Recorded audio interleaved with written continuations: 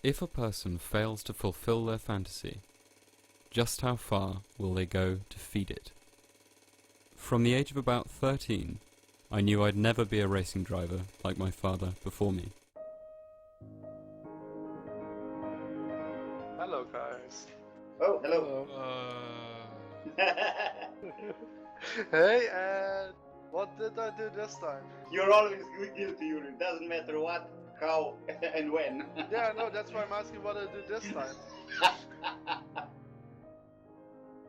I felt like you'd be possibly more pasty skinned, or I don't know. Did you tour all the kind of local circuits? Slovenia doesn't have any circuit. On go the gloves. Oh, got to have gloves on. Absolutely got to have gloves on. They're not just random people anymore. You really know them and they know you. And But why do you think that is? It's a mix of very different people you wouldn't place together in a normal situation. Yeah. And it all works quite well because we're like-minded people and passionate about racing. She can't disturb me when I'm racing because I have to concentrate. When I ask something and she said, no, I'm racing. There's something keeping you racing. You have to race. I have to, every day. Yeah. I need to go there. Yeah. I need to go behind the wheel and, I don't know, do a stint per day. Yeah. Now, by myself on the track, I don't care. Fanatic about what I'm doing. The way the car moves around over bumps, for example, here going through maggots and beckets, is actually quite similar to the ones we see on the computer inside. So it's pretty much spot on. I think it's mentally challenging too. So it is a real test of what you have as a racing driver, if you like. And the car just got a snap, and I crashed into the wall on the straight. The only thing you don't necessarily have to deal with is the G-force on the neck and various other parts of you that you will struggle with in a real race car. It was a 6-hour race or something, 10 minutes to go to win, and done. I think you're a racing driver as well, so there you go. That's easy enough, isn't it? Did we get that? The fact we are doing this right here makes me happy actually that we are doing this. How did you make friends with them? because you hang out with them, you just do stuff with them like you would do in real life. When I discovered sim racing, I was able to feel, even just a little, what the real thing might be like.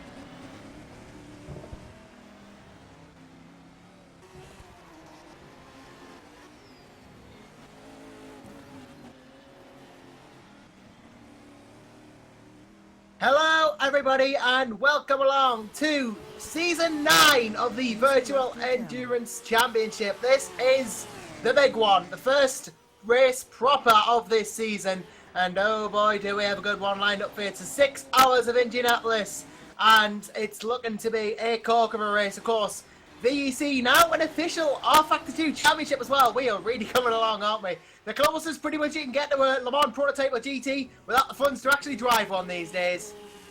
Of course, I am Joshua Anderson. I'll be kicking you, dragging, jumping, pulling, all of the verbs through this broadcast today, and I'm actually quite in the server at the moment. I've had a couple of connection, personal side things, but I will be able to take you through qualifying very, very soon. I think on broadcast we're looking at the GNS Endurance GTR LM Nismo at the moment. It is a very nice looking car, I will give it that. It is a beauty. A lot of good looking cars on the field this season though. It's not just theirs. So, you know, there are a lot of nice looking cars. I mean, people put a lot into this league, you know, so one of the best places you'll find where you can race these days. And Oh, Josh is peeking, guys. All right, fair enough. I will turn myself down. I can do that. I can just...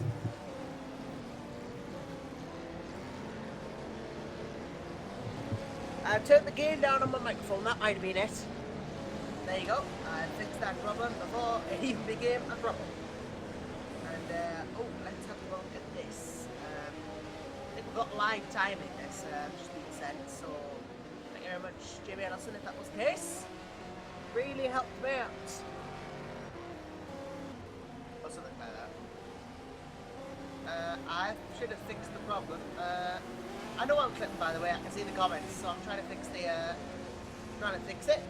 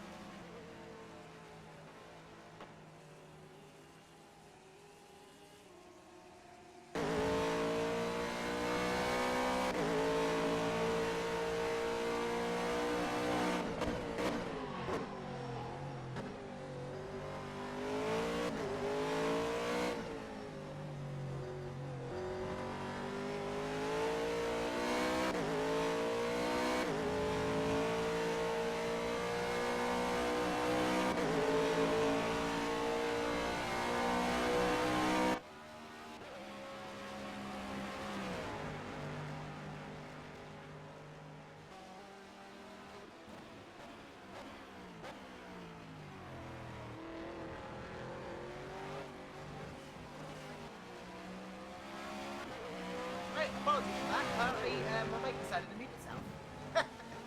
See, this is what I mean when I say technology decides to take the road. Nothing wants to go my way anymore. No one wants to go disastrously wrong. Never mind though, I've got it under control and all is going to go well now. I am sure of it.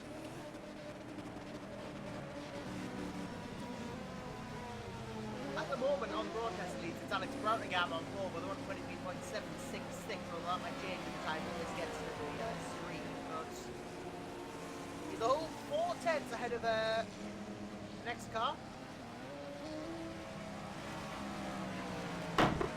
Like the cap, in fact.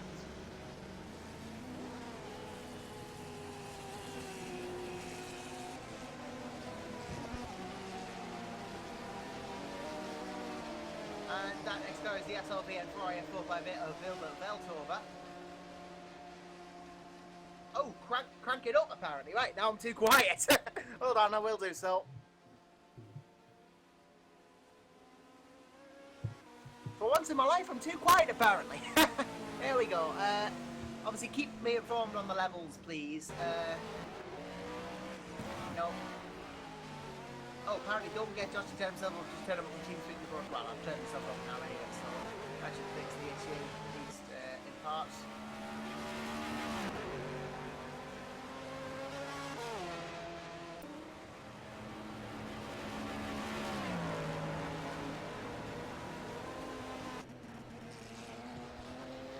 Right, so I should be able to probably function properly as a camera person, commentator person now, because I am in server. And that is good news, because I can actually tell you what's going on, so to speak. There's, oh, yep, here we go. Yep, we are go. We are indeed go. I'm just moving my microphone there. Yeah, Brownigan still is on the lap pole, and he's now 6/10 ahead of Veldhoven. Then it's Valentin Solihat in P3 for RC Racing Team. I think these are new to the series for Season 2. Sorry, not Season 2, Room 2. New to Room 2 for Season 9. So, making a good impression so far. Well, Dennis Jordan has just gone into P2. He's gone in there for, I think, he has gone there. Yep. Dennis Jordan, someone I know quite well, but I've never really seen him in a GT car. So, good to see him here. And looking further down the rest of the field, obviously we have 19 cars in this GT field, so you know there is a lot of GTs, well 20 even. We have maybe even more. I might have completely not got this right, but there are a lot of GTs because we've merged the classes with Season 9. Only one GT class now instead of GTM and GT Pro. It's just the one, so you've got more cars duking it out in the same class, which can only mean good things.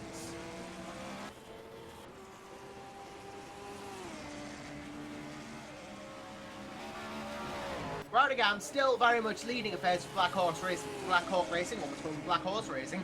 Black Hawk, he's still 6/10 pretty much ahead. That is the Geralt Brownigan Yunt car, so some very good drivers in there. Oh, Ricardo Cagliari has just gotten pole provisionally, and well, that is a great result for his team. They've just gone into P1. And Cagliari obviously the start driver, because the start driver is the driver who's been qualifying. So, in this instance, they are the same. And, well, they always are, because they've been qualifying on the same day as the race now. Bit of an experience for sure, you get double the fun.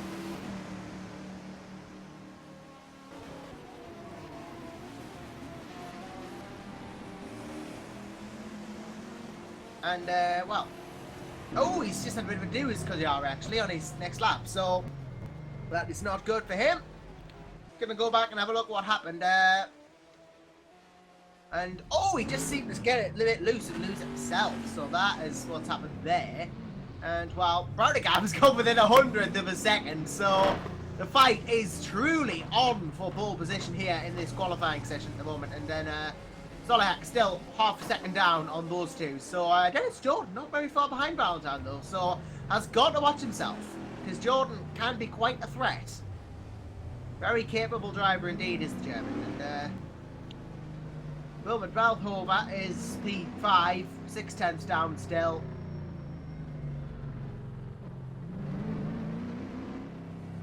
Obviously, with all the GTs out at once, it's going to make life difficult for anyone who comes into traffic, because there's double the chance, because there's double the cars. But, you know, what can you do? There is traffic, you've got to deal with it. I think Alex Brownigan is just coming around to finish a lap, as is, well, Ricardo Cagliari is a bit further behind. So Alex Brownigan, I don't have access to his sector times, but if he can go pole, that'll just throw the gauntlet down to Ricardo again, because he'll say, right, you've gone faster than me, I'm going to go right back at you. So let's see if he improves as he comes across the start finish, and he does not. We'll have to improve if he wants to get that pole. but there really isn't much in it at the moment. So, hops the curb there. Through into this next couple of corners. Of course, we are using the, I think we're using the IndyCar configuration, which bypasses the old Grand Prix loop. Usually we would go right at this point, we go left, and then we go right, and we're onto the back straight. So a bit of a shorter layout, but nonetheless, that might make for some interesting racing.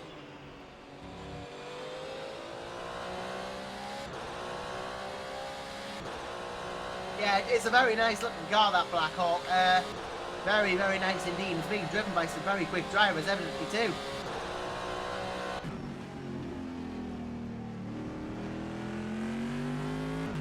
Yeah, you see, if I had the 4-4, I would have put off back to 2 in the window and said it's full screen, so I have to keep dipping in and out, and I can't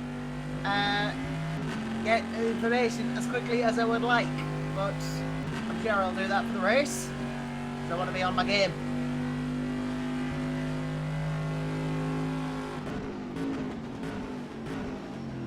And Kosciuszko's time has not been matched by Bratacam yet, but he's going to have a go as we come round on at the start finish for another lap. He has not improved again. And time has started to elapse in this session, so as Kosciuszko goes out once more, Bratacam has got to improve.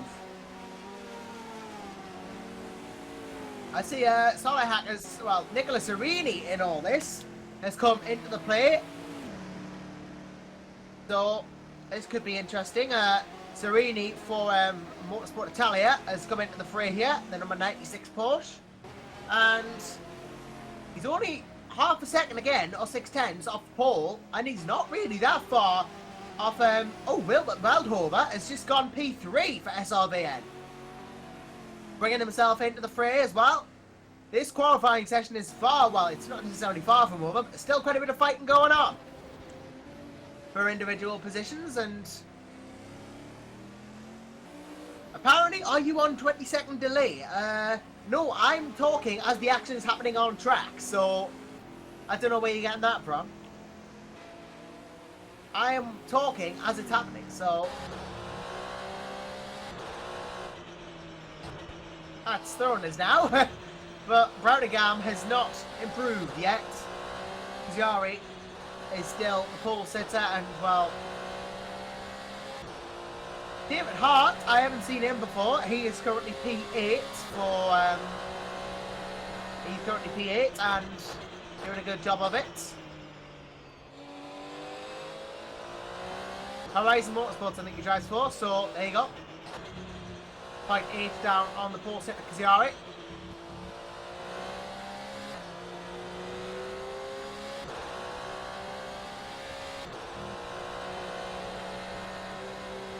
Looking down there, there's about 4 seconds in it between the first and last cars in GT with Borja Ori, the final qualifier at the moment for La Biela Racing. Now that's a team I do remember. But even so, it's not going to be quite a competitive race in GT at the top, because there's some very close times indeed, and it'll be fun. It won't be fun for Alex Bratacam if he doesn't get pole though, given he's that close.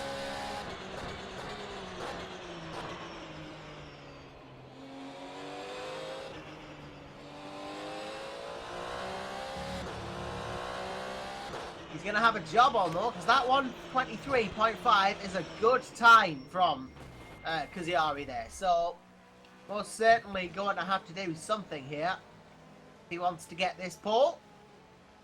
But either which way, he's going to try his hardest, because, well, what is trying without success, and what is success without trying? He's got to try. You've always got to try. Give it a go. Bratacam, let's see if he improves, and does not. It's become a bit deja vu here. He's keeping on trying to improve, but he doesn't. So, needs to start making inroads. Otherwise, pole will not be his.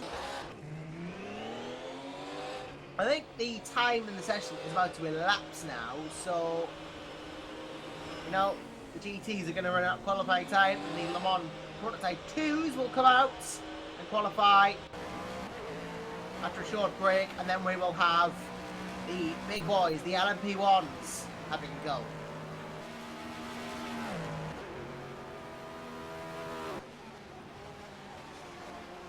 think we've got 23 seconds until the formal time runs out. So that's all that is left, time-wise. Browningham's probably not even going to get another lap, and this is going to be his last lap, as is Koziari. So Browningam, it's absolutely do or die for him, because he knows, does the German, that this is it.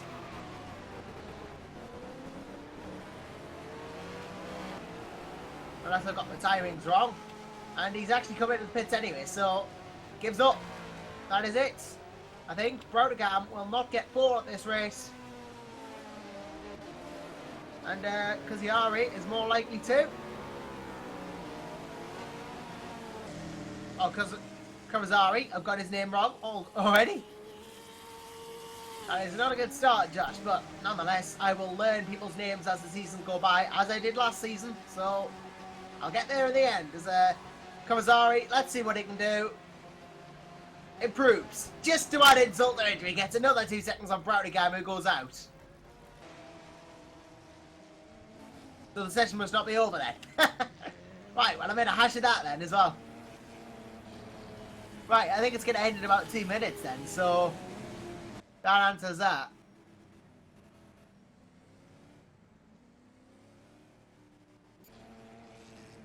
This is what happens when I don't have a window side by side. I can't constantly check information.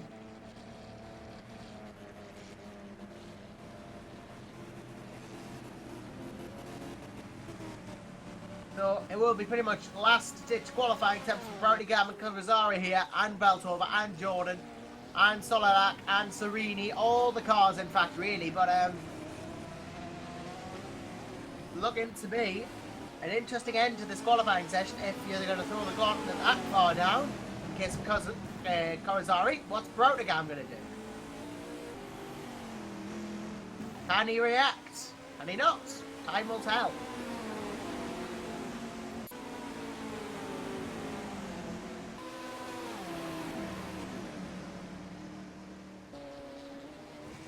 Mind you, they pulled out quite a gap in the process to build that Beltover. He is now 0.7 behind. He has not really found the improvement he was looking for. Both on the soft tyres, Koziari and Browningam. Beltover is also, in fact, I don't think there's a car not on the softs in this session, with the exception of Alexandre Santos. He is on the hards. Now that is interesting for Blackbird Racing. That is an interesting way because, well, he'll be able to go longer, but mind you, James Dooku for the other Black Hawk car is in P17 and he is on the mediums. That is the Demechi Dooku and then can't even pronounce that last name car, but nonetheless, Gerard DeBar's on the hards as well. So a couple of people often go on the hard car. Most people choosing the soft though. And I think time should now be elapsing because it is 20 past 3, and I think time should be elapsing in this session soon, if it is a 20-minute session, but if the comments are right.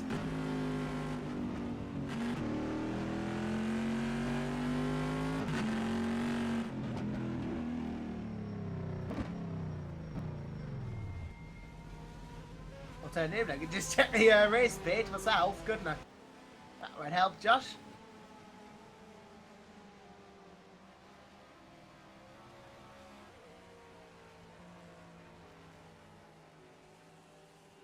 Yep, 20-minute session, so this should be it finishing now, realistically. As Browningam has not improved in the pole, that is. Koziari is going to come around and finish another lap. He goes even faster still, adding the insult that's already been added to the injury to Browningam. So we will see what he can do.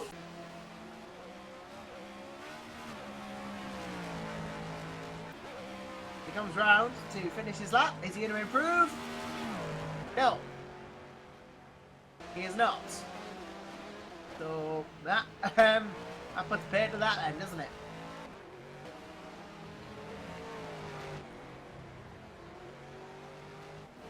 I say it's bad for the GTs though, I've just realised that LMP1 and LMP2 got at the same time, so traffic there was going to be even worse because it's prototypes and they're going to deal with traffic, so you've got to make sure you don't go out when there's traffic. I'm sure that teams are prepared for every single scenario though, as they do. I think Broudegam is going to get another lap in here, so I must have misjudged the timings of the session because he's going to finish this lap too. And he will complete a lap and not improve. As we've lost Belt over from the session. I think he's in about P3 or P4.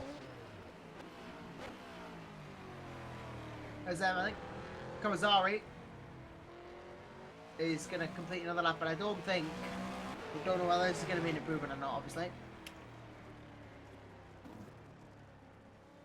Apparently he's, no, he's in the pits now, so there you go.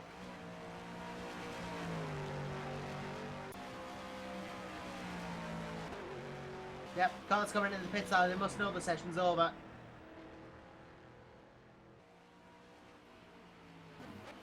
So, just winding down and coming back into the pits now, ready for the LMP1s and LMP2s to leave.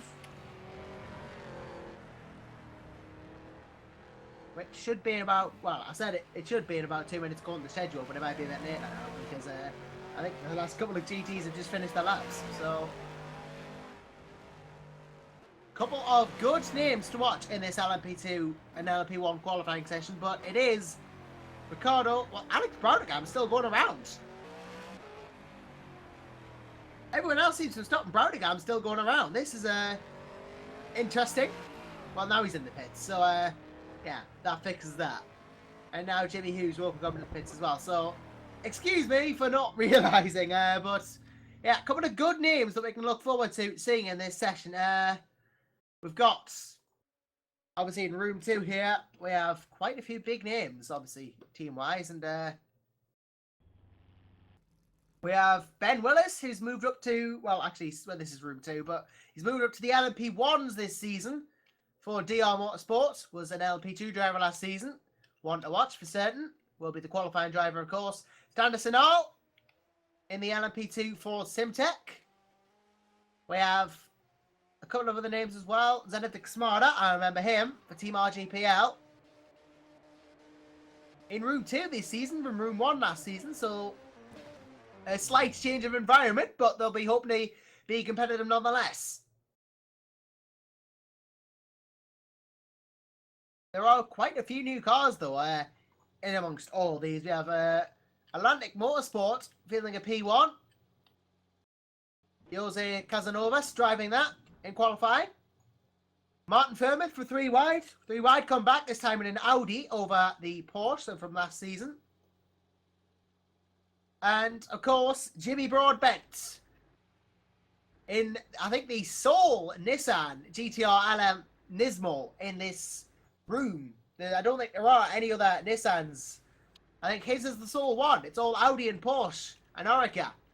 All the other cars are those, but the sole Nissan for GNS Endurance, and hoping to prove that the Nissan has obviously worth and speed and ability, and so does, well, we've seen Jimmy last season as well for DHR. Very, very, very talented in these prototypes, and going to be an interesting qualifying session with him in that front-wheel drive car to see how they go.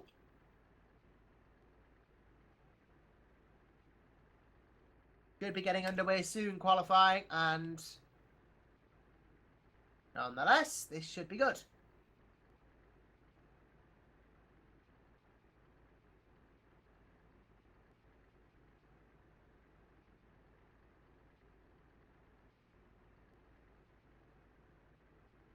It's just the wait now, isn't it? As I hear an engine going. That is Zenith Xmada deciding to get out first, getting to the end of the pit lane, and he will be the one who goes for it. I'm going to put the cameras on Smada because I don't know whether we are on them or not, but have a look at Zenith.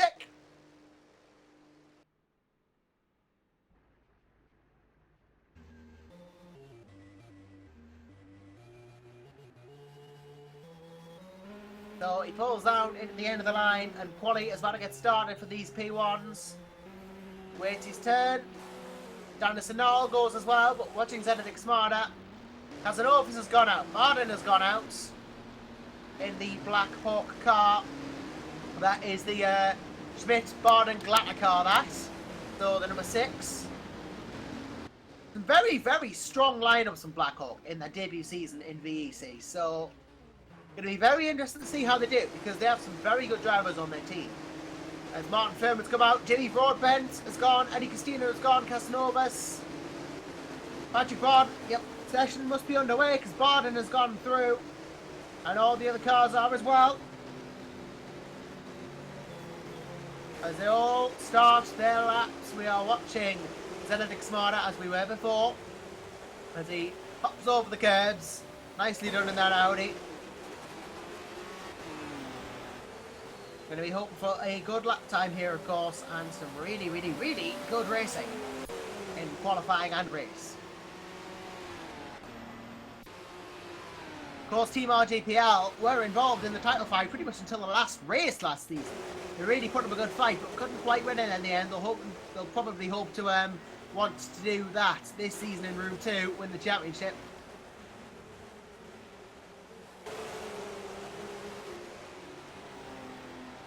Obviously, the reigning champions, Speedsport Poland, aren't here. They'll be up in Room 1, which will be starting in a bit. So, obviously, you know, we got 2 broadcasts now, which is great. All the brilliant. As Smarter starts his flying lap. Currently comes into turn 1 then. And let's see what Team RGPL can do here. As he's actually gone straight on. Okay, that's not how you take turn 1, but that's fair enough, I guess. He's decided to go around, and well, there's no real point in watching him anymore. Let's go to Jimmy Broadbent in the GNS Endurance car instead. Let's look at Jimmy, because Jimmy is most certainly on a lap rather than not on a lap. And the Soul Nissan in this room is going to try and give it its all to get a good time. So good in the straight line, that Nissan, but when it comes to the rest of the lap, it can be tricky because it's front-wheel drive.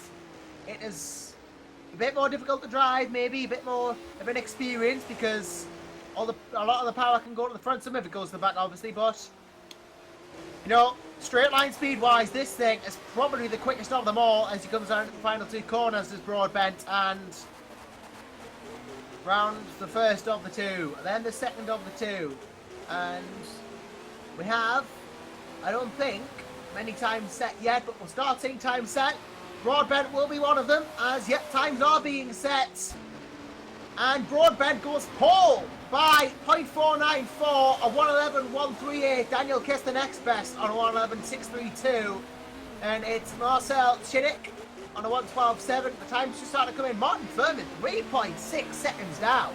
I didn't expect it to be that far back. Maybe first lap did not go to plan for 3 wide, but nonetheless, sometimes coming in. Piotr Marowicz, Grinstead, is just gone P2.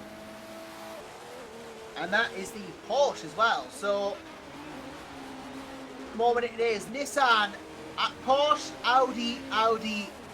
I think another Audi makes up the top 5. Marcel Chinnick for Deltec Racing Team, new to the series as well, making their debut in Room 2, and a very, very good, strong P5 so far, but obviously, you know, we haven't seen much in sessions fast. That will change.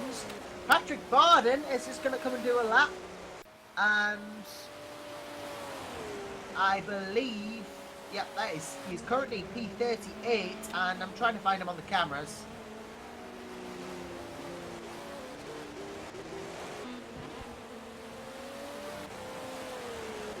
Oh, apparently they realise, yeah, they realise, that is right, they realise this and didn't even get the hybrids this one. This is the ideal car. This is how it should have been, the Nissan that is in this series. And I appear to have lost access to the cameras, so that's bad. I've lost access to the cameras now, so I can't operate those. it doesn't seem to be working for him anymore, so I think we're going to be stuck on Jimmy Broadbent while I keep you updated on what's going on. He has improved to a 1:10.845 as Martin Furman does get close at 1:11.17. But Barden is about to complete a lap in that Black Hawk car, Black Hawk Audi. He will hope for a good lap here. Has to overtake a P2 to get there. Gets a draft though.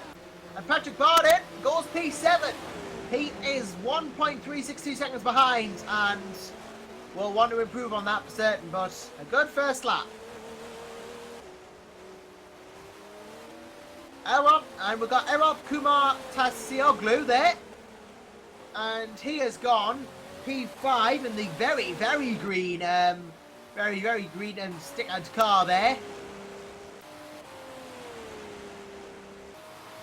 That is the Mohammed Taruna Lockwood Kumar car. I'm going to tell his nickname, his last name, I can't remember it, but it's a bit of a mouthful.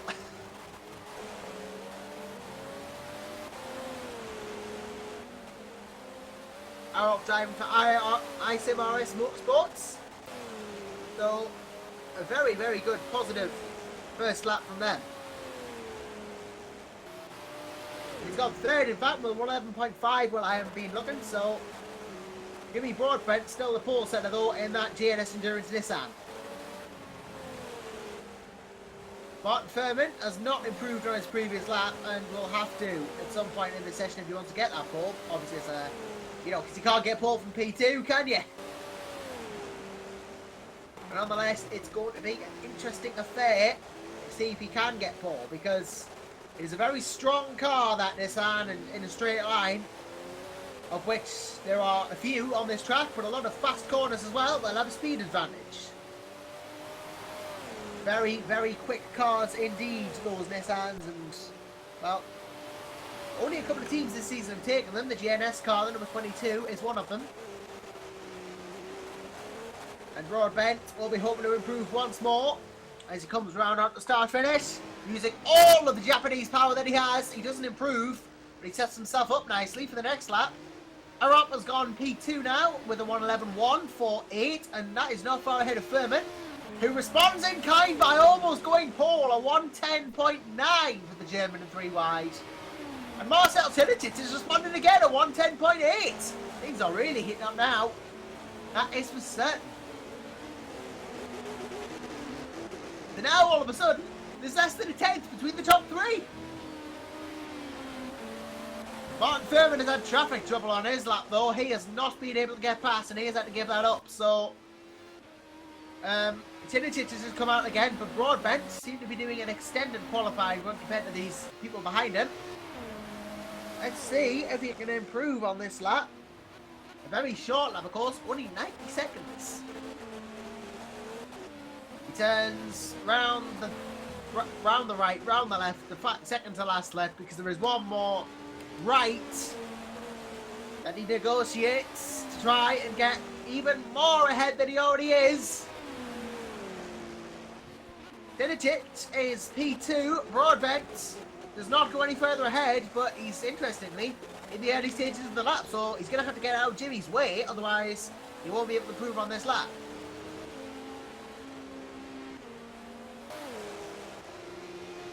Martin Furman has started the lap, I think now. He's not got traffic trouble anymore.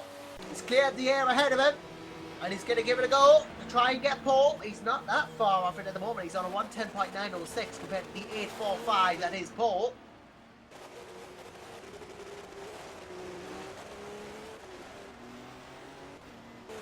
And he's not got that far to go if he wants to get pole. It's only about a 10. If he can find a 10, that's 300ths to each sector.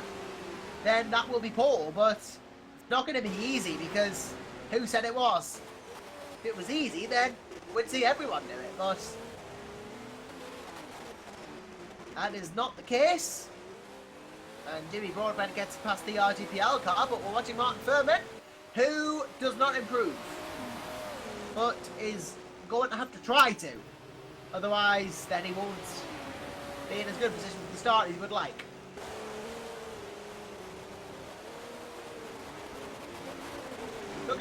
looking further down the field, there is 1,000th of a second between P9 and P10. That's Patrick Barton and Eddie Gastina. 1,000 in it. That's how close times can be in VEC. Looking further down the order, we got the likes of Ben Willis in P13, Tony Crevin rounding out the field in that Orica P2. I should add, some of these are P2s, but P1 and P2 qualify at the same time. Current P2 pole is Ben Willis, I think. So, well, actually he's not in P2. I'm so used to being a P2. He's not in P2. P2 pole, I think, is Giancarlo Folagati at the moment. So, he is the lead P2. Yeah, there is a significant gap of time. He's the lead P2. Then it's Nicky Lenz, Ricardo Di Matteo, Stanley R, Rickard Nelson, Patrick and Tony Crevin. No one has not done a time, so only 7 P2s. That is a few less than I would have imagined, but nonetheless, LMGT obviously quite popular. Well, last season, and obviously this season taking away with a nosedive, but LMP1 seems to be the dominant force in the prototypes.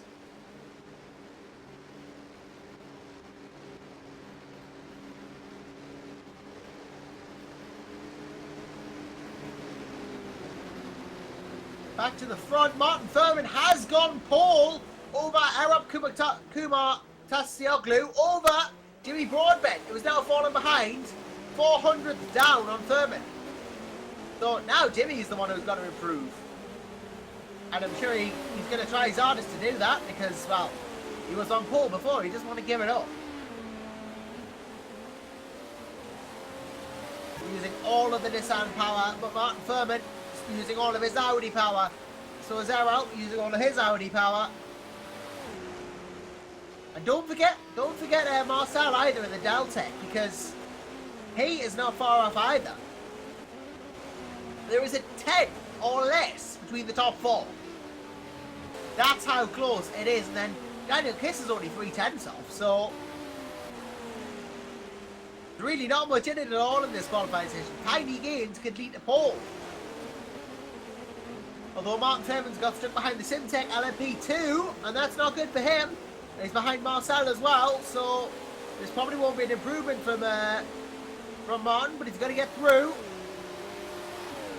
Marcel not far, obviously, from Martin. But Jimmy Broadbent's got the clearest track of anyone. I say that, but he does have to get past this prototype, which he does.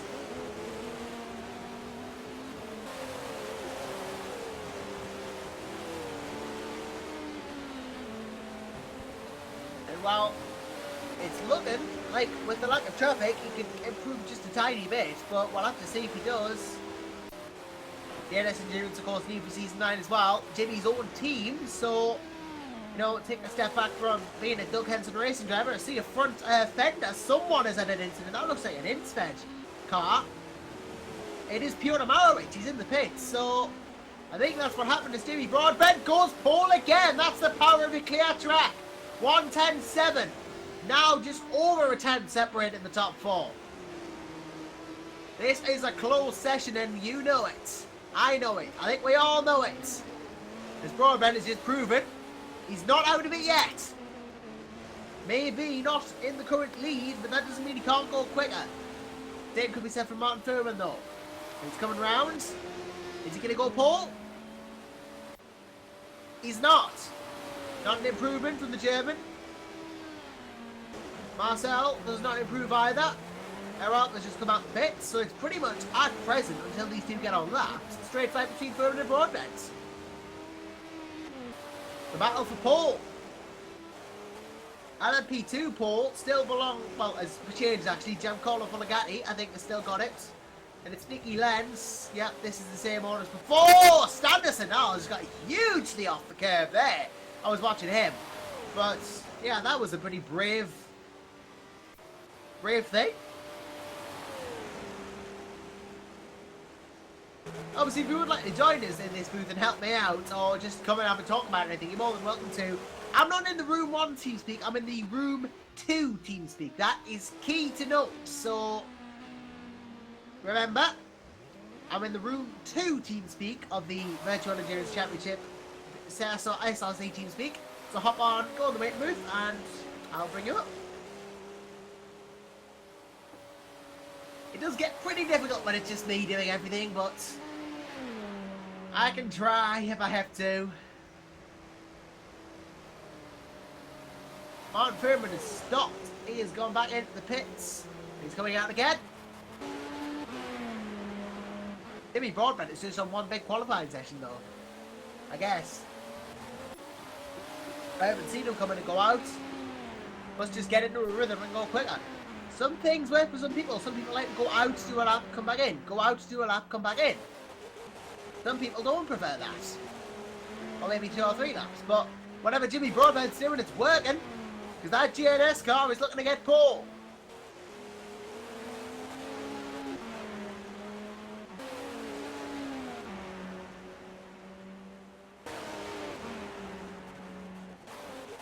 Furman, though, is not going to give up. Nor is Errol. Nor is Marcel as he comes around. I think he's going to complete the lap as well. Let's see where he goes.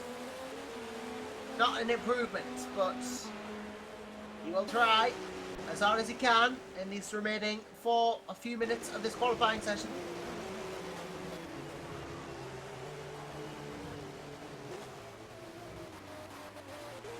They're having a good little run here, must be said. P4 and not that far off pole. Could be one to watch in the race, could Deltec. As could ISIMRS, as could 3 Wide, as could any of the teams. But obviously all eyes will be on whoever's got pole at the moment. That is the GNS Endurance team.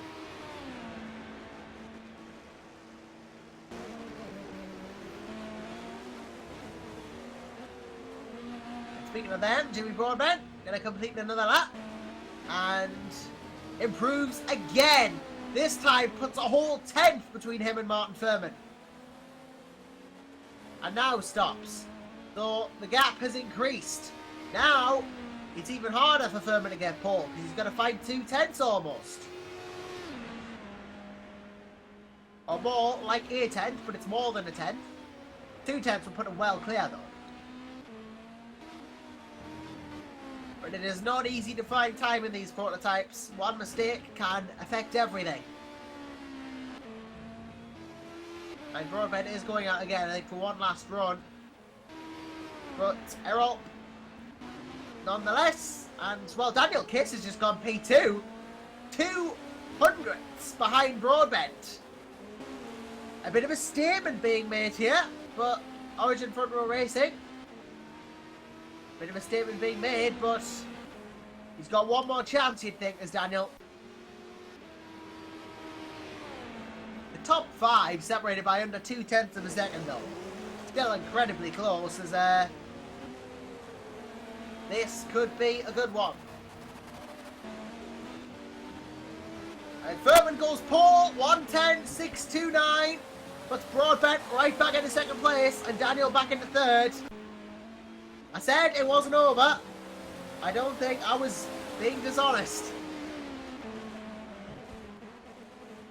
Marcel improves again, puts him back in the 2 tenths barrier. I don't think he's going to get much more. He's going to get 1 lap, I think. And that will be it. This will be the last couple of laps of everyone, really. As Errol pulls over, he'll do the same. Daniel Kiss won't get the chance. Jimmy Broadbent will get a couple of goes at this. Martin Furman, I think, will get 1 go at this. And his next lap will be his last. He's not going to cross the line enough to come out with a fresh set of tyres, and he pulls off. Nope, he's done. That is him done. Martin Furman has gone out again, but I don't think he's going to make it. Onto another lap, so I think he has run out of laps unless he has the out lap of his life, but he'll have to get around in a minute or less, and the start-finish line he's just passed, so he's probably not going to do it. Jimmy Broadbent getting a bit of a slide on in that Nissan, as it does sometimes. And, well, he will be hoping to improve and get pole back. He knows what he's got to do. And into the corner he goes on 2 wheels. He's pushing it to the absolute limit here and slides it around. That front wheel drive, obviously the rear tyres on that, really would just keep the back off the ground and keep it moderately stable.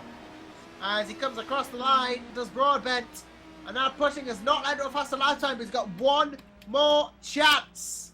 Go Paul. Furman is not going to make it on another lap, so Broadbent is the one we want to watch. And anyone behind, as time elapses in the session, Martin Furman is not going to get on another lap. Jimmy Broadbent, though, has got one more crack on the whip. Kiss is in the pits. Kumar is in the pits. Tinatic is in the pits. It's all about Broadbent unless anyone behind makes a sudden leap for Paul. Round into this left then, turns in. And then he's got to go right. And then left, and then right. Onto the banking. Looking okay. I don't know whether he's going to improve, but he'll be pushing that JNS car as hard as he can. He does not want to miss out on pole position. He's proven he can hold it. But will he? Round the right, perfectly done. Round the left he comes now. Gets a bit of a slide on again, but hopefully it won't affect things too much. Going to be close, you'd think, as he comes down the start finish. Is this pole for JNS Endurance? No! It is not. No improvement from the Nissan. And now, that might be key, because if anyone were to suddenly go pole now, we'd put them on the second row. Kurta Marovic might have a say for Insped Racing Team. Ultimately doesn't, though. Eddie Castina for Dutch Connection Racing will come into the pits, so he is not going to improve. Genetic Smarter, I don't think he's now going around the oval section, so won't count anyway. Anderson All is in P2. I haven't focused on much on P2, but Nicky Lenz has gone pole over Gianpaolo Folagati. So Nicky Lenz has gone there, and Anderson All the potential to take LMP2 pole, but I think the session's ended and we've moved on, so that's not going to happen now. So it is Martin Furman on pole position in LMP1 for 3Ride Motorsports.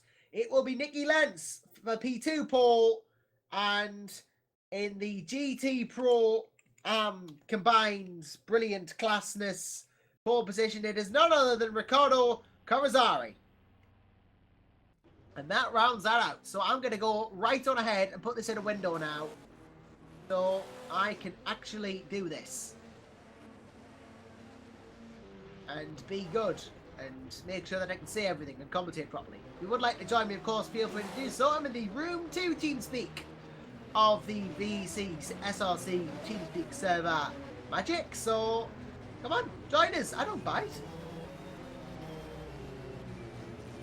And it does get awfully lonely when I'm doing all this brilliant work by myself. I say brilliant, but I'm not brilliant. It's brilliant to be here, of course.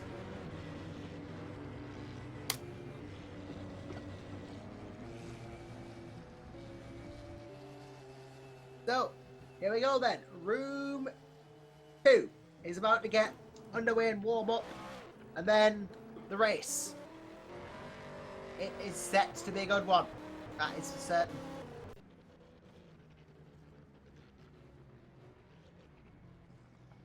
I'm really looking forward to this. Could be a corker. And again, is every race not?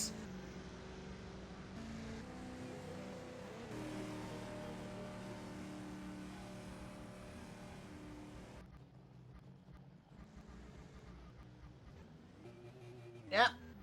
It is all going well, I guess.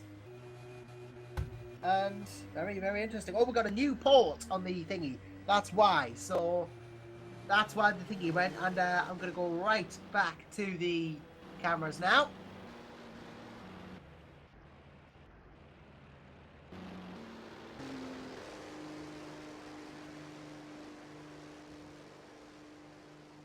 There we go. Right, now I can do cameras again. All by myself. Whee!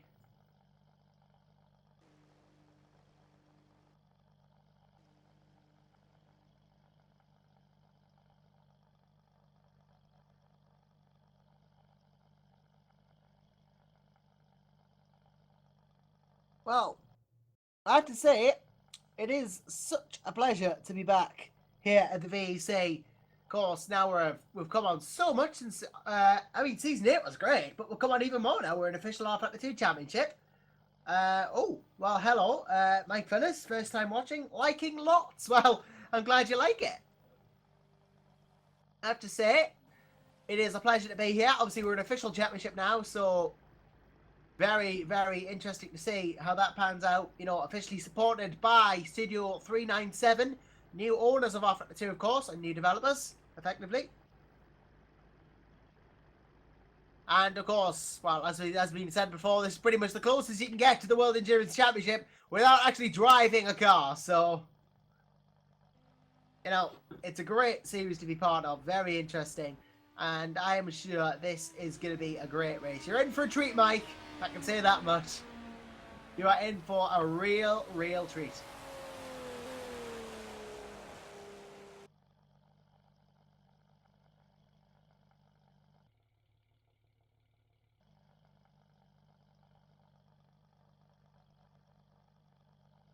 Of course, it's Room 2 and Room 1 both being broadcasted today. Obviously, I'm on Room 2 and I would encourage you to, you know, stay with us. But Room 1, of course, the other championship to this.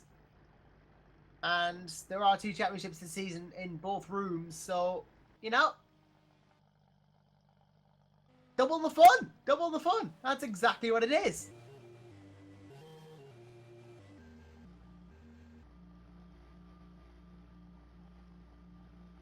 Double the fun, double the awesomeness, double the brilliance. In fact, I think qualifying is about to get underway soon on that broadcast. So, you know, if you are interested, great. But we're about to get racing here in Room 2. If you want to see some racing, that's even better. Obviously, you know, I'm on Room 2. Of course I'm biased. I'm going to say watch Room 2, but keep an eye on Room 1 as well, you know, because we've got some great, great action going on there. We've got Downforce Radio covering it. We've got a lot of viewers, man. 151 at the moment, which is great. And cars just starting to go out now and do some warm-up. Which is strange, because I could have sworn the track was closed unless something's changed, which it must have. Oh, right, it must have opened, yeah. I must just not be watching or listening.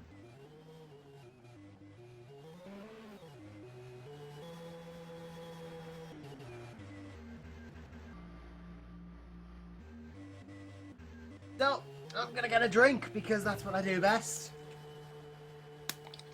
And it's only about 5 minutes till the race now.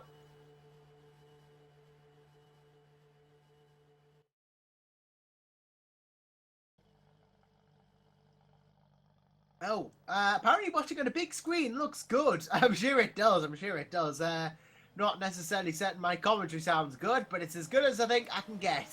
I can try. I'm better in a race scenario anyway. I'm not really good at this whole build-up thing unless I got people with us.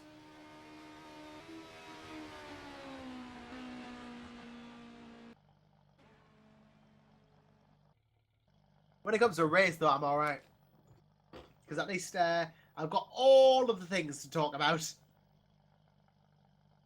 Obviously, if you would like to join us, as I've said before, hop into the Room 2 TeamSpeak and pop in the waiting booth.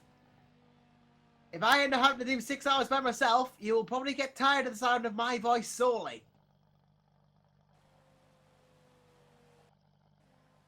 I'm just going to put the cameras on Jimmy Broadbent in P4 at the moment, just because I can, really. And he did almost go pole in P1, so gives us someone to look at.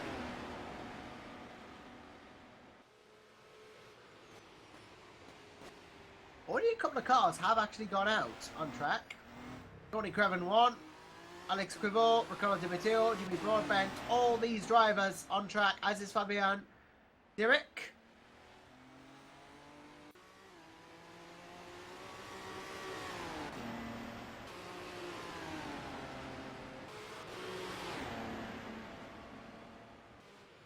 But nonetheless, whether they're in or out, they'll be making preparations to start this race.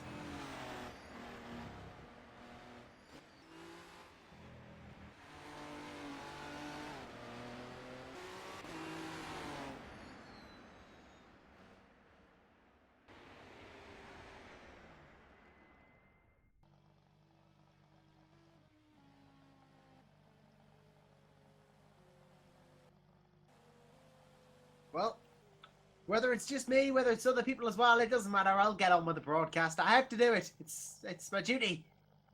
I've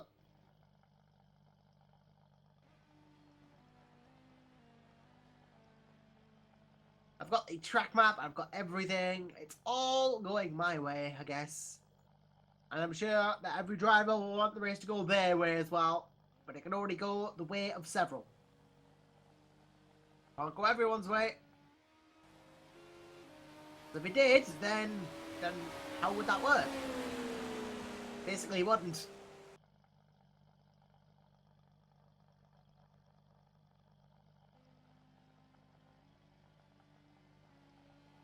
About under 2 minutes to go till the session race starts, and it is looking to be a real interesting one. As I've said a couple of times, and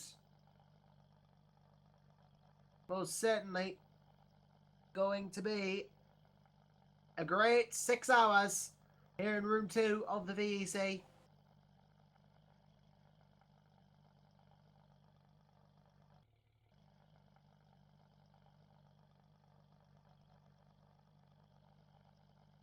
And, well, obviously keep in touch in the comments. Make sure that you keep involved, because it's great to see people involved. Who do you tip to win, Josh? With the cornering speed of the Audi or the straight line speed of the Nissan? That is a good question. I think it's going to be very, very, very close, but I'm going to tip GNS to win it out of the two at least. Neither of them might win. We might have a completely different winner. Who knows? Who knows?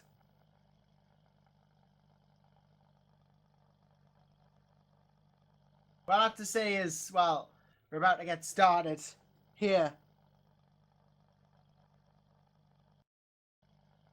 Well,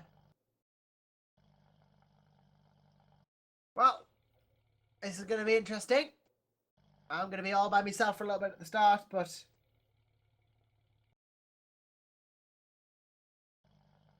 well, I'll try. I will do my best. We do have a Bernd Schmidt with me. I think Bernd's going to help with cameras. Lovely. That takes the weight off my shoulders, having to having to operate both.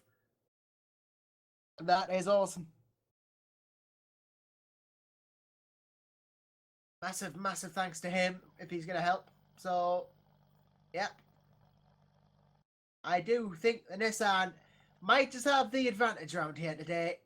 But time will tell if I'm right or wrong as we get ready to go to the race.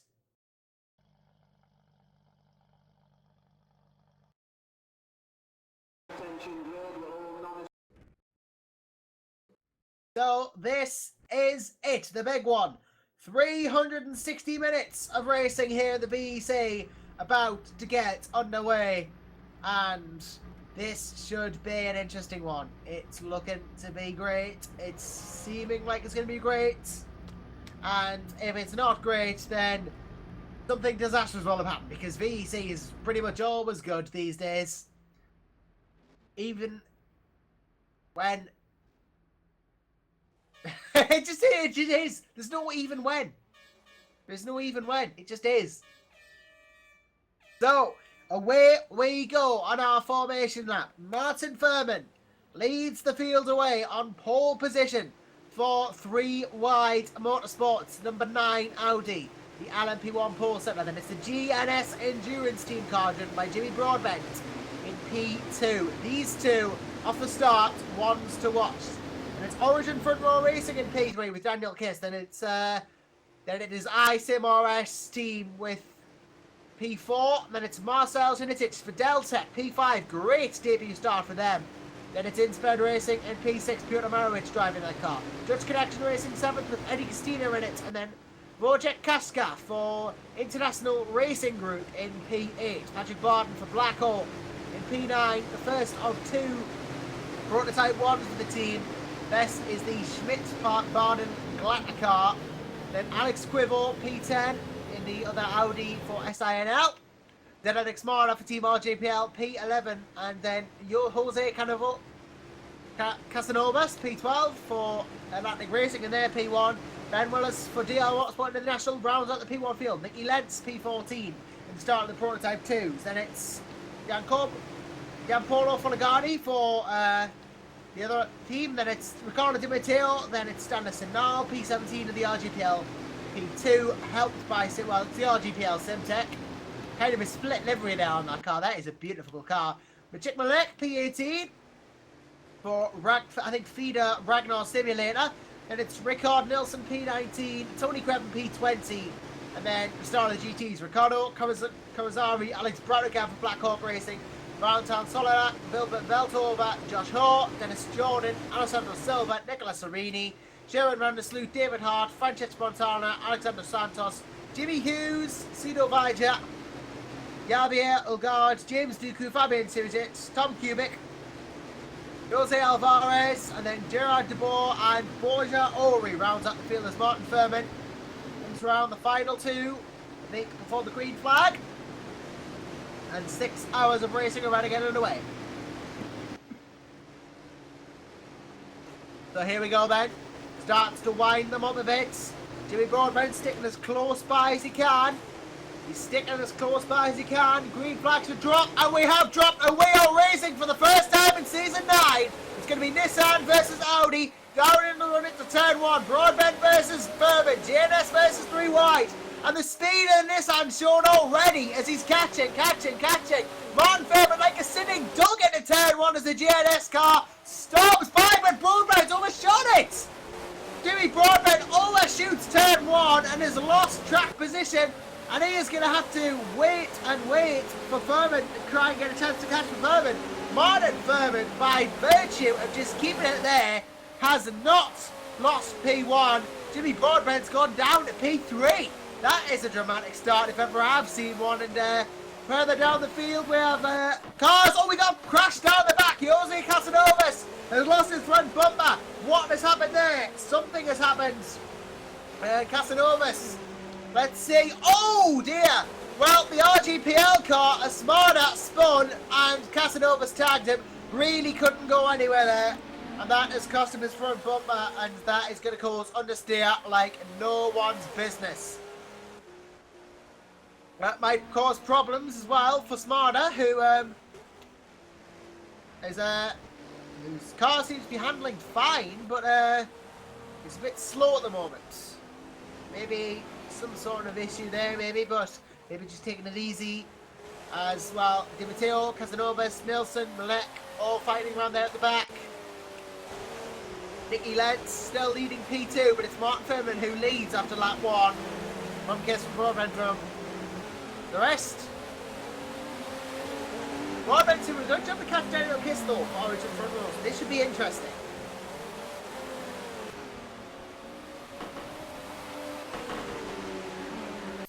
Oh, apparently I'm clipping like crazy again. I'll modify my microphone in the meantime. And the Broadbent, oh my lord, Jimmy Broadbent has just rolled it twice. That is no front bumper, no rear bumper on that GNS car. It has been the nightmare start for the GNS team. I'll have to turn my microphone down. But that is absolutely crazy. So there's no front bumper, there's no rear bumper, no ailerons on that car whatsoever. And he's going to have to try and get it back to the pits. But that was an insane incident. That was the crazy thing I've ever seen. Prototype rolling it. Well, that's front wheel drive. Yeah, he just slides too much into the turn. Car clips the curb. Can't do anything. Over and over and over he goes. Barrel rolls it twice. I have never seen that in a prototype before, and I doubt I ever will again. But that is going to be a big repair time for the GNS team. And I guess that puts paid to that then. Wow. That is the I did not expect that. Wow. And he pulls into the pits and he's got to keep going now, I think, but that GNS car will be in the pits for quite some time, I think, and Martin Furman will be breathing a sigh of relief almost, because now he doesn't have to worry about Jimmy Broadbent, although the circumstances are terrible. Now his next closest threat is Daniel Kiss, who is still very, very much of a threat though. Let's not forget, Daniel Kiss, a very capable driver. An Origin front row to be there is great.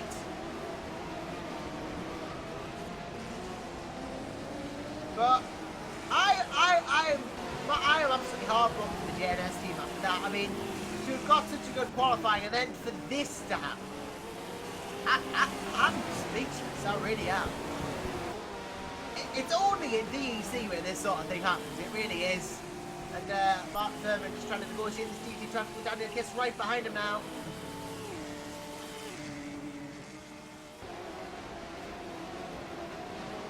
Will try to catch. The fact that there is a lot of traffic might help Daniel here as he's closed in even more on Thurman, who gets past the Kuberski car. Well, it's not the Kuberski car, it's the Kuberski inspired car there on Jimmy Hughes. Although a lot of good work being done to avoid all this traffic. You only need a couple of laps on the lap people already. It's a 6-hour race and anything can happen. That is right. That is absolutely right. Anything can happen in 6 hours. What happened to the Nissan? It just rolled. Rolled after it hit a curve too hard. I don't think we can get a replay, no, unfortunately. So we just have to take my word for it or replay the stream. So the battle low for P1 is closed right down. Daniel Kiss is within half a second of Martin Thurman. And it could be Origin Front Row Racing who take the lead. It could full well happen. Although traffic delay with now in the Syntec Porsche, so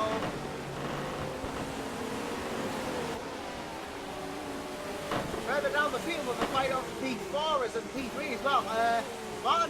Marcel Sinicic is going for... Oh, we got no rear wing on the back of that. No rear wing on the ISMRS car. That car is missing its rear aileron. And that is a hazard now, you think, because it's still got its front bumper. A significant lack of rear downforce. And this is most certainly going to have to... I think there would have been a code 80, but evidently not.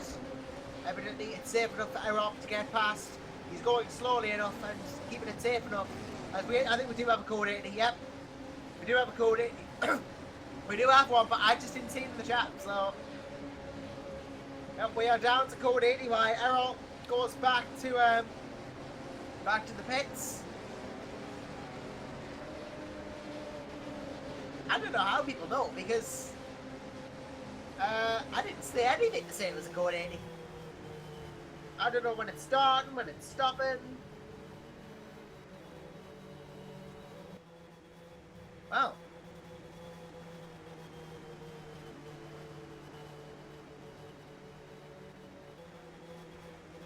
Nonetheless, this is going to level things up a bit. Probably going to be a godsend for Jimmy Broadbent, though, if he's still in the pits. And he is, because the field has slowed right down, so that means that he's not going to lose nearly as much time as he was. So a bit of a godsend for that car. I know there's a lot of repairs going on, but... Benedict Smarner still in the pits. Big repairs for that RGPL car. Casanovas has got no front bumper still, I think. He'll be coming in to get that fixed. Alvarez has got damage. Malinek has got damage. A dramatic start for this race, that's for certain.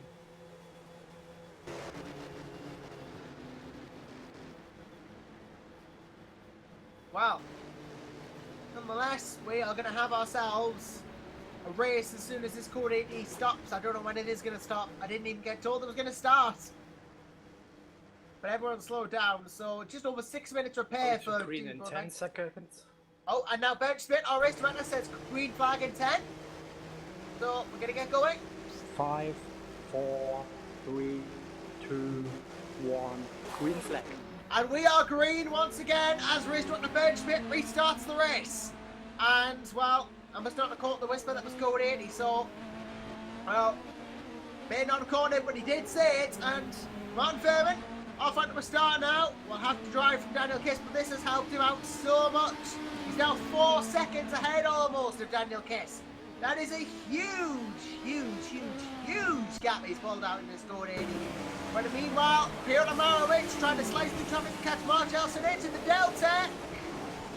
Just about gets through there, but he's still going to pass a Corvette. Here we'll get off in Wojciech Kaszka. No damage though, just had it slightly off there. Alex Quibble behind him. Errol has come back out in P14. Patrick Borden in the pits with no real wing, but he is in the pits. So, oh, well, I don't think he's got a front bumper either. So Patrick Borden's had a do for Black Hawk. In the meantime, I didn't see it, but he's at the pit safely. And Paul Martin Thurman is just extending his gap now. That's what he's doing. There's a battle on P7 though. Alex Quibble, Wojciech Kaszka. These two having a go at each other. And P1 versus P1 obviously, but Audi versus Audi. All the cars coming around these curves. Ben Willis is coming to the back of Quibble as well. PR Motorsport getting involved. Most certainly having a go as he, well, Willis has got him. Great move from Ben Willis to get past Alex Quibble there. DR Motorsport going to P7. And all of a sudden, SINL team have not got it their way. And they're losing ground, big time.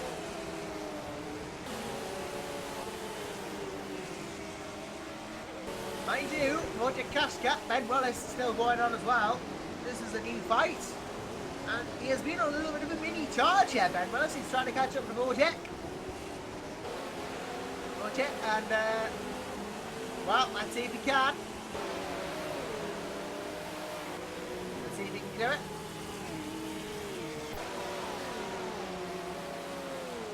Well, he's catching up, that is for certain, but not in moves potential yet. Going to get past this GT.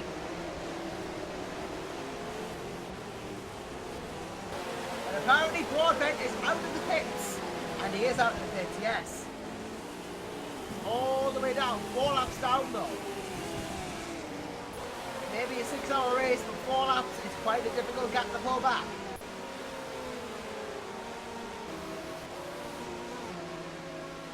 Nonetheless though, he will try, I'm sure. We'll give it a go. Try his hardest to get back as much as he can.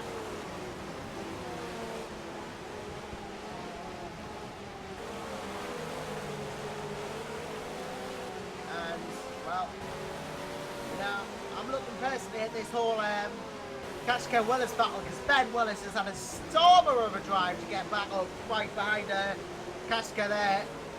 I'm hoping we'll go on board with Willis because he's quite close and, well, it's looking to be a good battle. I mean, that DR car has really had a good start to this race. Tries to overtake this car here, then it's catch back up to Wojciech. Turn 1 to go. 14 minutes into this 6-hour race.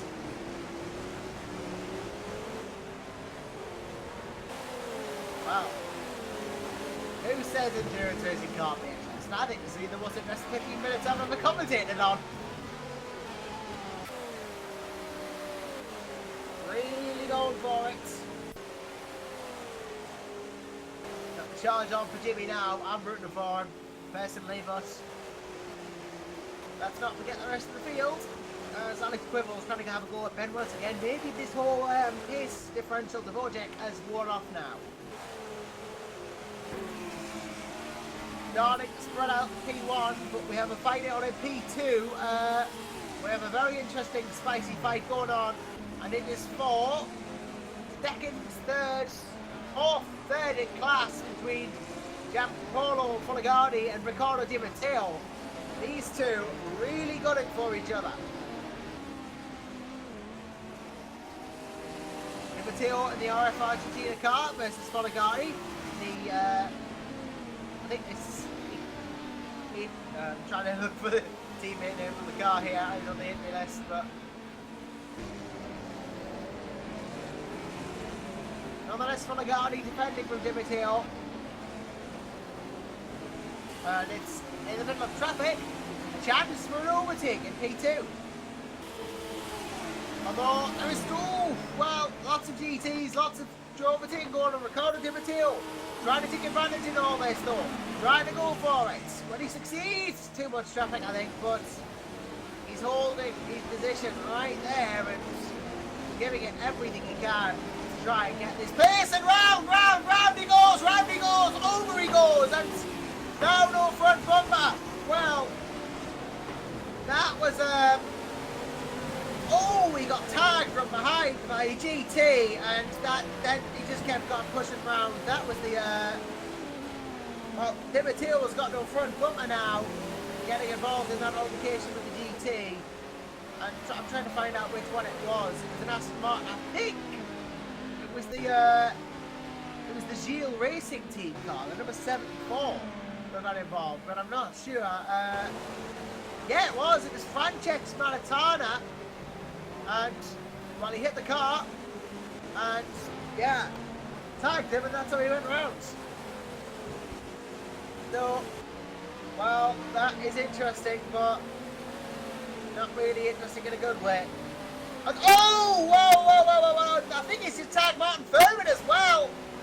So, wow, okay, that's, yeah, Malatana goes off the road and now breaks himself, hits Furman slightly. Luckily, didn't really affect the race leader, but I think Francesco Malatana really needs to watch what he's doing now, because this could get dangerous. I'm not usually want to say how it is, but I think he really needs to watch himself. That is not exactly what we like to see here in VEC, so, you know, now through goes another prototype. Luckily they're quite far ahead now, so, well, not exactly the best start for Giro Racing Team, but I think it's just a case of calming down now, because you can make mistakes when you're stressed from making previous mistakes. So, you know, that is, I think we're just going to calm down and try and get on with the rest of the race now, but that wasn't really good, to be honest. But nonetheless, we do have a race on, and it's a race for P2 in LMP1. Daniel Kiss, Marcel's hit it. It's only about a second in it, really, so with the traffic that's up ahead, this could close up seriously, and it is closing up seriously. Closing up so seriously, it's within a second now. Conor Di Matteo in the pits, as I alluded to.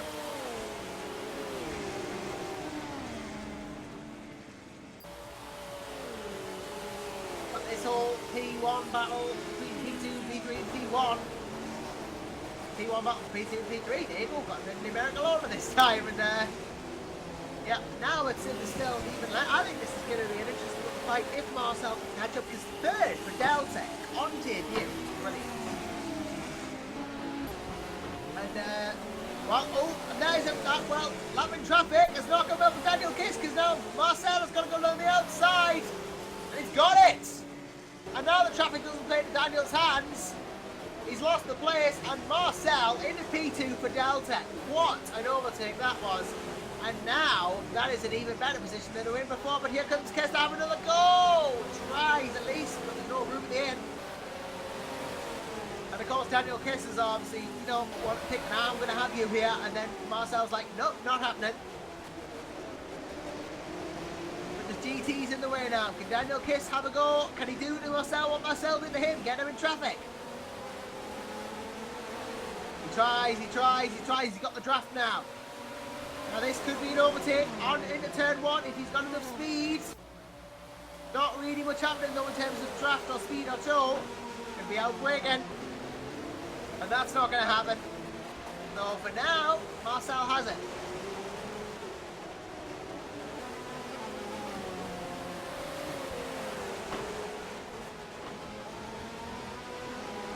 Mind you, Jimmy Broadbent's starting to make moves. He's still 4 laps down, but he's 35th now. Started to slice up the order. Just quick update on him. And this whole Marcel and Daniel battle is still going on, because Daniel gets closer again. Doesn't get through though. He's putting the pressure on for sure. Maybe it's showing because Innochit's starting to slide around a bit. Maybe pushing it a bit too hard. I mean, with someone like Daniel Kiss behind you, you're going to get, you know, a bit of pressure on, but, well, going to be interesting to see where this leads. You see that?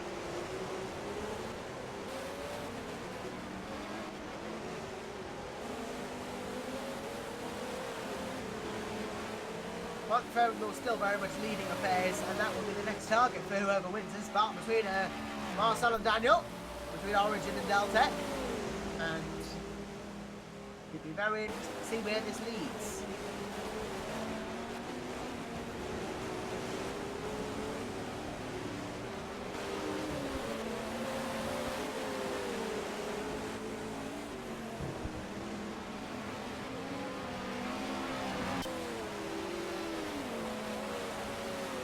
Is starting to pull out a bit now this battle though, so not really a load up in that sense, but nonetheless, Eddie Castina, Roger Kashka, the likes of those still behind. I'm going to try and focus on the P2s at the moment because there must be a fight somewhere in there. And while I say that, but Nicky Lenz is quite far ahead of Monagati, who's quite far ahead of Krepin. Ricardo Kazari in P13 in the GT. And he's, I think, ahead of some of the prototypes, so very good race from him in P13 so far. Let's in fact look at the GTs. We haven't really focused on them much this race. Trying to see if there's any interesting battles going on. Well, there is actually. And it is for P4 in the GT class. It's Josh Hall versus Dennis Jordan.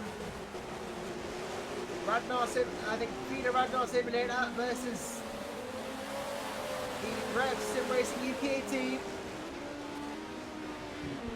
Both Ferraris, both going to duke it out with each other. About a second in it.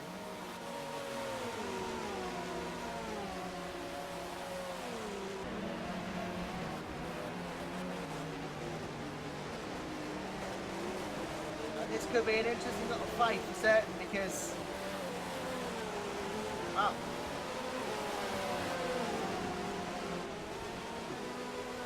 It is.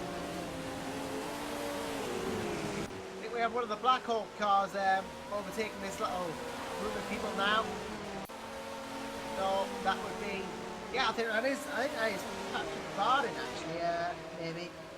Yeah, it is Patrick Barden. And well, yeah, that's what he's doing, and this is the position he's just unwrapping himself. The whole 4 laps down on Dennis Jordan. And that is going to give the Revs car a little bit of a chance, although not too much of a chance. Chances that exist for the Revs car will come about only by making them happen. Yeah, apparently Room 1 is prototype qualifying now, so, yep. Obviously, you know, we're in a race here. I bet you won't see Nissans rolling in Room 1. There you go. You won't see a Nissan rolling in Room 1, so I guess, you know, the racing's a bit more unpredictable in Room 2 so far.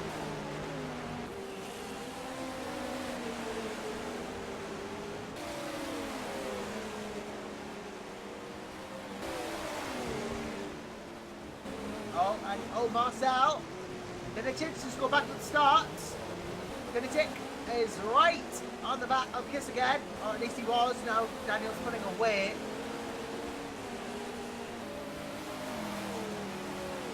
And while a chance exists for the Delta to go back into P2 if they can make it.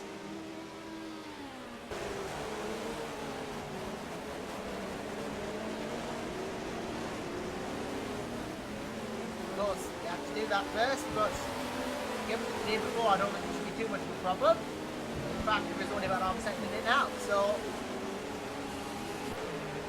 chance very much in existence here. 0.8 of a second separates the two cars.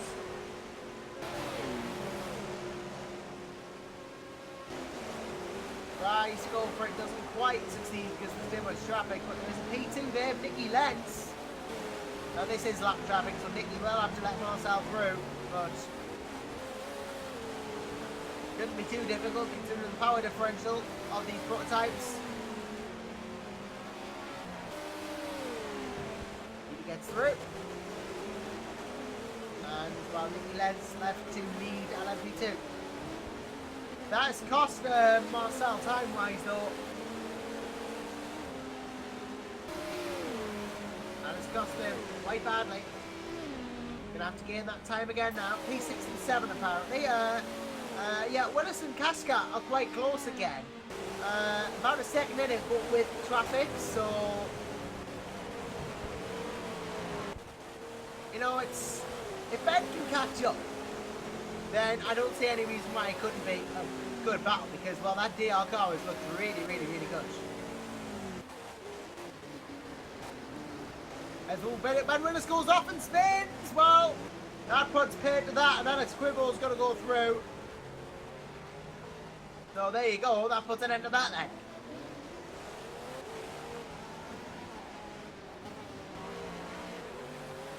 So far, though, it really has just been the Martin Furman show. I mean, 3 wide have just turned up. They've taken advantage of the start, and that number 9 Audi is just really rip-roaring through the field now.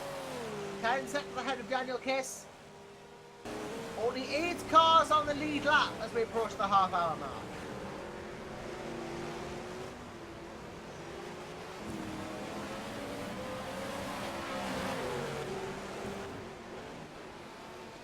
Ben Willis, of course, the last of those cars on the lead lap, but with the laps being so short, Martin Thurman being in the long right, that might not be the case for too much longer.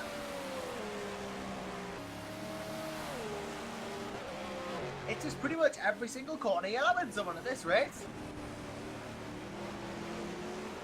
You can have a 10-second lap advantage on the GTs for certain, so you know they're going to pass those like there's no tomorrow. I can't really see too much on track action happening at the moment, although this Jordan, this Feeder Ragnar versus Revs battle is going on. It's getting closer because that Revs car, I'd say, is now within about half a second. The plot thickens. The plot indeed thickens, and I would keep a beady eye on this.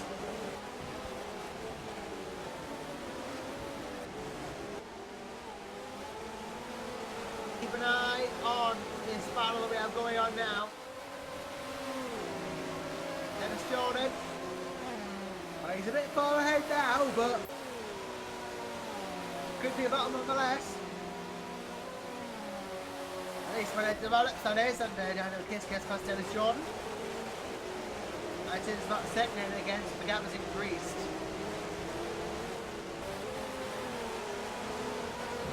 Never really too many dull moments in these. He has to say there's always something going on somewhere, even if I can't find it. Mind you, it is a bit far back, but there's a battle going on in P21 overall. Cedar Badger versus Alexander Santos.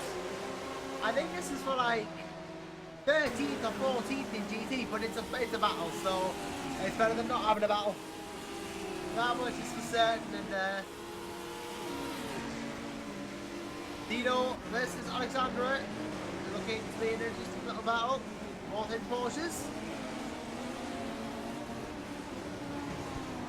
More fit for that cornering than the straight line speed, but might suffer in certain sections of the track compared to that other cars.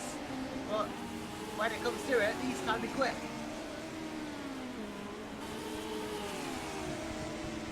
Ryder not able really to get rid of Santos because he's right there.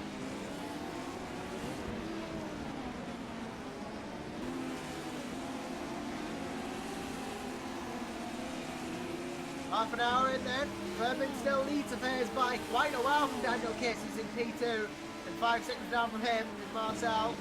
In addition to Deltec, then it's the inspect car of Piotr Marovic, heading to Stena for Dutch Connection Racing P5.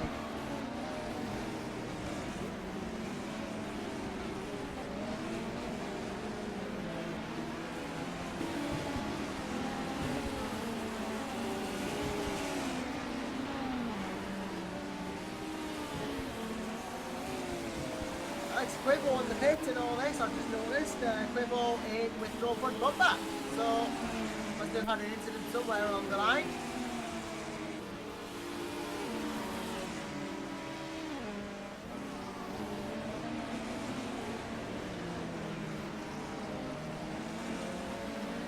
Well, it's all just settling down a bit now after this frantic first half hour. It's all becoming a bit more calm and composed.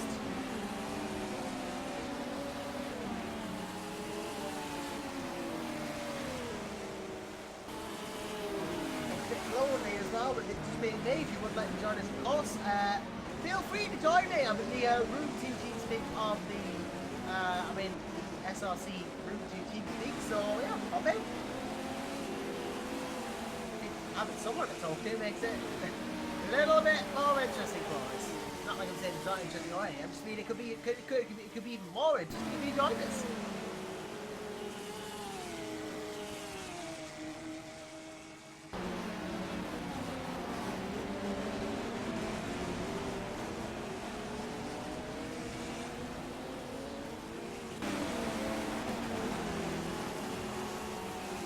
Trying to find if there is anything going on.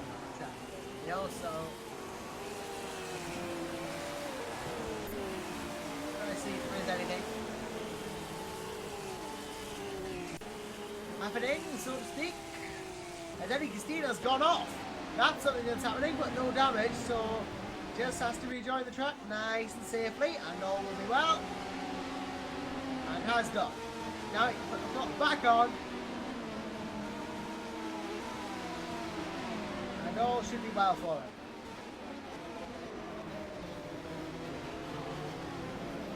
Top 3 are all Audis at the moment in LMP1. And yeah, not very kind of infrequent, informal to be broadband update is that he's now P30. And he's just got past Borja Ori position, so he's now P29.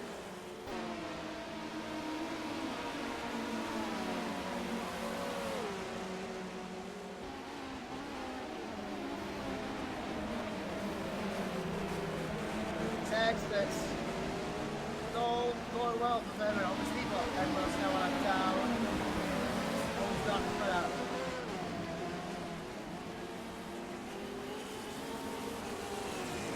Oh, well, there is a spin and a loss of bonnet for Francesco Malatana. For Gilles Racing Teams, their racing goes from bad to worse now. And that's not good for them. That's going to be lost downforce and probably going to have to pit to get that fixed. And indeed, well, pulls right. Oh, locks up as well. That is affecting them more than I thought. Now I'm going to let all these cars through. And well, that. I'm sorry, there's no words for that other than that was very silly. They've now lost the rear wing, and yeah, he locked up. He hit the brakes, and then he kept going right and tried to turn left ahead of the P2 that was in his defence, tried to turn left ahead of the P2 that was ahead of him, but really now this is 3 incidents that they've been in. That's Nicky Lentz as well. That's P2 leader, so that really affects things. And Oligardi goes into the lead now, and I'm sorry, but that was not really. I think that probably could have been avoided in all honesty, but has really not been a good day at the office for the Gilles Racing Team car. And Francesco Malatana's got himself in another incident.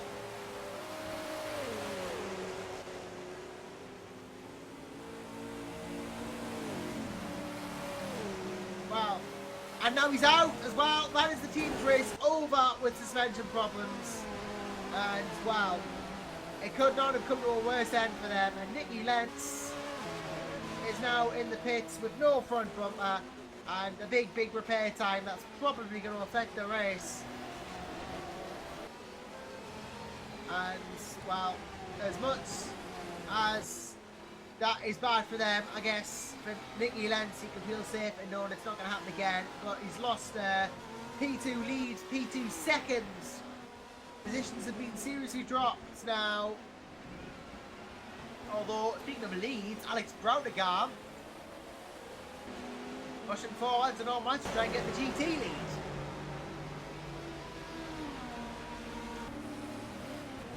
Trying at least.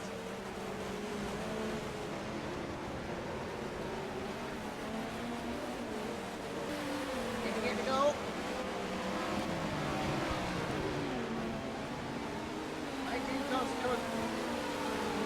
P12. straight ahead, but Rodegar wants to close the gap.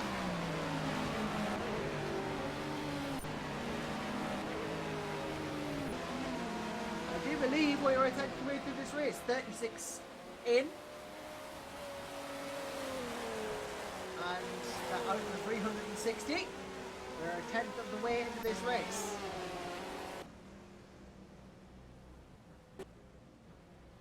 So how's the race been for you watching? How's it been so far? Get your comments in. Let me know how it's been. Talk to me, please.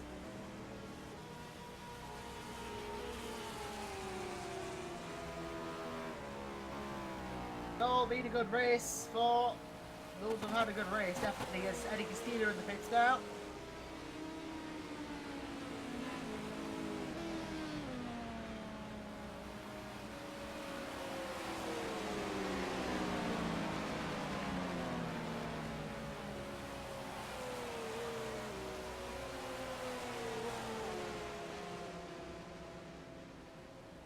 Van Fairman though really just dominate proceedings here in Group 2 at the moment. The 3 wide making a case for the championship already.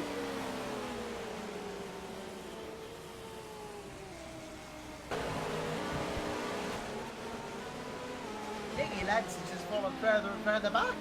I feel sorry for him, I really do. Although I think yep, he's out of the pits now. Damage repaired, and it's really a recovery drive now for the team.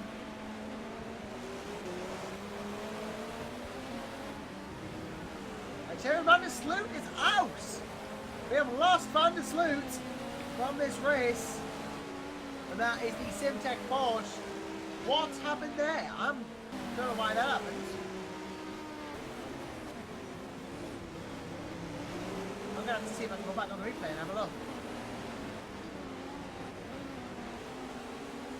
Oh, well. Something happened for certain. And, well, I'm going to see.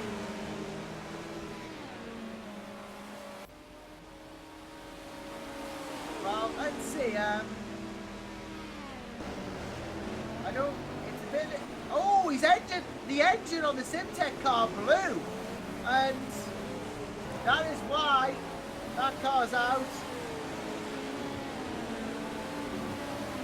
Oh, and it went! I think he just downshifted too hard coming through into turn 1, and that's how it happened, but... Yeah, blown engine for the number 67 Simtech car. They are out.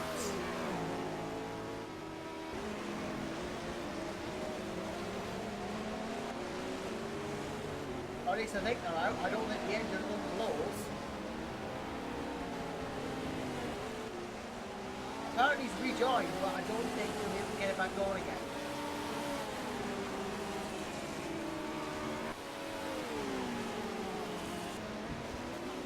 That is a sad end to the race for the Simtech car then. It's so rare we see engines blow here at VEC, but when they do go, they go. And yeah, out with an engine failure. That is them done. So, that is not good for them then. And the race over after just 22 laps for Simtech in the GT class.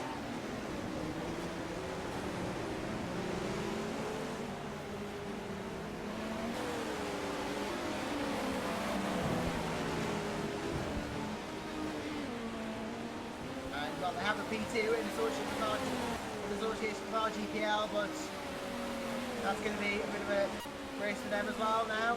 And well, Jimmy Broadbent upped in. He's in P12. Oh, here we go. The GNS number 22 is in 22nd. There you go. Although, maybe not for much longer because Alexander Santos is not that far ahead. But the number 22 in 20 seconds and climbing. Meanwhile, just ahead, the group he's going to overtake or fighting out is Vija Santos Silva. A triple battle for position, all going on.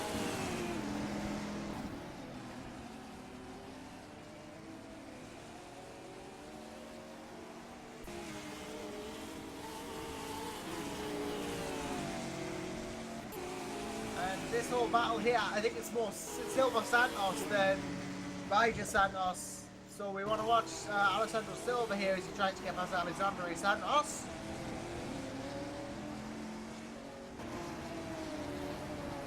Really wants to get this overtake done here, you think?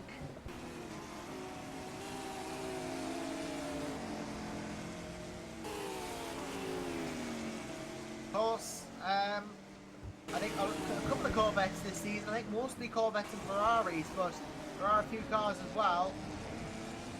I mean, there's a few Aston Martins. The popular choices have definitely been Corvettes, Ferraris, and Aston Martins.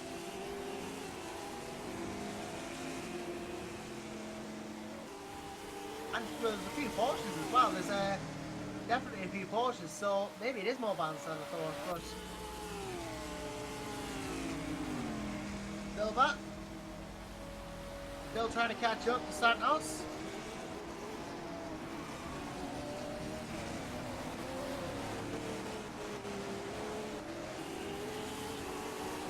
Give it all that he can give, but maybe not quite catching.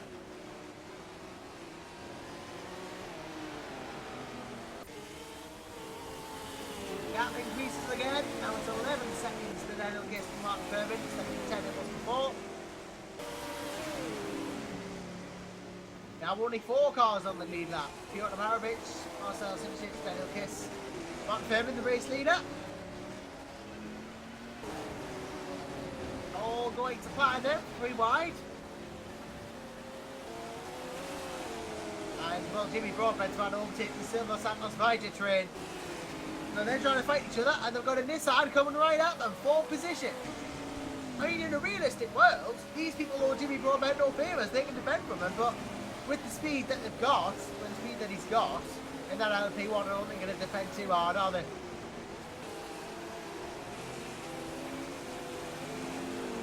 Here he goes into 19th then. The position gaining increases. Nicolas Serini, Wilbert Veltover, Josh Owen, all ahead. 3 more positions, potentially.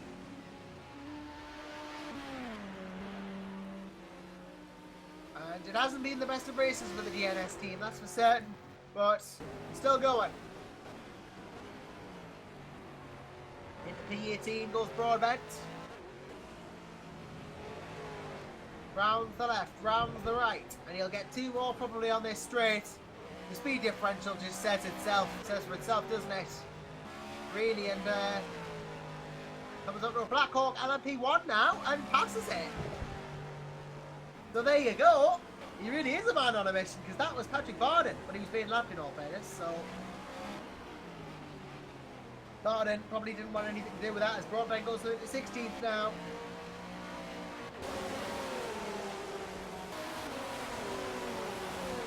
Trying to launch a bit of a comeback for the DNS team here. After a start that was not really good at all, in all honesty. But it friendly team to do it, I guess. Wide it upside at all.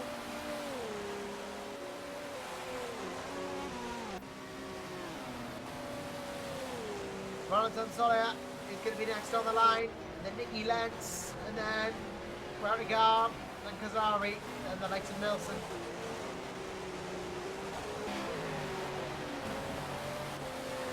Can't really find any else, unfortunately, apart from what they've already covered.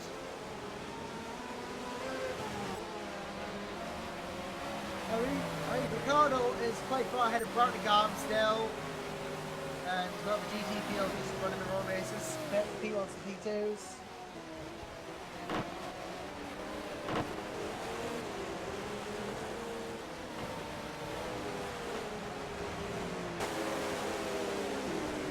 He said though, that you can get some good racing if you look hard.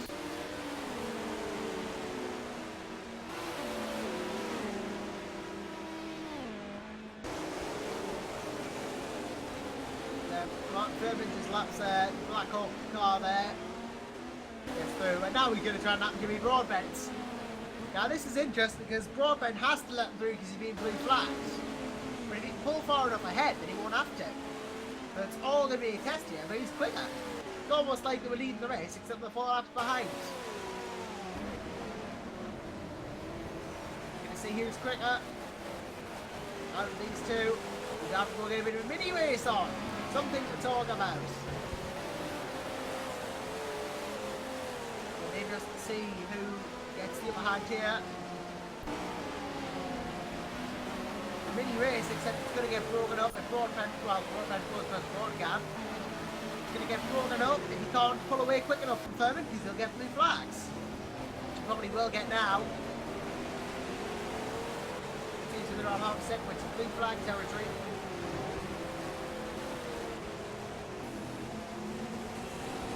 To the right, laps all the GT traffic. Martin Gold's still there, still there.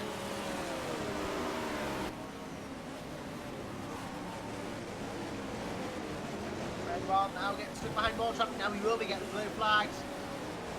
Has to get past this GT before he can do anything though. And now he will pull away on the straight road Broadbent because that Nissan is superior on the straights. This has the pace on the straights. 12th he goes. Brayden trying to make inroads now. If Thurman can get past Broadbent, then maybe he'll try and he'll probably have to try and unlap himself, but at the moment it's very much a fight on. See who can, well, Martin's having a bit of traffic trouble, so Jimmy's going to gain ground, quite a lot of ground.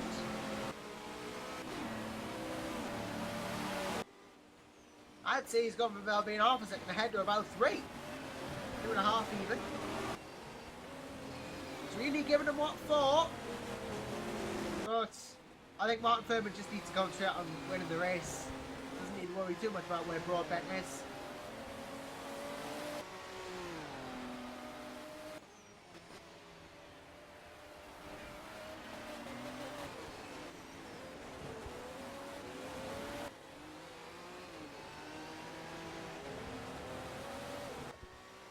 Well, Mojet has just come out of the pits and apparently he doesn't have, well, that might just be a graphical thing, but he doesn't have the front bumper for me, does Mojet Cash Scat.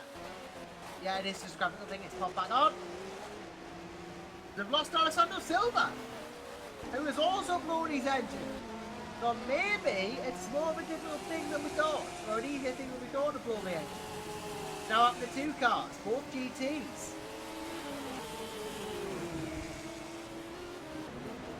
Not good for him and all his team. Yeah, the gap to Broadbent, 3.5 seconds now from Furman, so maybe just trying to concentrate on seeing this stint out. Maybe that's what he's doing.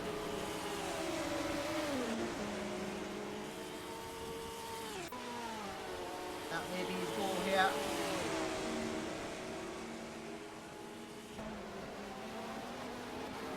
Oh, I've just seen the thing. Daniel Kiss just got a bit of contact with someone there. No major thing happened, but just a bit of contact. And maybe slightly off the road, but there was a lot of traffic around his way at the moment. There's the Simtech RGPL P2. And then the other cars as well. A lot of traffic around this way. Everyone's trying to track to Marcel's, but Marcel's a whole lot ahead. We're on the Marathon, it's a great race for Insped Racing. Not that far off the field. Daniel Kistel, it seems to have got a bit downhill for, he's now on that behind. He was challenged at the P2 before.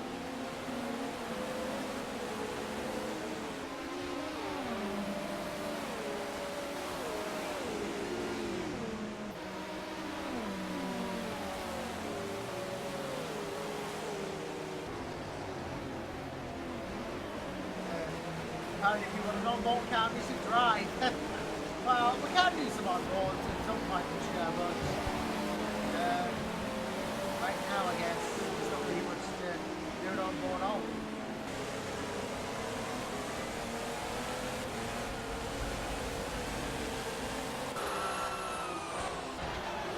Martin Furman's in the pit. Well, that's something interesting. And he's in the pits then, so about 50 minutes on these tyres. Right? The case. And let's see if anyone else picked, because it might be the first of the proper high up the top people. Yep, Marcel does not pit, he will inherit race lead. Jordan Marovich is not near the pit lane yet. points, but there is a Deltec leading in a VEC race. They're leading on race debut. Rich doesn't pit.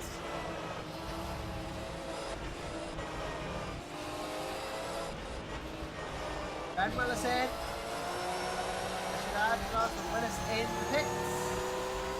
Is Broadbent going to pit? Because, well, he must know that then he might react. We'll see. If he does, if he doesn't. The GNS car opts not to pit.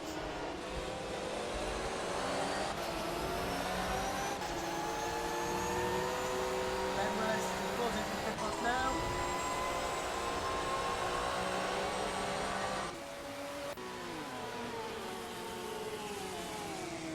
No driver change is going to happen yet, I don't think. Jimmy Hughes in the pit with damage.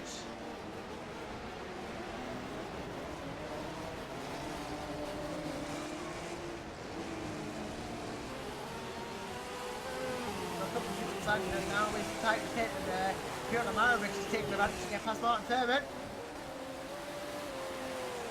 Oh, Demartag Jog. Well, just as the ICMRS car goes through, Martin Thurman does as well. Well, he's chasing down Errol now. This is the battle for position between these two.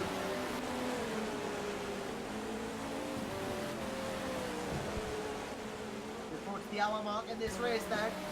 Deltec Racing have taken the lead temporarily. They are leading. From Peter Maravich for Insped Racing. Then ISMRS then. 3 wide, then Origin front row. Can we see some Tony Crevin? Well, he is P2 leader, so I don't see why not. If we can go to Tony, that would be lovely. He's trying to chase off Gianpaolo Foligati as well, so it could be an interesting little battle here because not that much in it, and we are talking about P2 leader.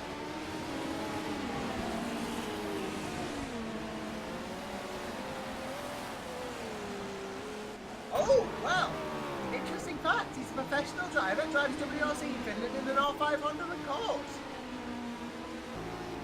Well, I never knew that, you say, so welcome Tony. This is very interesting, and we've had a fair share of professional drivers in VEC, but here's another one. An R500 record, he's a rally driver, so a rally driver takes the endurance scene, and doing a good job of it.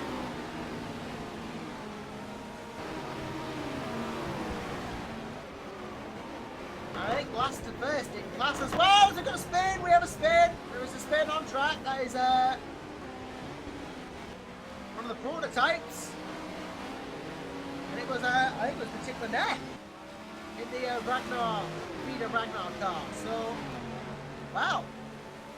Bit of a dramatic moment, but Tony Crevin having no such drama. Not yet, at least.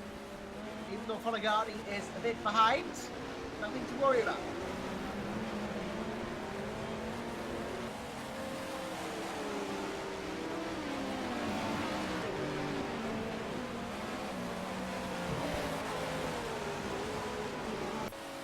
Well, John Nelson is in the DR Motorsports car. I didn't notice that. That is a driver change. John Nelson in. Ben Willis out.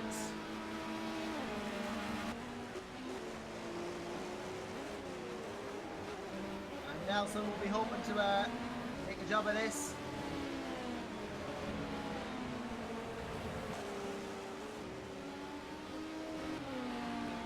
Top 7, all our Audis in except for the second place, which is the Porsche. And Martin Thurman has gotten past Errol and will outbrake attempt and does successfully do so. So through goes Martin Thurman on the ISMRS car.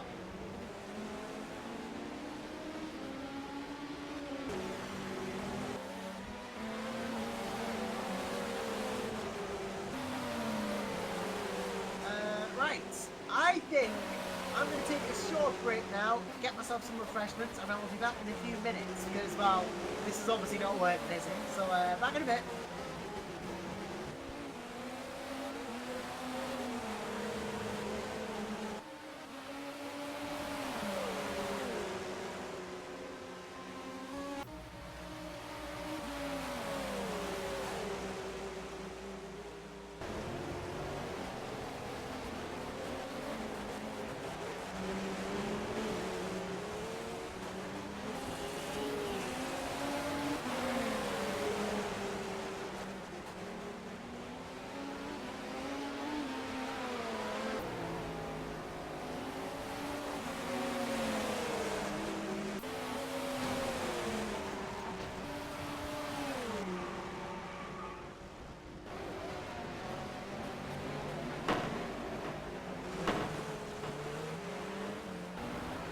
guys, coming code 80 in 10 seconds.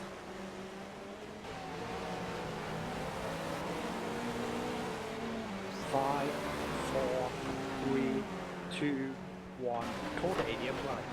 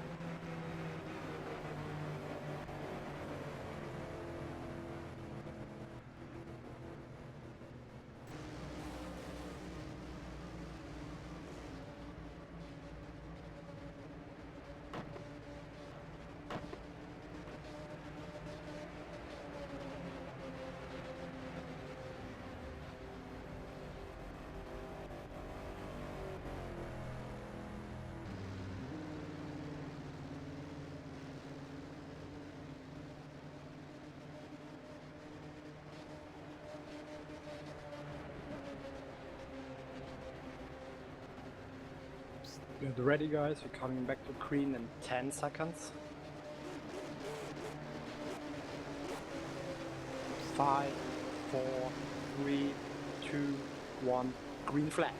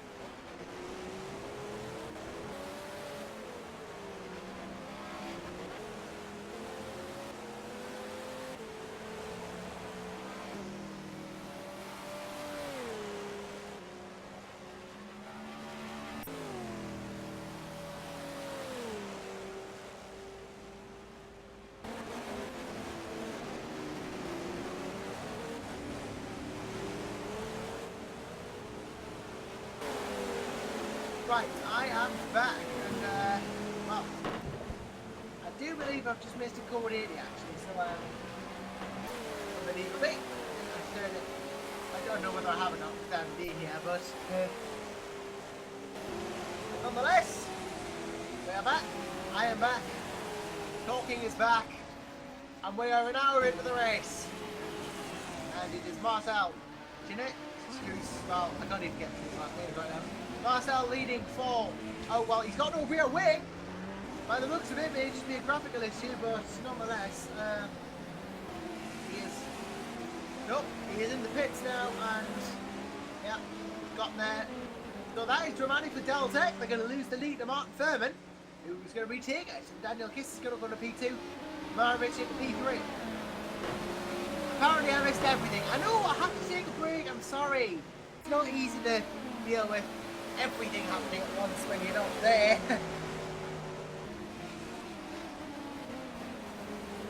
Someone turned the volume down and me up. Alright, fair enough. No, now I'm too quiet again, am I?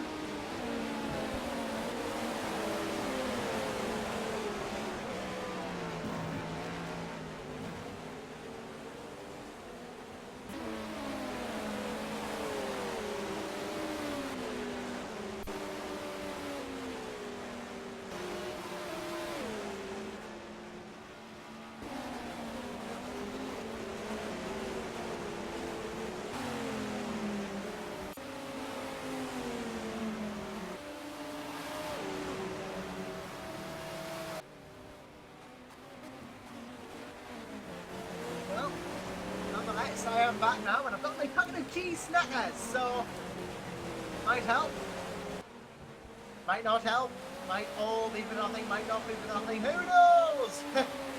We'll have to wait and see. Marcel is not going to be happy with Del's anymore because he's in the pit for repair time.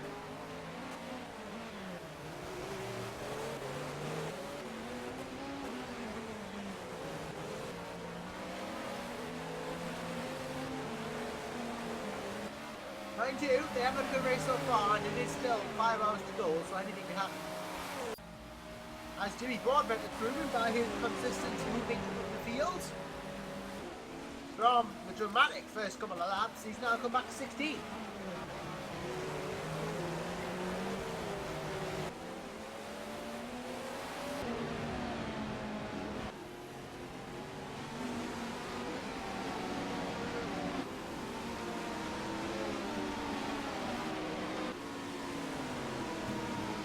Nonetheless, let's see what's going on track elsewhere.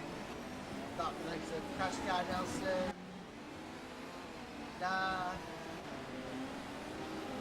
Can't really see any battles, unfortunately. It's just not at that point in the race, although Eddie Cassina and Patrick Bardin has won, and they're on the same lap, so there is an LMP1 battle just further down the fields.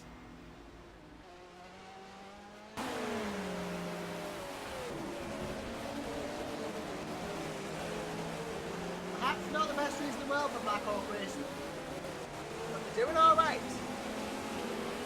Having a go, finding the feet in the VEC, straight from the Latin car versus the Dutch Connection Racing. Porsche versus the Audi, classic battle. And Cassina outbreaks and goes through. Let's see, the Blacko car is it's got shades of the DHR. Look heads in the car is, well, Daniel Kiss goes through the lap, Patrick Bardin.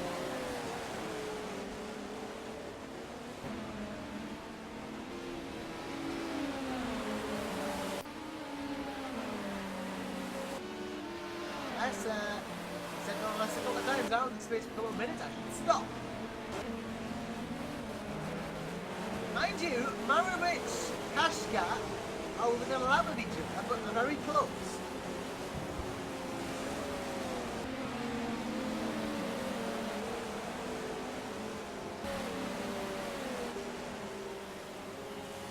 The gap is, it's about, there's a lap between them, but not too far away.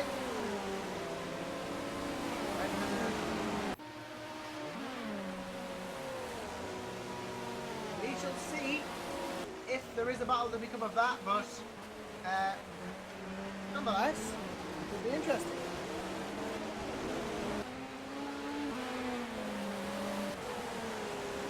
Now there are only 2 cars on the lead lap. That is Daniel Kiss and Martin Kermit. Jonathan Marovic has gone a lap down. That most certainly isn't good. For instead, at least, I mean, for Martin Kermit, it probably is good. We've got a whole lap on them.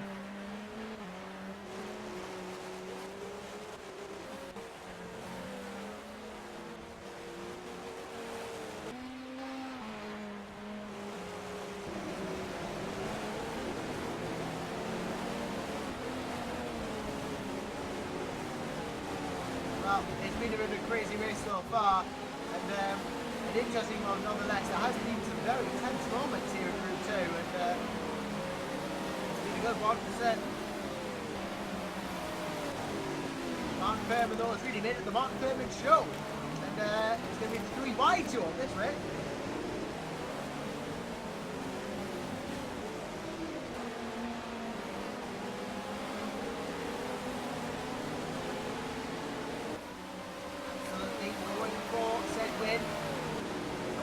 Wants to stop yet, even though Daniel Kiss is 16.5 seconds behind.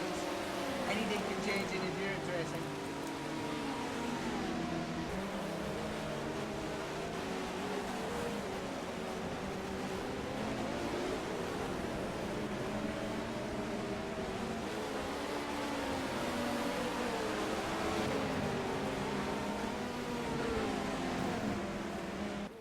And well, Tony Kremen, the rally driver, still doing a good job in that P2.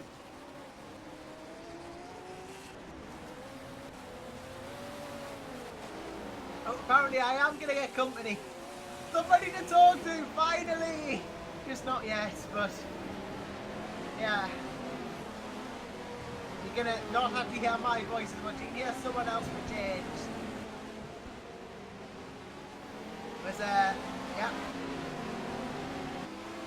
Gremlin though, doing a good job out there in P8 at the moment, must be said. Leading the LMGT class and for the velocity GP. Really making a good show. Marcel is in again with no rear wing again. That is the second time that's happened. Okay, so that is not good for Deltec, definitely. I mean, they've now lost 2 rear wings in the space of not much time. Most certainly not going Marcel's way now. He's not had it for a lot of the lap lines.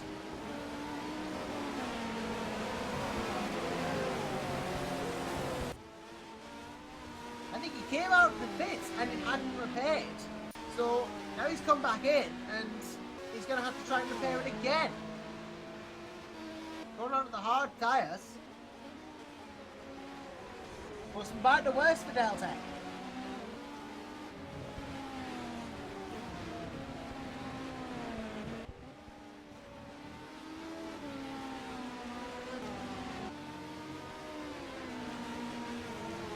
All seeming to go a bit wrong then. John Nelson goes up into P5 in the meantime. I've noticed that's a position up for DL Motorsports. Top 5 in the Rally P1 debut, so good show from them.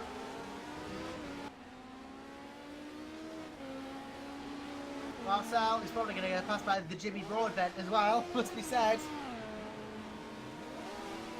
Going to go into P11.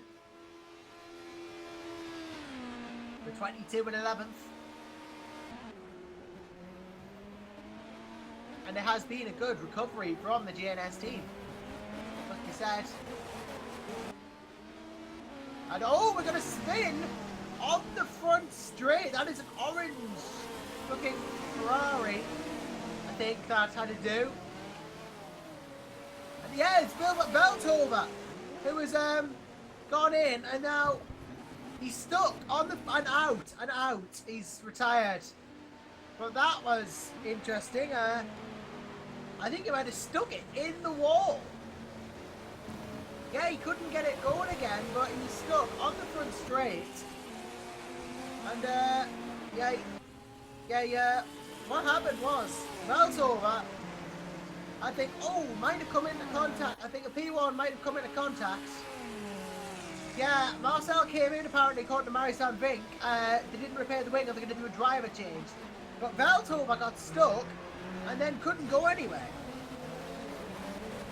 Wow, that is interesting. Out of the race now though, and they're going to do a driver change.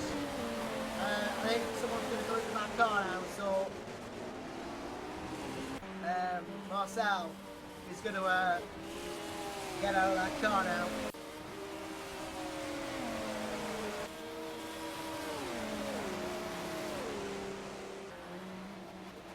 Wow, that's an interesting thing, I guess. I don't know whether we got stuck on the wall or just didn't move, but something happened.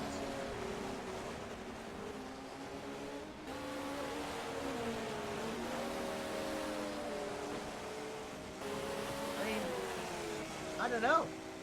What happened? That was a surprise to me, but we've now lost Errol, we've now lost Kumar, we've lost the ISMRS car, that is gone as well. They appear to have just disconnected those, so should be able to come back in and get going again. Nonetheless, that should occur.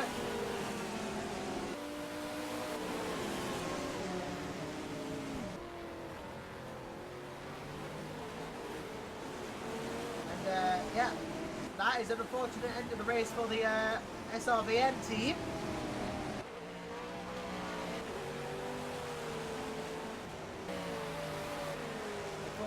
And well, means we can't continue, of course, because they voluntarily retired. DNFs or disconnects usually mean the drivers can come back in. Disconnects do at least. Although, well, That is no front bumper on that ICMRS car as well. So I'll have damage to it when we come back out.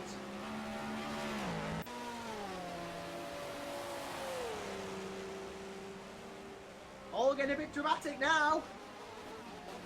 As I think Martin Fairman has either just pitted or something because, well, no, Daniel Kiss is in with no front bumper. That's going to cost him time and probably going to put Peter Marovich in a better position. Kashka in. Nelson has not come round the pit line yet.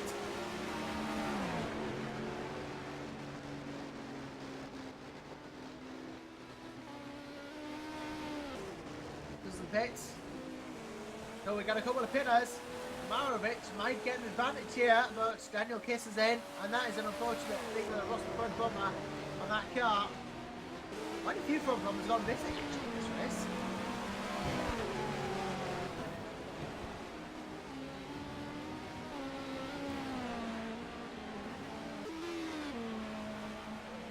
And yeah.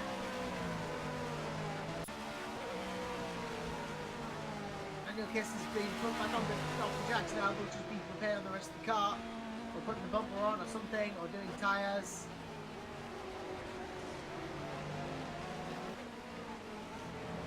Broadbent making a bit of a comeback. He's in P11 and overtaking people like a madman, trying to get back up the order. 5 laps down on Mark Fairman though. Rich doesn't need going to P2. God, Nelson might even have a chance at this rate if it's too much of a repair time.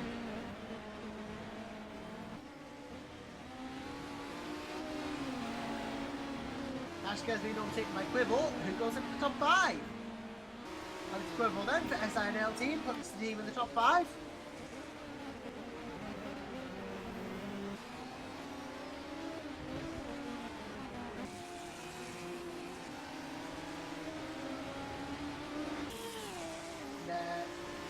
Previn still leading P2, obviously. Lentz has come back into P2 and P2 from that incident before. That is a phenomenal comeback from Nicky Lentz.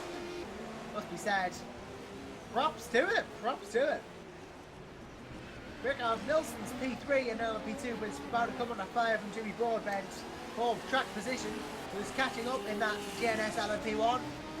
He's been a phenomenal recovery drive from Broadbent, must be said, all things considered. Gets a bit of a slide on, as that car can do sometimes, but had to top the curb. Last time that happened, it didn't go well, but he holds the slide here.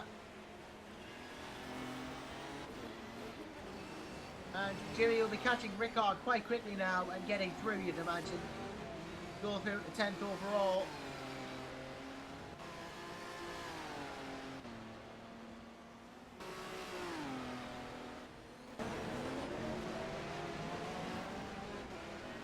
And Daniel Kiss, I think it's a graphical thing for me, but doesn't have the front again. It probably should just come out in a minute. And there's obviously come out in P3. And then P4 behind will be John Nelson. And yeah, I think we are ready. I don't have the broadcast power to drag people in, unfortunately. But I have someone who'd like to join with.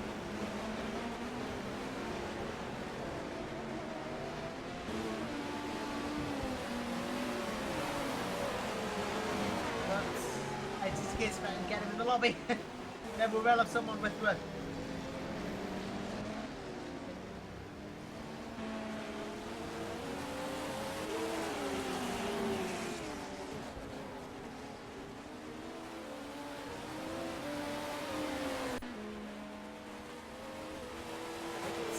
Probably just going to be a case of finding out what's going on here, but nonetheless. Apparently, Deltec reports their rear wing is fixed and they are back in racing. So, great to hear that. Trying to look for their car. Looking quite a way down the field now. Yep, Xavier Case is in the car and they're all the way down in P29. And we are going to bring someone into the broadcasting booth now. Or at least I'm going to help them. So here we go. and we're going to bring the person that we want to bring in, and Shane Chancellor has retired from the race on DNF or disconnected for Black Hawk Racing. That is not good. And the Yunt Browningam Gerald's Chancellor car, that is not good news, and has not gone well for them.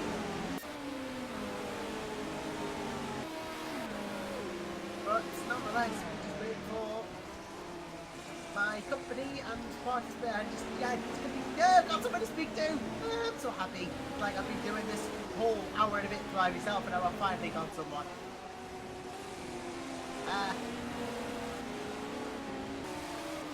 Gonna make sure that everything goes to plan, and Alex Swivel's gone over to P4 because Daniel Kiss is in the pits, obviously. Well, actually said, obviously I didn't even know that. Maybe that front bumper didn't get fixed, so maybe there is problems with parts not fitting. If they had that happen to Deltec, it's probably now happened to Daniel Kiss as well. Or possibly has, I can't confirm that, but me overs. Well, Jimmy Broadbent avoids the car that just overshoots the corner slightly. He's in the P10 overall now, so fight back on. Set. And we do have company. It's Thomas Hinds. He's with. Well, hello. Finally, someone joins us. No, I thought I saw you. I knew you were looking broadcast for the qualifying, so I couldn't help but have a little bit of a pee while I was waiting to do the qualifying for room 1. And yeah, I thought I'd give you some company, at least until I jump in the car for the last half of the race. Well, it's company nonetheless. I'm finally, it's going to make life so much easier. I mean, I'm envious of the room 1 guys. They've got the whole team going on, and you just me. Yeah, no, they've got the whole first one at the moment. So it's good timing. I came in right as qualifying ended, just before the race got underway, so he didn't have to move the transition, right into the race. So it worked very well. Time connections, but it's good to fun. But yeah, downfalls, good to see them coming on, of course, to support VEC. I'm sure they'll do the usual top front job in the commentary box for that room. Should be a fascinating race over there because the qualifying was very close throughout pretty much all the classes. So should be a good race later in room 1 o'clock. Yeah, I mean, room 1, room 2, whichever one you're watching. Hopefully this one because we're here. Whichever one you're watching, there's a good race to be had anyway. I don't know what's happening in room 1. I don't know whether room 1 know what's happening in room 2. But nonetheless, great race we've had so far, Tom. And Martin Furman leading things here for 3 wide. It's pretty much been the Martin Furman show. But star of the race, I think everyone, most people's eyes, has been Jimmy Broadbent. He's rolled the car. He's overshot turn 1, and he's come back and forth 5 laps down admittedly, but he's in 10th. Yeah, no, I saw him coming back through the field, so he's obviously just going through the back end of the P2, or the top end of the P2 guys right now. His next target is Nicky Lentz in one of the P2s, but after him is Daniel Kiss, who's the next to the P1. There's no 2 laps ahead, Jimmy, and we know how quick that Nissan can be when it's tuned up right, and if anyone can find it, it can be Jimmy and his crew at GNS Endurance. So they've certainly got a pace. It's just a question of how long it takes them, I guess, to get through the field and get back up there. But as we know, how these races go, they're very, 6 hours. A lot of things can happen. We've already seen in a short time. So yeah, we'll see how it goes. But it should be a fascinating one. It looks like it's been quite exciting so far from the bits I've seen. I've been looking at the broadcast. But yeah, it's like I think it's one of the Corvettes, isn't it? Program. Yeah, which on the number. Properly, as you've been watching, you know that I'm terrible with pronunciation. But anyway, number 63, the Corvette leading the GT at the moment. It's like one of the Ferrari was on the same lap as him. And I think it's Cedar White is the next one. Even Porsche. Interesting to see as well the difference here because we were saying in room 1 about this with how dominant the Corvettes are. There's so many Corvettes in room 1. But a lot more variety in room 2. I mean, we've got a Corvette leading, it's Ferrari in second and Porsche. In third, it's another Ferrari in fourth. Another Porsche. So it's not a Porsche anymore, but yeah, you can see a bit more variety in the cars. Yeah, I'm hearing from Harris Mohammed in the comments that damage couldn't be fixed somewhere along the line. So I don't know. This is Errol's car, the ICMRS. Damage couldn't fix. That's all the way down in 36. They are now right in the back. That'll be why. We had problems with the Delta car. They couldn't fix their rear wing. They paid the price as well. Because our case is 31st and in the wall, losing his front. Well, it's a good thing I hooked her in there. 31st and in the wall, and he's just lost his front fender. Has to come back onto the track in a safe manner and does so. But now he's got to get a little bit of track time done. Probably no need for code 80 here. Because, well, it's front damage rather than rear damage. And if you can keep it safe, then there won't be a need. But got to deal with all this oncoming traffic. And it's just gotten back to worse for Downside now. Yeah, no, I know. I think I had to lag my screen to the other side, on the other side of the circuit. The guys watching the time, but quite a lot of people actually going. So unfortunate, but yeah, it's interesting to see. I think the thing with damage is I think there's a certain amount that you can take pretty much before it gets unrepairable. I think, you know, if you take a hit, it's not too severe, you can repair it, but if it's a really severe hit, probably like is the case for that number 18 on the P1 car. I think it just doesn't fix it, it's too severe. I think that might be what the issue is there. That's something I've sort of noticed with R-Factor 2 over time. If you get too severe, then sometimes it just won't repair it no matter how hard you try. So unfortunately, they might be in that case. They're still trying to go on anyway, they're still trying to repair the damage, so kudos to them for that. But they might be going around the rest of this race with a very, very hurt car. But I mean, if they can get to the end, there'll at least be something they can aim for. But we'll see how they go as we go along. Well, we've got 83 minutes gone in this race, so into the near an hour and a half mark. Yeah, already 20 minutes from what we understand. And as you say, Farman though, that ride car just dominating so far, a lap in the lead to the next car, just dominating so far. But as I said, plenty can happen in 4.5 hours pretty much. Plenty can happen in that time. So sure, yeah, something could always spring up. You never know, especially as we were mentioning again in the one we're talking about during the qualifying with this track, just the way it is, because of how there's a few sections you just can't pass. I think traffic management, especially around here, is multiplied by 2 or 3 times what it would be at somewhere like, say, Silverstone, where there's more space to pass. So I think that's something you've got to take into consideration as well. It just throws another spanner in the works for the track. It does, yeah. I mean, Furman, as you rightly say, there is not a car on track that has not been lapped by him. And the 3-wide team, the number 9, coming back, Room 1 participants last season, Room 2 participants this season, hasn't stopped them at all. No, definitely, they're still just going as strong as, we saw them last season at times for 3-wide. So, looking good at the moment, but again, as I mentioned, plenty of time for things to develop and incidents to occur and the like. I'm just trying to check if we do actually have a battle going on. I think we do, 5th spot. Daniel Kiss and the number... Oh yeah, number Casca Kiss is going on. We're getting on battle over 5th spot. They're just going down the straight now. I think Kiss has actually just overtaken him, so I think he's trying to come back through the field after a few instants, and he's now got back into 5th spot. Another lap. Next car, 4th overall, is a P2 car. So there you go. This shows how it is a bit mixed, isn't it? I'm noticing looking at the field, we've got some P1s further down, recovering from instance. We've got some P2s further down, recovering from instance. So it's a bit of a mixed field, isn't it? Like, you've seen with more of a better view than I have at the start of this so far, but I'm assuming, just judging from the field, it's had a bit of a few instances in this first hour and a half delay. Yeah, I mean, for a P2 to be 4th overall, as you say, is amazing. I mean, Tony Crevin, 7th overall, real racing driver, finished rally driver, and he's P7 overall, and a P2 second. The P2s are really showing us no. Yeah, and I mean, I guess it's, as we know, with P2, it's pretty much, as has been discussed before, with the P2s, essentially a P1 chassis, just with less power, pretty much just way less power than P1 has. So, handling-wise, and certainly braking-wise, they just are absolutely beasts on the brakes. They can just brake so late in those things, they've just got no way at all.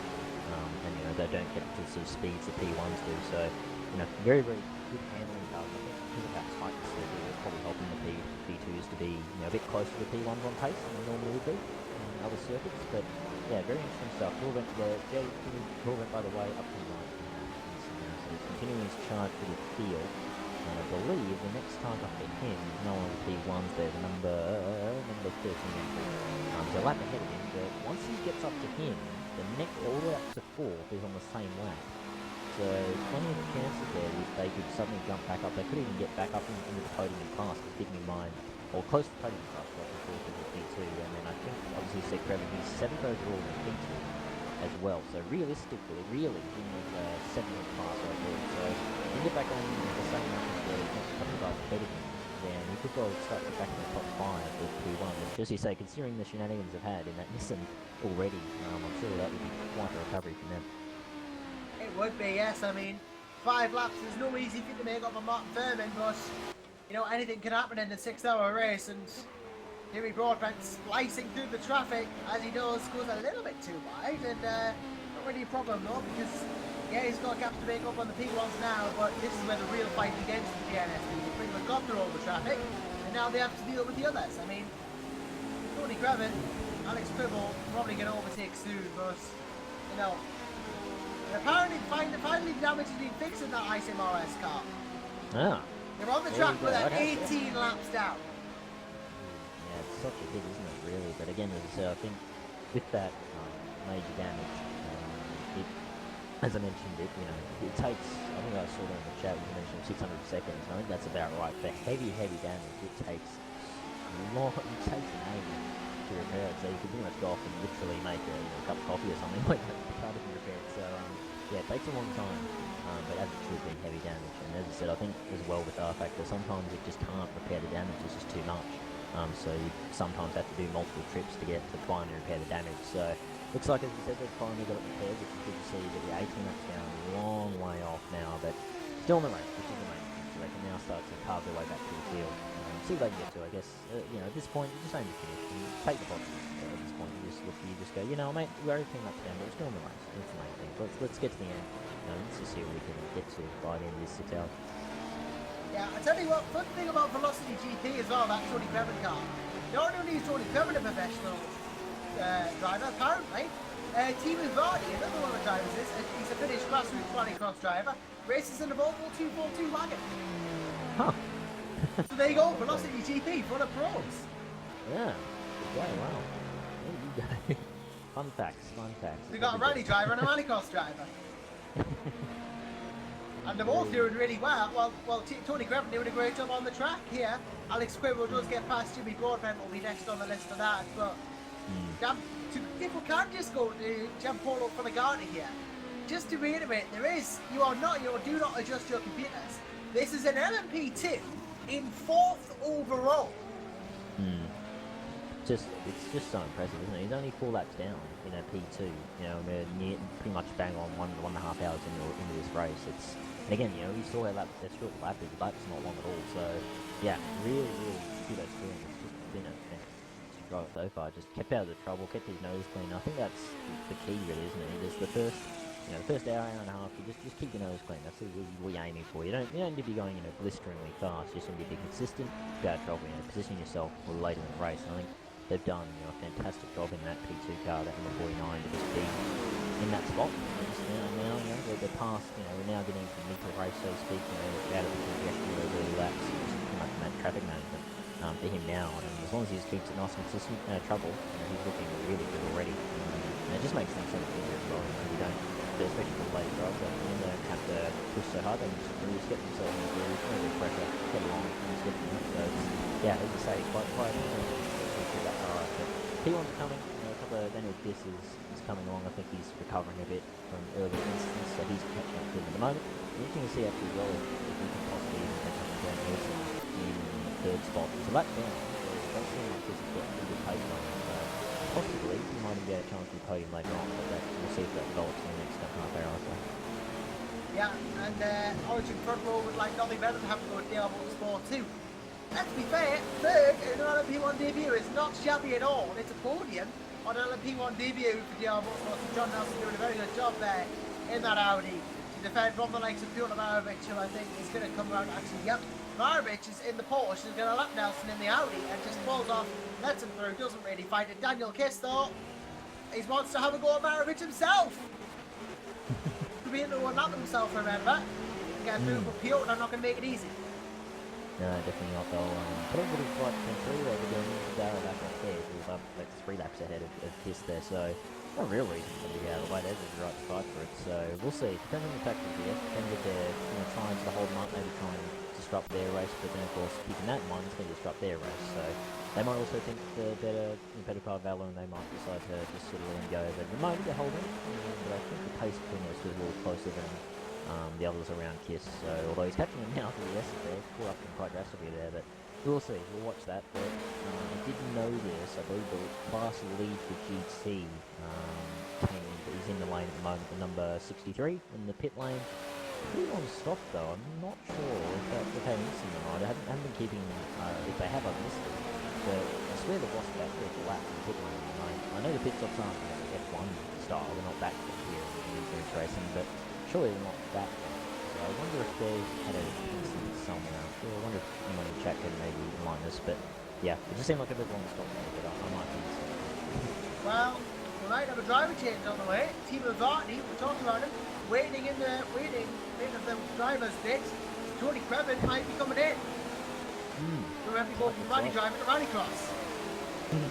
Very interesting to see, isn't it? Rallycross and rally car in the endurance race. It's a odd mix, but I guess it works. I mean, they're in their second class of P2, so it's obviously working quite well for them. But yeah, bit of an interesting combo. But yeah, there you go. That's for position now. He's past the P2, right? So there we go. So the P2 is now fifth.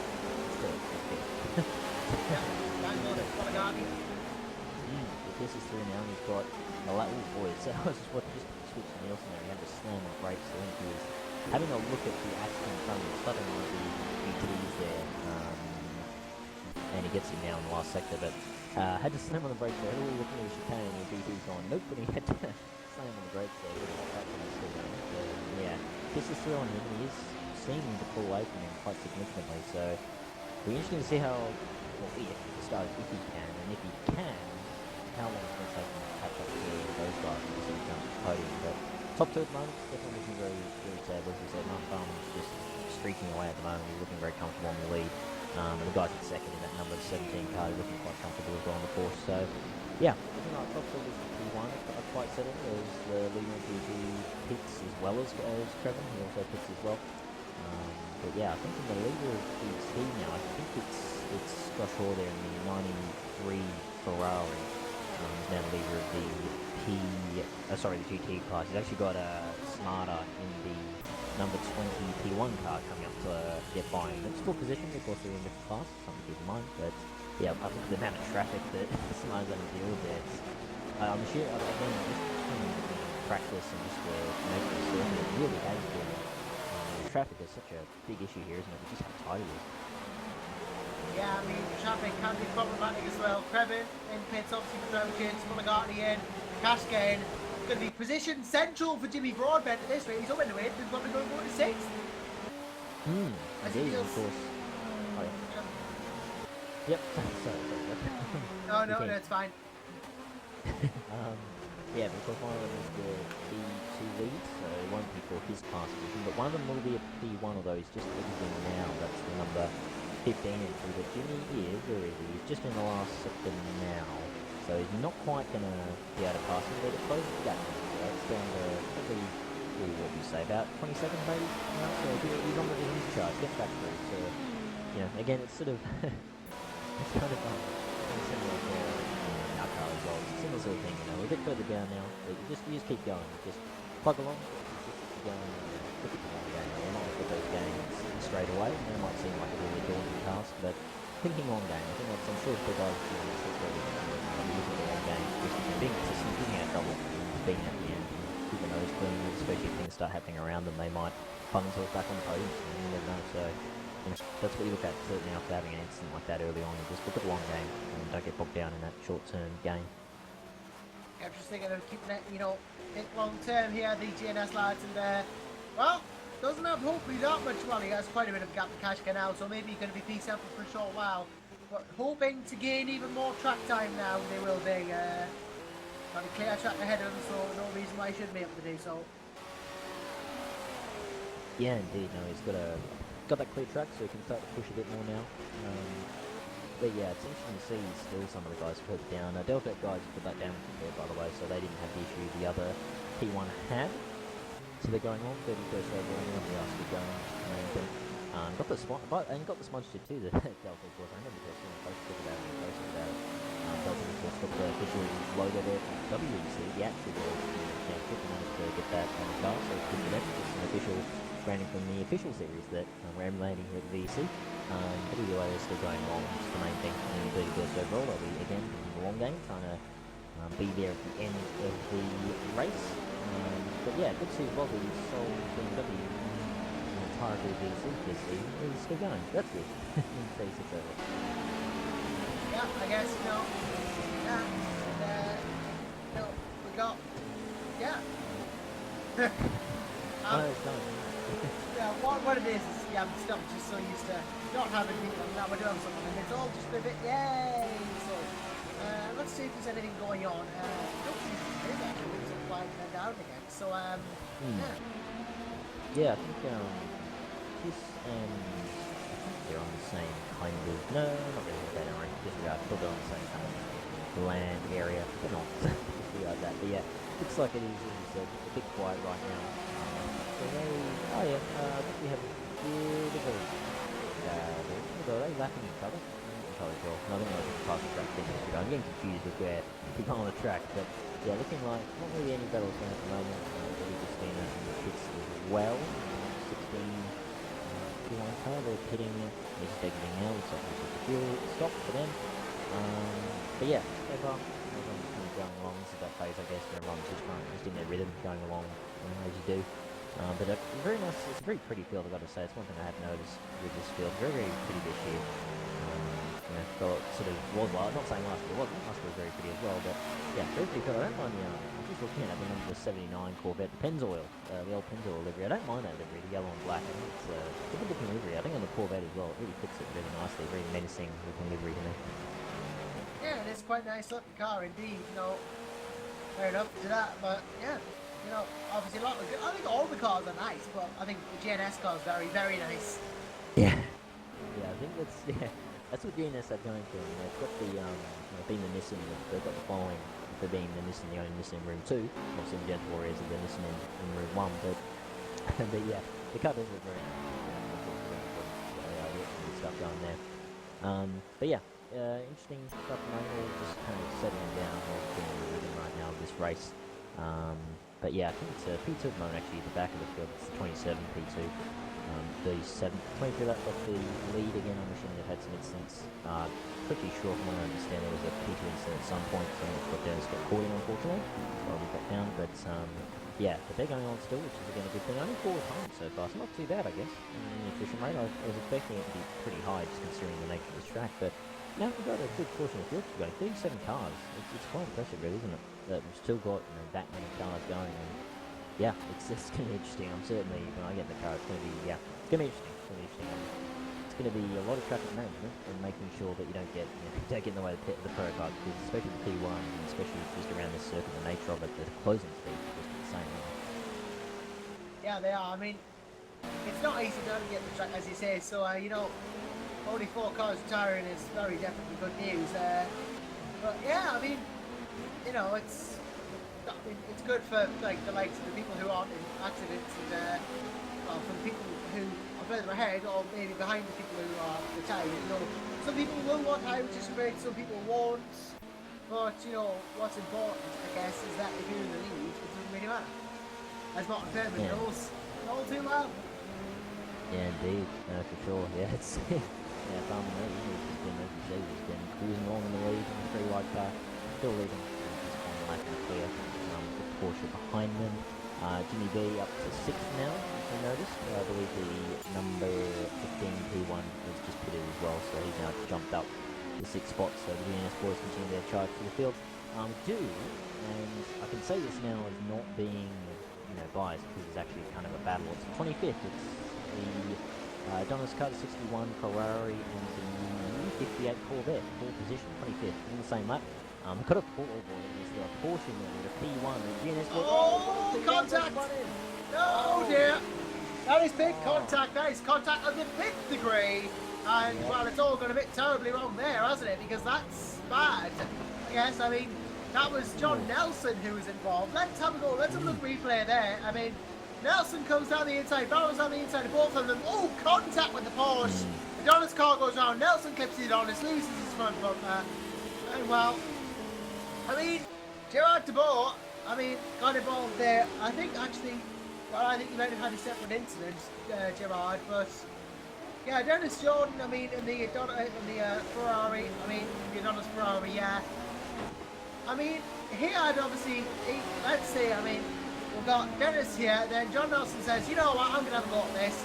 Then accidentally clips the Ferrari. Accidentally clips. Jimmy Broadbent escapes it all, and then everyone else has to go around. But not really fantastic incident. I mean, I know why John Nelson wanted to go right. I'm not going to go there because, well, you're worried. You can get worried when everything one behind you, but you know. Yeah. Firm it in. Yeah, I think it was. I was just looking at that. It kind of reminds me of. Oh, I mean, it's happened a couple of times now in recent times in F1. Obviously, the Spa first points for this year. Two Ferraris and Verstappen.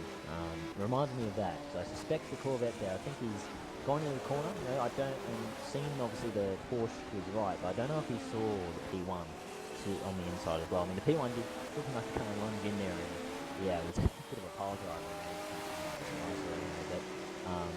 But yeah, I think he may not have seen the P1, so he's tuned in thinking it was the one car, and of course the P1's just popped up out of nowhere, and by the time we were seeing him, he'd just been too late because he was in the blind spot there, hidden by the Porsche, so I think it was just one of those things in a way, but again, you know, if it's going to be looked at, it looked out for race, of course, we saw it then, but unfortunately he's still going to beat, I don't think you can see any actual damage.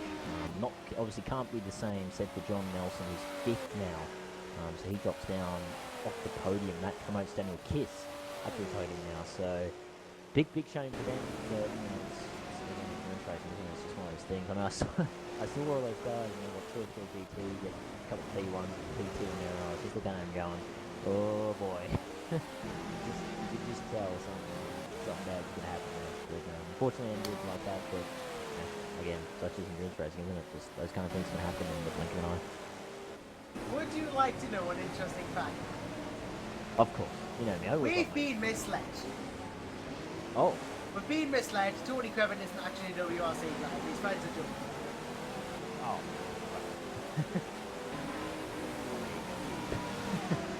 there you go. Yes. Yeah. That puts that. That does, but Timu Varney in car at the moment. Nonetheless. TCP overall. Still got quite P1, P2 lead. Oh, Jimmy Broadbent, P5, passing John Nelson in the pits. There you go. So, Jimmy in P5, top 5 for JNS. And now, 44 laps down on Fairbairn. Yeah, I'm just trying to have a look. Looks like no lap now. Again, he's going wide again. Nelson's off the track again. What is going on there? Hang on, I need to look on board here. How's he steering?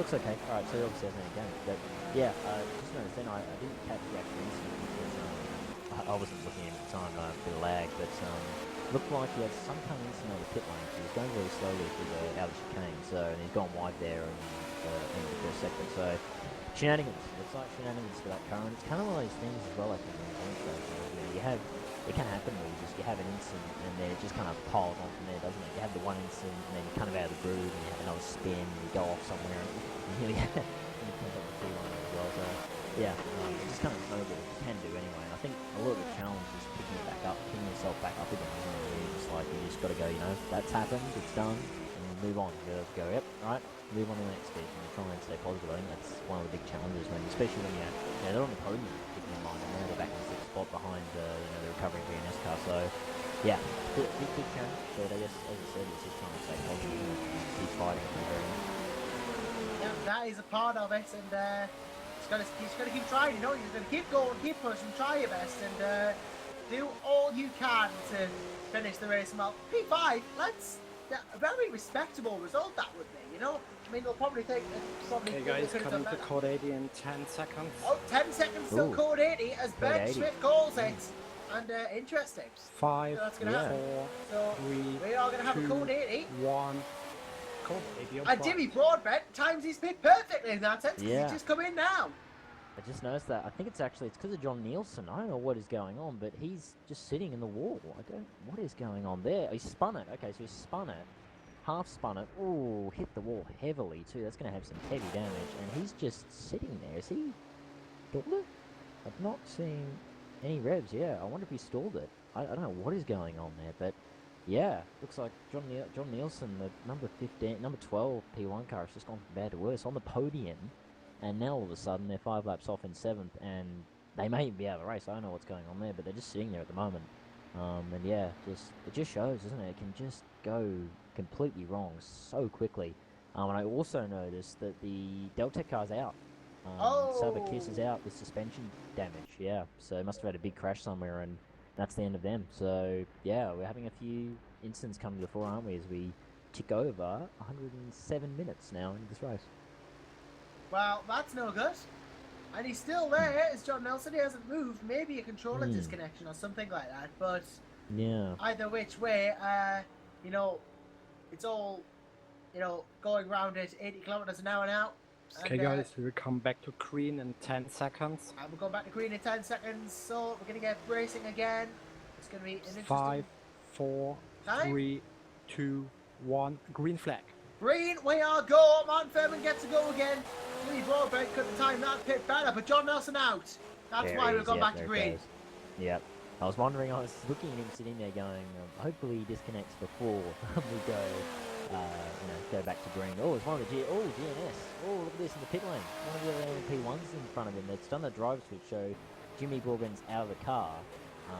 And yeah, they had to do a bit of a fancy manoeuvre in there because they had a P1 car in the slot in front of them, and they couldn't quite get out in the one turn. So a little bit of time off there, but nothing too much. But yeah, real shame for John Nelson. I don't know what happened there, as I said. I mean, I noticed that with pit lane after that damage. You know, he had some sort of incident before chicane. I didn't catch what it was, but some sort of incident, and then he's gone off again further on the lap, and then he's gone off again just then. So I don't know what has happened to them. I'm sure in the forums, we posted about what's happened there, but big shame for those guys. You know, looking good for a possible top 3 for them in class, and now they're down out of the race. So yeah, real shame. But again, it's a brutal beast, isn't it? So yeah, fortunately it can fight very, very hard indeed. Yeah, course driver changes alluded to with the GNS car. Pablos Macinas in, so we shoot it. I got his name wrong. Darn it. No, Josh, that's not it. I keep doing this. Pablos Macinas, there you go. In the GNS car now. I did the classic rookie error and pronounced his name incorrectly. It's Macinas, not whatever I called it. So Pavlas in the car now, the Lithuanian former DHR driver last season, of course, has joined up with GNS for this season. And that is the Lups and Gordon Broadbent Macinas car, of course. Only one GNS team. Excuse me. Oh, good. Yeah, no, it's very interesting to see how he'll go now he's in the car, getting in his rhythm, of course. He'll be getting the groove in his early laps. And then once he gets comfortable with that push, 100%, probably just sort of getting himself in the groove of the car at the moment, not pushing too hard. There's actually John Nielsen's rejoined. Interesting. So I wonder if, maybe it was, as you said, maybe it was a controller issue. Maybe the force feedback even. I know that can happen with force feedback can disappear sometimes. So maybe his force feedback failed, and so he's tried to rejoin. Might be what's going on there, but we'll see. I guess we'll see how he goes. Maybe hopefully for their sake they can rejoin the race and keep going. It looks like he has. Yep, he's in the pit lane. So back in the race. That's good. It's good to see them able to recover whatever's happened there, but dropped a long way down. There's 6, actually probably 7 laps down off the lead, down in 12th overall. So long way off. Again, they're still going. It's the main thing. So they can at least take that from this one. So yeah. Yeah, I think we've got another guest in, but I don't have the broadcast power. I'm going to see if I can ask for it with the admins. Hold on a sec. Probably should get it as well, actually, because I didn't have any room 1 and had to listen. Yeah, fewer times now, so we're down to, I believe, what's that going to be? We're going to be down to 35 cars now in this race. So fewer times now, a few crashes by the looks of it, and we're down to what should be 35 runners. But still not too bad, only, what's that? Only 6 retirements all up, so not too bad. We're still going along. Shout out again to the GTs, the Bray, number 93, still leading the class. They've been feeling eventful in the recent times, just cruising along, but the number 51 Ferrari, not far behind. The gap's only probably, I'd say, somewhere in the region of about 10-15 seconds thereabouts. So going along those guys, trying to catch up to the lead GT in the class, and that could be available to do very, very soon, 15th overall. But I see we have a guest, so let me take a look. Yep, we do, and I do believe this is none other than the person who we were just talking about in that GNS car, Mr. Jimmy Broadbent. Hello, Josh and co. Yep, so great to have you with me, Jimmy. Talk to the town, your team, because of an interesting start of the race, but Povolas currently running in P5 at the moment. Yeah, unfortunately we fell victim to the ISI curbs. Actually managed to roll the racing car, which is pretty interesting. Which then it put us at the back of the grid eventually, which is pretty annoying, but come back through, managed to be, we're now 5th, so pretty happy with that, but obviously pretty annoyed that I made a mistake in the first place. So, but well, we're okay, and Coin's a safe pair of hands, so hopefully we can just continue slugging along. Yeah, the only Nissan team in Route 2 this season, the GNS team, and really making a good show of it. You know, you were up there in qualifying, and Coin doing a great job. Well, Coin is actually known, I think, by many people in the sim racing community. Doing a great job in P5 at the moment, and obviously driving the Nissan, it's a bit of an experience. I mean, you're the only team to drive it in Route 2, so I can't help but take the opportunity to ask you what it's like compared to the other cars. Like, because you drove for Doug Henson Racing in Season 8. How does it compare to the Audi? Just completely different machines. It's hard to explain really. The Audi has this fantastic grip mid-corner, whereas the Nissan has pretty much no downforce. And we run pretty much no downforce at every circuit, hence why we're going so fast down the straights, etc. But in the corners we have completely nothing, and everything is geared towards the front. You know, the brakes are, the tyres are geared to wear in a way that will be helpful to the front end. So a lot of the times you find yourself dragging the car out the corner with the throttle, which is quite a unique experience, but obviously as you've seen a couple of times when it comes to a head-to-head duel down the straight, it's quite a laugh because the thing's about 20 k's faster in a straight line. Yeah, we alluded to the straight line advantage that that car has. You know, we talked about start to stop. At the start, just how quickly you caught in 3 wide. You know, it has an extreme advantage on the straights compared to the other cars, but can make handling a little bit more difficult when most of the power is going to the front, the weight to the front, the brakes to the front.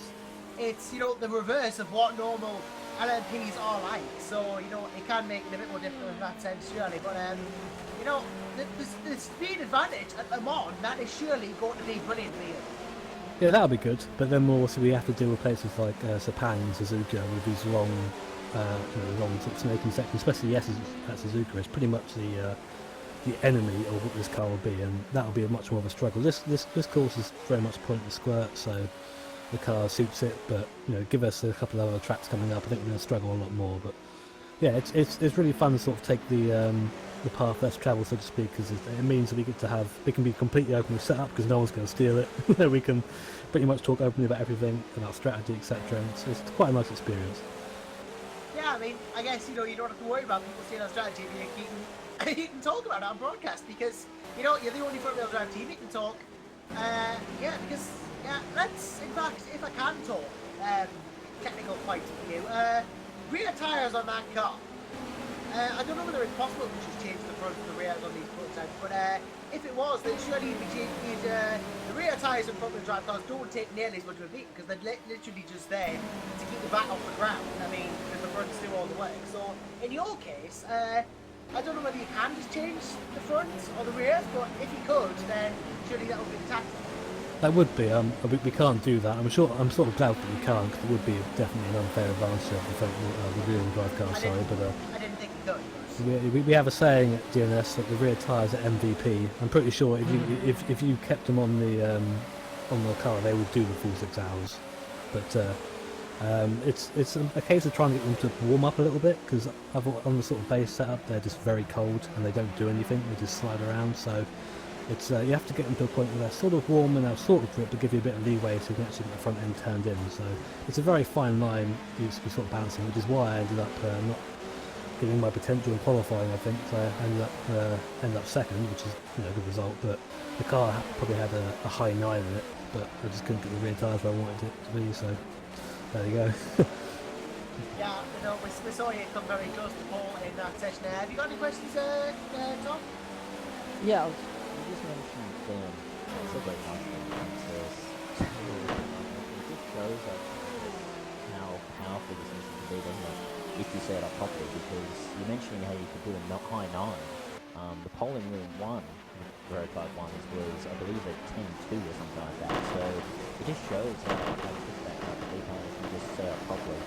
So I guess one thing I'll ask is more of a point question for you, Zach, but I guess I'll just ask, how is the car, how difficult is it to set up this car? Because we know how different, of course, you mentioned the OT1s, but is it any more difficult to set up, or is it you kind of get the really rough and rolling? It's more sort of just finding new knowledge, so to speak. It's again completely different from whatever we've done before. I've always been part of a. Oh, hello, there's a crash here. I've just seen on screen. Casanova kill. Oh. Well, probably. Do you want to call that quick, and I'll answer your question. Yeah. Yeah. No, I just have to see if I can see that without any lag. Nope, he's already had it. Okay, so I'm not sure what's happened there, but yeah, he's out front bumper, and that is going to be more lost time for them. The 14th overall at the moment, we're already a bit further down. I think he's recovering in recent laps from incidents earlier on, but he's still going. Again, this is amazing. We'll see how long it takes to repair.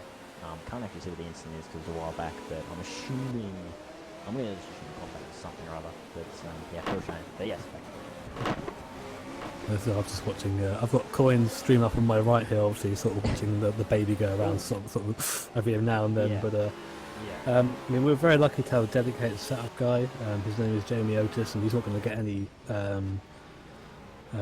any recognition if I don't mention him, because he's completely behind the scenes. He's done a fantastic job getting the car to the point where we're using the rear tyres, we're using the front tyres how they should be used. Everything is sort of completely in swing. And when you are all up to temperature, the car's a dream. You know, it's just it's all about throttle control in this front-wheel drive car, and he made it absolutely perfect. And obviously, a thank you to Justin Gordon as well, our other test driver, who's been helping out. So you know, we've had the help to do it, definitely, but it has been a case of just putting in a lot of laps to get the car where we want it to be.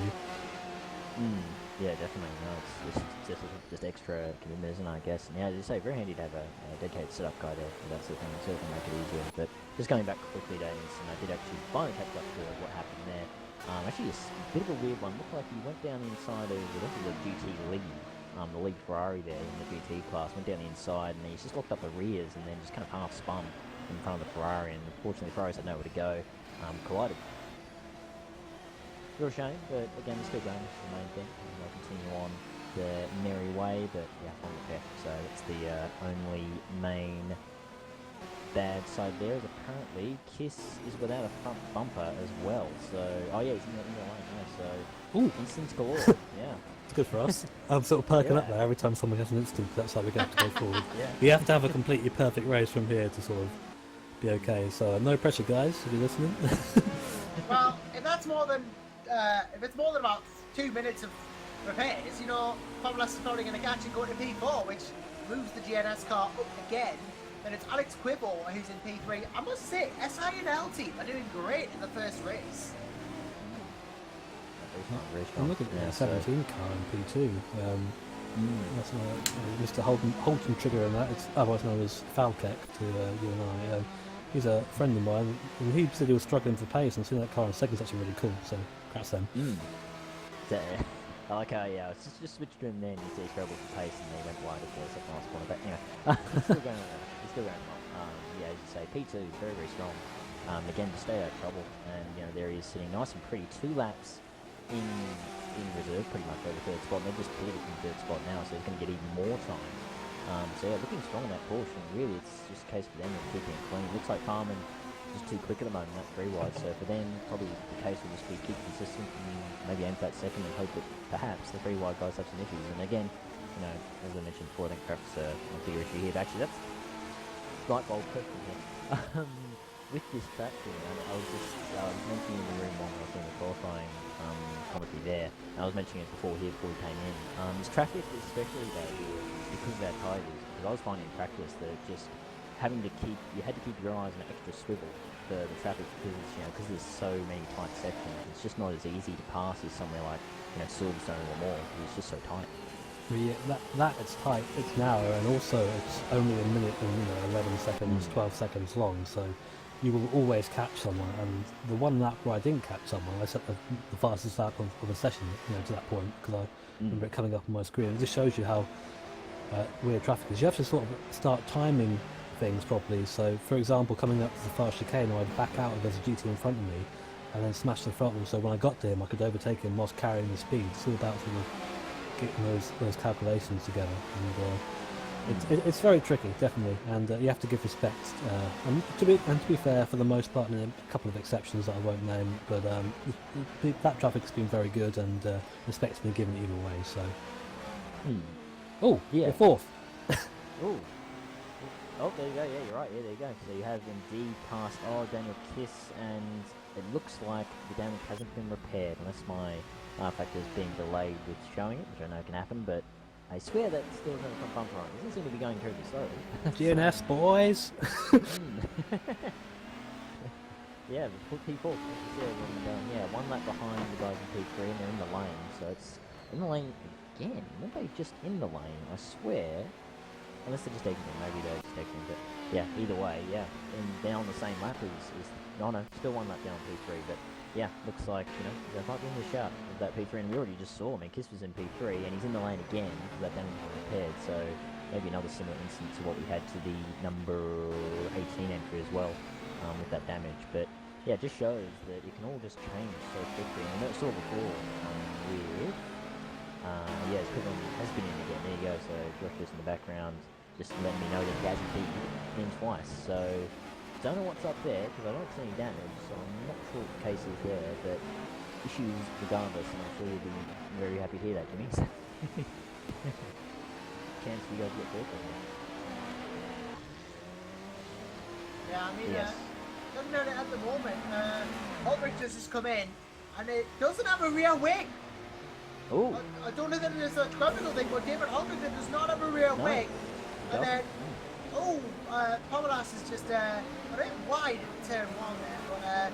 But I was going to say, they are now in P3, the GNS team. If this is a long pit, it could be second.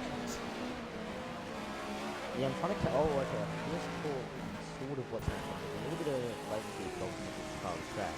But I think I can get what's happened. Oh, he's collided with a P2. And that's been the rear wing gone. Again, a bit of latency, so I can't really see the exact details on that. But drama, either way. And I'm sure Martin Farman's looking back at this going, thank you very much. I can just pretty much go at complete cruise mode now. Because I'm going to have, what, 3 laps in a row. You say that, but over these next 4 hours, if that GNS car is 5 laps quicker or 3 laps quicker, then it's going to pose a problem.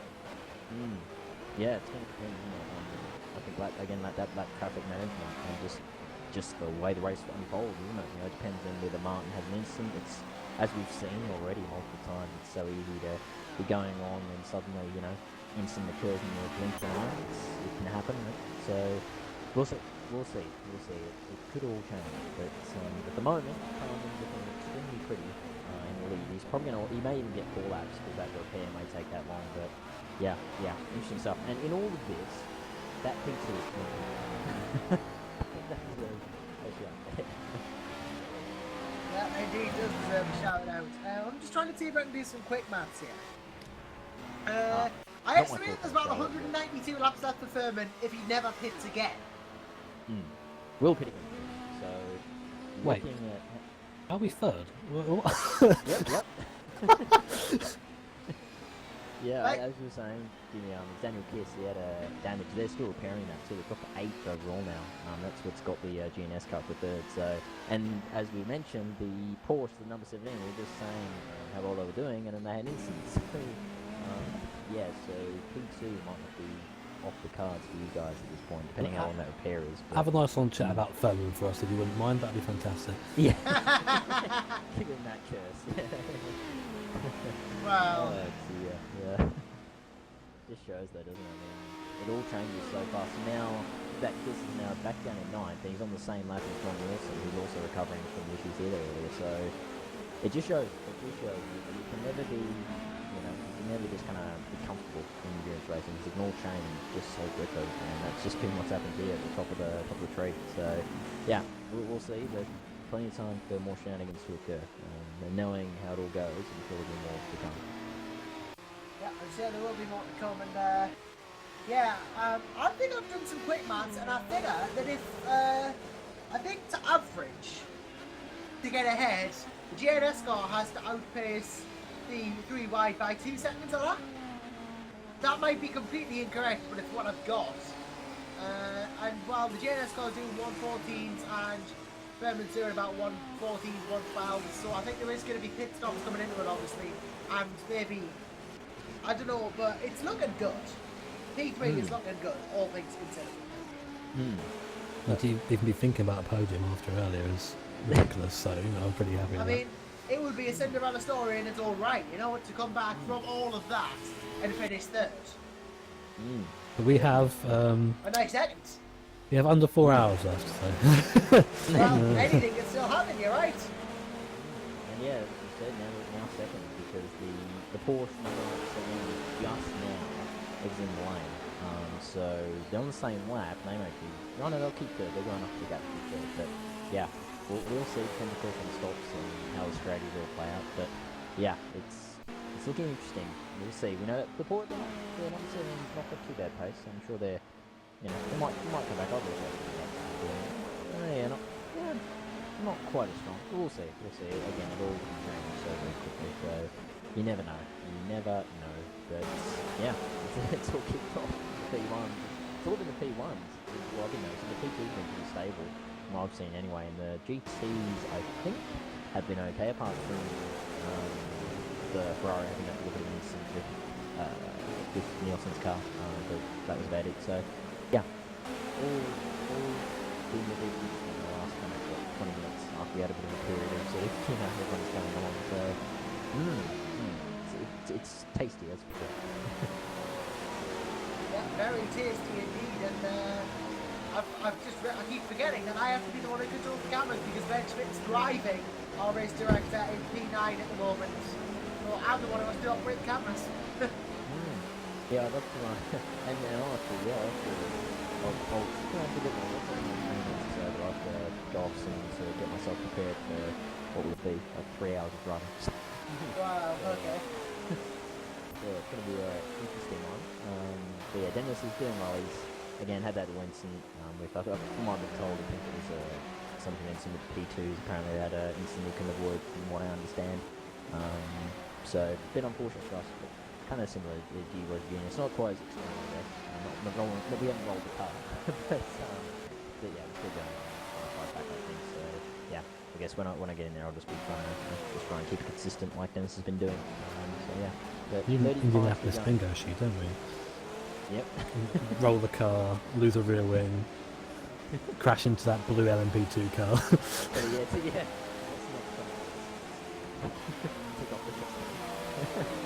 Make it a serious roll story. You can always make a drinking game out of it. Yeah. Drink for every single time someone loses a rear wing, for every time someone loses a front bumper. I'd just be dead by now, if that were the case. We'd have someone in the chat. Yeah, I make sure you down it every time there's a code 80. Oh, speaking of which, I'm not sure if you guys caught that, but that code 8 we had just now, we were due to stop, and as I came round to come to the pit entrance, the code 8 was called, so like we got a free pit stop essentially, which is why I've just sort of gone find that film as well. I don't know if you guys caught that or not, but oh yeah, we saw that. I just mentioned he timed that perfectly. Cody's happening, just go in the pits. I try to go as fast as I can in the pits to try and like make the most of it, but really crash into the wall, so it's scary. Well, it worked out at the end because you're P2 now, and that's going well. I think there was a bit of code 80 controversy over in Room 1. I think some teams didn't get notified there was going to be a code 80, so I think the other Nissan not doing quite as well as the GNS and Nissan, the Magenta, not doing quite as well as this one in Room 1 at the moment, to be honest with you, but yeah. I wish we knew what was going on in Room 1. Oh, if it's really petty, that's my usual blow. I can tell you what's going on. Yeah, I mean, cross-room update would be awesome, but hey, well, we've got our race, they've got theirs. Indeed, yeah, no, it was, as I said, with the qualifying was very close, so it's shaping up to be a pretty fascinating race. Oh, no, probably because I've got about 10 tabs open, but anyway. I'm going to pop off in a second because I have to go and eat because I'm a human being. But I wanted to say thank you very much to you guys for putting on this broadcast. I know Room 2 isn't really the quote-unquote premier VEC thing, but it's really awesome to have you guys come and do it anyway. So thank you very much on behalf of my team anyway. I'm sure others out there we'll say thank you as well. Oh, no problem. I mean, yeah, I mean, it might not have a professional commentary team. It might not have, that, but it's got GNS cars, it's got Nissans, it's got the likes of you, and it's got great racing on the list. Thanks so much for joining me, Jimmy. It's all right. Have a good one, guys. Well, I'm sure we will do. You yourself have a good race as well, and let's hope that GNS car gets even more up on them. Just keeps going because, as he rightly says, it might not be Room 1, but it's still a brilliant race. Yeah, no, I noticed as well. I'm just trying to get into the Room 1 that works so I can tell what's going on with that. No, YouTube's just... Oh, wait, there's my laptop, so I can yeah. Yeah, no, it's, as I said, I mean, racing so far has been just as good here in Room 2. As I said, with the gaps as well. I mean, the gaps, I was watching just before I went into the quality for Room 1. I was sort of watching the GT quality, at least for Room 2, and it was very close. So it's just as competitive, if not, equally as competitive, I think. Maybe even more so to some degrees in Room 2 as in Room 1. So, yeah, I have to agree. I think even though, Room 1 is definitely the top tier, I think Room 2 deserves just as much coverage. So, yeah, cheers as well, Josh. Just to everyone who's watching. Cheers to you for, going along with this, even if it is solo. Fantastic stuff. I know from experience, solo is not, certainly for endurance, it's tiring as anything. So, really big kudos from me and I'm sure everyone watching. So just thought I'd put that across first. Well, it's great to be here. It's a pleasure to be here. Doing broadcasting on the list. And we've got some. I mean, it's not like all the great teams are in the room. We've got 3 wides here. We've got GNS. We've got Insped. We've got a lot of good teams down here. We've got FRS now. FRS, sorry, not changed the name recently, but FRS as well. Obviously got the P2 and the GT here, so there's another team defending champions, of course, in P1. Room 1 actually leading in the Room 1, farming around that box decided to work in about 20 seconds before the stream stopped working, but anyway, so they're leading the class at the moment. Obviously I don't know what the strategies are at the moment, but they're at least near the top, so it looks like they're doing quite well in Room 1, so worth it.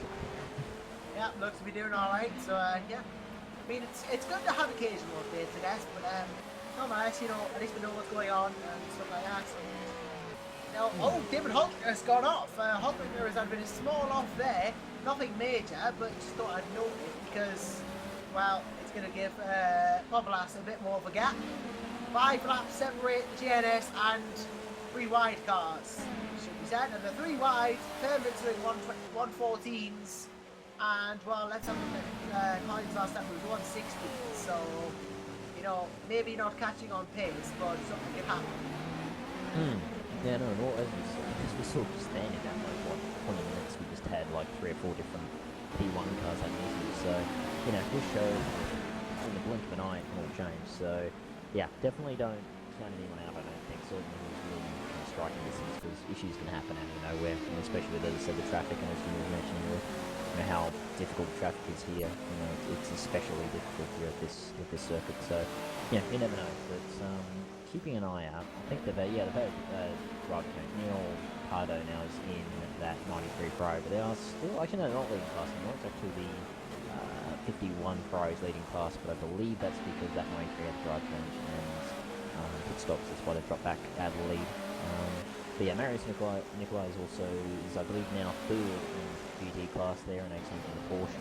And it's another Porsche, and another Porsche, 3 Porsches in a row. So yeah, very interesting stuff.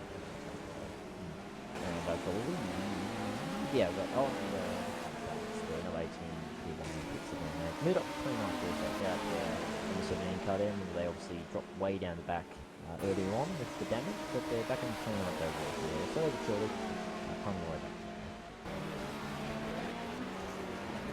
We are just over 2 hours into this race now, just over the way through, and it's still up for grabs. I mean, Mark Perman's 5 laps ahead of everyone, but still technically up for grabs in other places. I mean, Gianpaolo Fonagati still there in LMGT, and Steve Vardy getting a decent run. We've got the likes of Schmidt, we've got the likes of Nelson, Lapadula, all going as well. And yeah, we've got a driver change in the ICMRS car, Arwen Taruna is it? Indeed. Yeah, in the car, so he now takes the helm of that one, of the number 17. And yeah, we're going along with, looking at nearly 3 hours and 3/4 to go, so not far now off the halfway mark, so yeah, not far at all. Probably have to nip off about 5:10 probably get ready for my stint. It's it's interesting to go from here to being on the other side all of a sudden. It's going to be weird. But yeah, apologies to have to leave you again, Josh, but yeah, but have to get in and do the beat, I guess. Should be interesting. Should be fun, as I said, as I've mentioned, I think I've mentioned you and others that talked about these cars. Really enjoy these GT cars, personally for me at least. I know they're not everyone's cup of tea. Who was that? Hang on, I just saw someone going off. Oh, it was John Nielsen again, off again at the chicane. 9th overall, now 10th. I got the 10th now, one of the P2s overtakes him. So don't know what's happened there, but more issues for them. So they just don't seem to be any better at this point. So hopefully they can get back in the groove ASAP. But still going. But yeah, these GT cars, yeah, I just really enjoy them. I find them really, really fun to drive, especially to that chicane, that flying chicane there in the first sector. I just find them feel so good through there, especially when you nail it. It just feels really nice. So, yeah, looking forward to it. To be honest, it'll be tiring, but I'll enjoy it. So that's the main thing. Yeah, and let's just hope that goes well for you because, well, you know, wish you the best, and well, it's always interesting to see people race. So. We're making back to the fence. He's been slowly going back to his 23rd overall now, so just been keeping his nose clean and just trying to keep on it. So he's getting back through. And we'll see how we go. We've got a bit of time. We've got a lap or so for the Porsches, but if we can get back that lap, we've got about 3 Porsches that we can challenge, and that would be for the podium too. I believe Marius Nikolai is actually in the 3rd spot in class, so if we can catch back up, get back that lap, then we'll be on point to possibly challenge the podium. So considering things and considering Edmondson early on, I'm sure I'll definitely take the podium. So we'll see. It's a long way to go though. So yeah, we'll see how it all pans out over 3 hours of racing. But yeah, still 35 going. Having retirements in a while now. After that was 3 instants. So yeah, only 6 retirements. So not too bad. I've got to say again, considering how tight this track is and how easy it is for incidents to occur, you know, it's good to see this much of the field still going on nicely. Yeah, I mean, yeah. I don't know. Just trying to get myself thinking there, just giving an eye on room on myself, but you know, let's keep an eye on room 2 because that's where we are. And, let's have a look at the lap times for Mark Thurman. Kind of, he's about the 113, but it's fluctuating quite a bit, you know. And then Pomelas is again about 113 to 114, so yeah. So looking a bit in that type, it's not really much progress being made either way. It's kind of it's gone to stalemate, hasn't it? The sort of all just kind of equalised at the front there, so there's all GNS there just having to. I think it was actually Marius Nikolai there through the chicane and kind of go side by side there, so it was pretty scary, but got very close. So yeah, I think it is actually the lead P2 car. That's the number 49 entry, 5th overall still way up there. Pitting now, so they're in pit lane. The next guy behind them in 7th is that number 37 entry, and they're a lap behind. So you know thereabouts. They're the strike if anything goes wrong to the lead car. And then behind them it's Daniel Kiss recovering.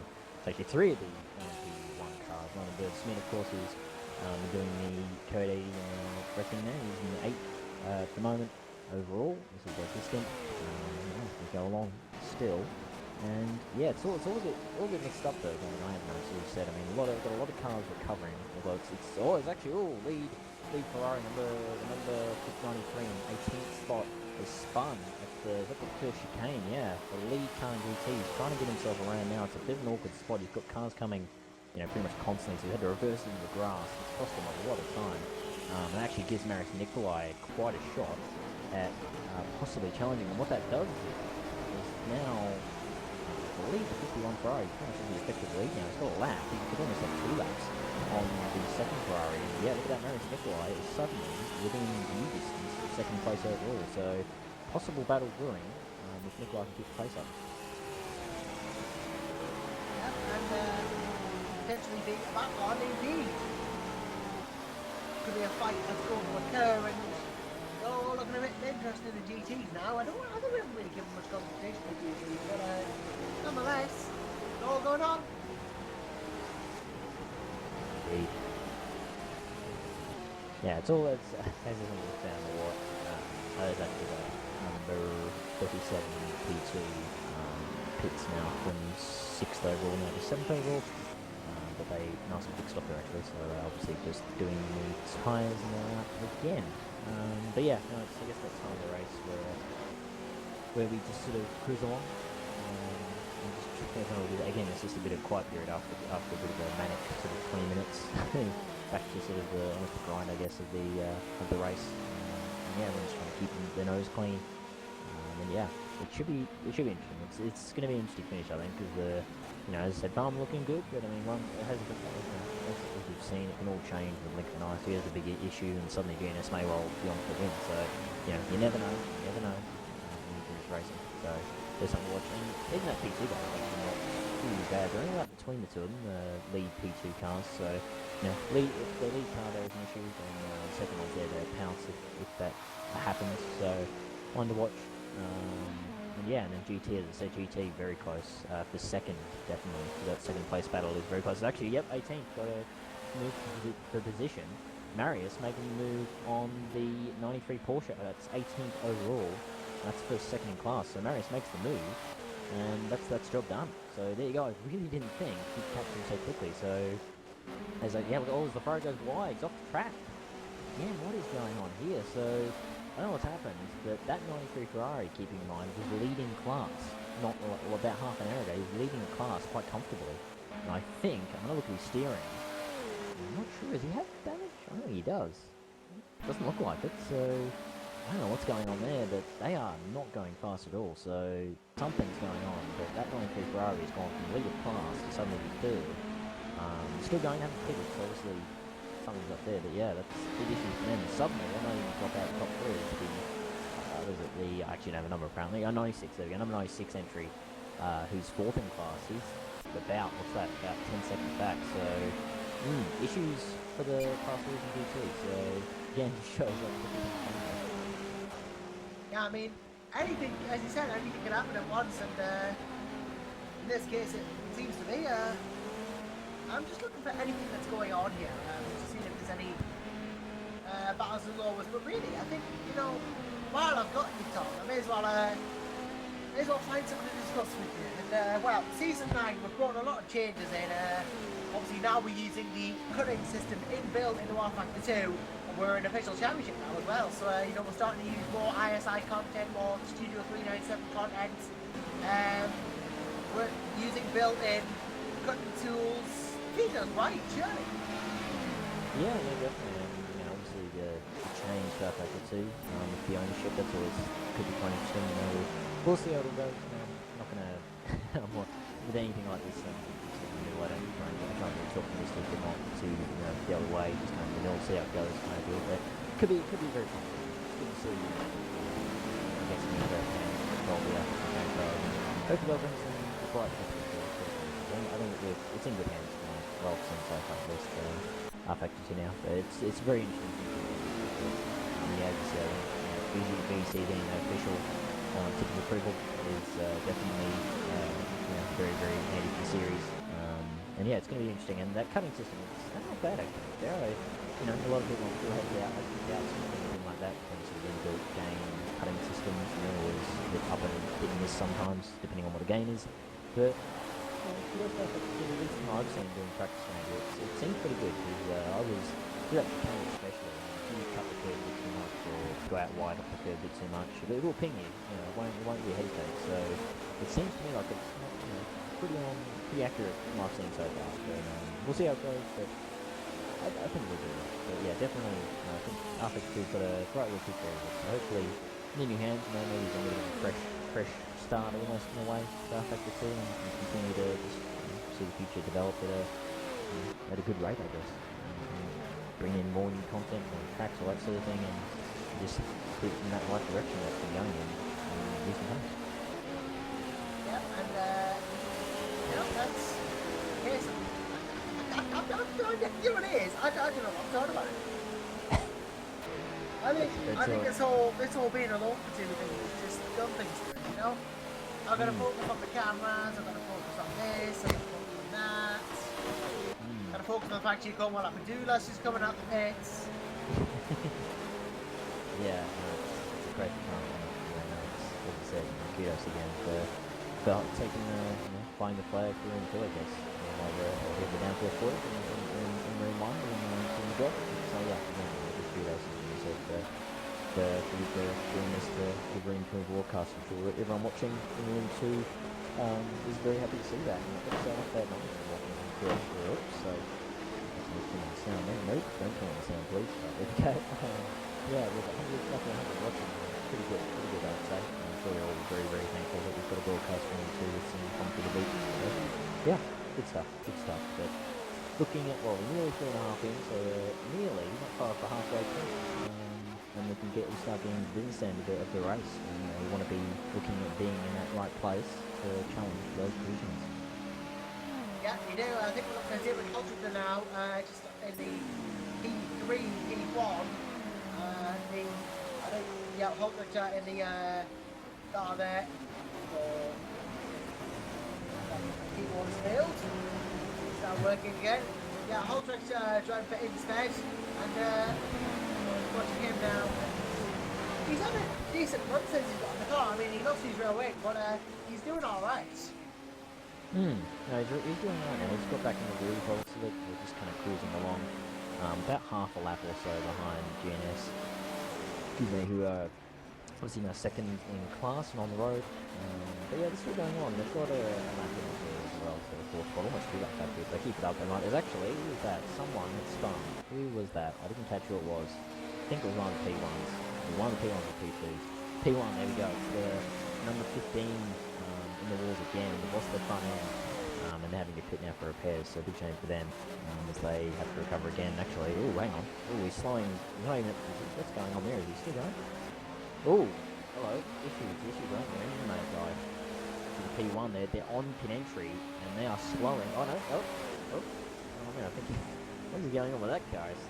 Oh, there we go. Oh, he's going. Okay, he's got power again. I cannot tell what's going on. He's accelerating and then stopping. Which is, yep, there it goes again. Oh, he's slowing the lane. What is? Oh, there we go. That was weird. Okay, I don't know what's going on there, but they're finally going into the lane.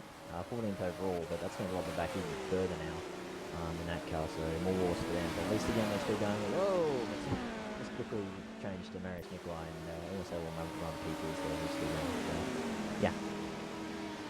Well, that has not gone well for Jack Casca then. It's not going well for him because he's had problems and now in the pits. And, well, he was doing alright, but now dropped down a bit.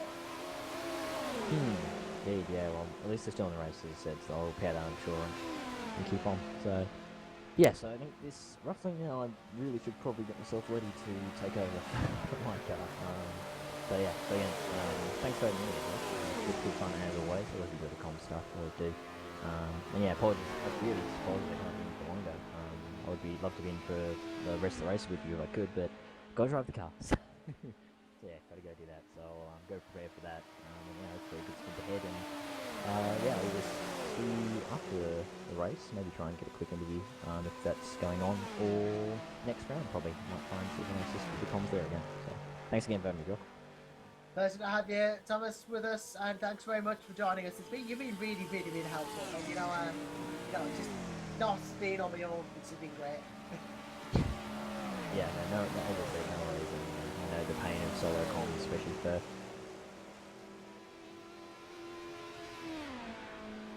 I mean, I guess in the end. Oh. Yeah. Yeah. Sorry. Just, yeah. Have a. There goes my. Wow. I think it took a long time to do its thing, but anyway, we're all good now. Yeah. As I said, hopefully have a good rest of the broadcast, and yeah, I'll try and pop in at the end, see if I can pop in if I'm not, already asleep, because I can guarantee I'm quite tired at the end of this.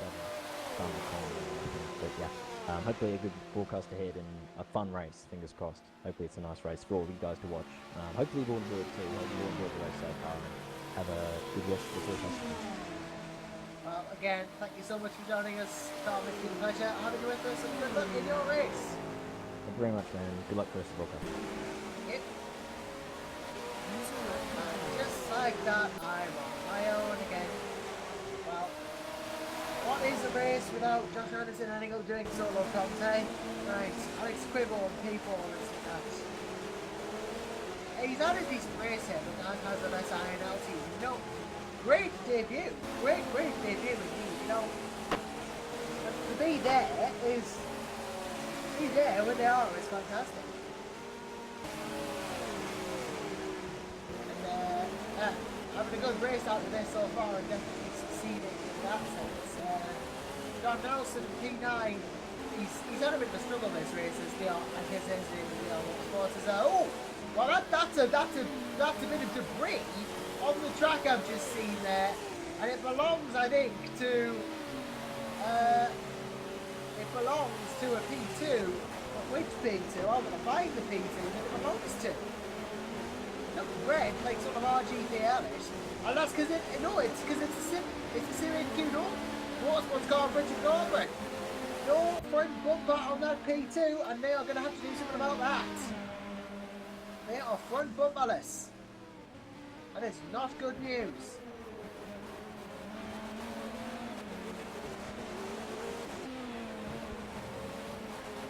Well, nonetheless, Goldgren is going to have to get back to the pits. He's most certainly getting around the track at the moment. Obviously not really any need for code 80, but because, well, it's front carriage rather than rear. Never, that's not serious, but you know. Nonetheless, he's going to make it back to the pits, and all is well for Goldgren. So he's managed to make it back.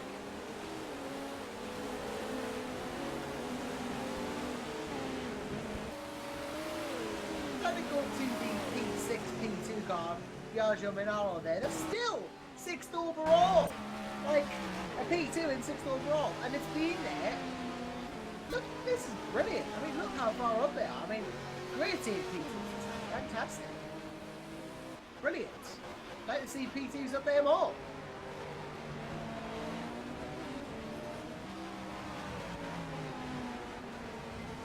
I mean, it just goes to show, really, when anything can happen in a 6-hour race. You can get cars up, right up there, ahead of cars that are in a different class. In higher classes, even. I mean, Ben Schmidt behind is on the same lap ability, but probably going to be an overtake soonish there. But Milano is P6 in a P2 ahead of a P1. And on the same lap as another P1. As Pomelas Machunas is in for GNS Endurance now. Machunas in, and no one winning, but there is pit stop nonetheless, so he is in, and well, here he comes. Ben Schmidt, of course, probably going to get past Milano soon, so, you know, that will be an overtake there, but still.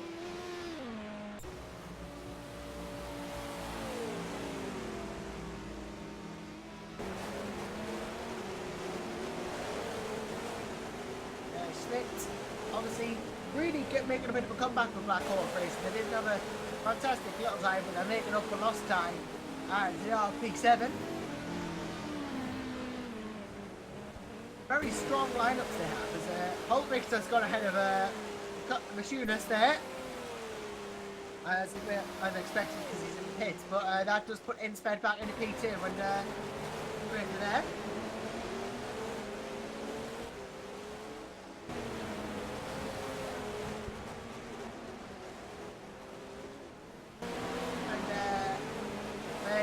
Try and get past John Nelson now, who's being lapped, but it shouldn't be too much of an issue. Nelson just come to the left and said, well, maybe not this corner, maybe on the straight. That is a safer option.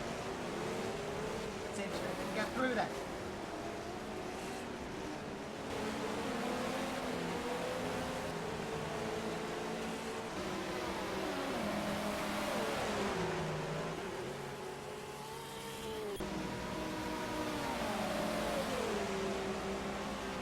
Well, no problems there. Schmidt has gone through.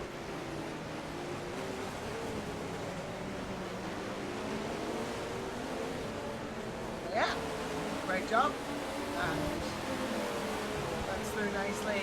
Now we will be trying to chase the cars ahead. He's got Nicole Judo up ahead, P11, so got to do something about that. Oh, hang on a minute. Tony Kravitz has gone back. Apparently Timu is the grassroots rally driver. We've been deceived! We've been deceived again. Well, now I'm not going to believe anything that's said about Velocity GP ever again.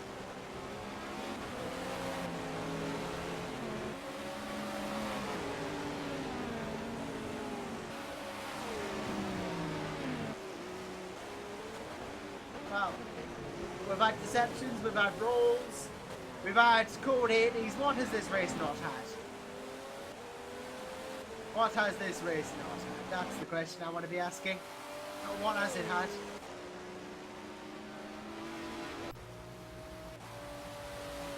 It's had so much!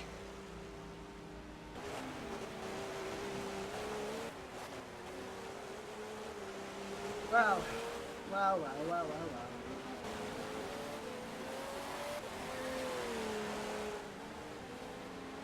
Oh, apparently, I might have got something wrong. Hey!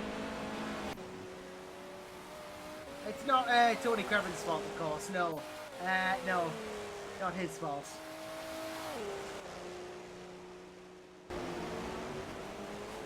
So yeah, just people. I'm gullible. Don't lie to us. Anyone. That's anyone ever. And well, that's it. Martin Fairman though, there's no lie here. He is leading this, has been leading it for quite some time. There's no stopping the Furman train. Anticipation, trepidation, excitement, all the words that can be used to describe this race, and more.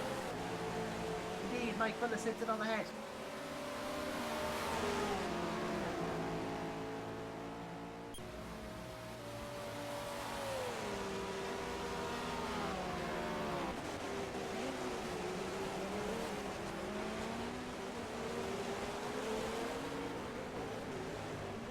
Well, yeah, interesting point here. The Nissan has a smaller fuel tank than the other cars, so can't carry as much fuel, and therefore has to hit the fuel more often. So might be a bonus, might be a disadvantage. Can't carry as much fuel. The car is usually lighter in terms of fuel.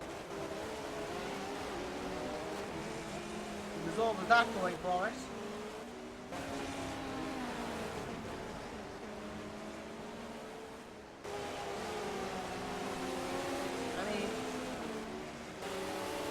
Quite a bit of difference in a few litres sometimes, but not always, not always. We've got a car in the pits. I think that is the number 20 RGPL car. Matej Surinat in now. And I don't know whether this is going to be a driver change, but I think it might be VR Motorsports because John Nelson is in and Greg Hall's waiting. So there is that. The RGPL car comes in. And I don't even think this is change tyres. I think it's just for fuel. Or to do something. Yeah, I think it's just for fuel.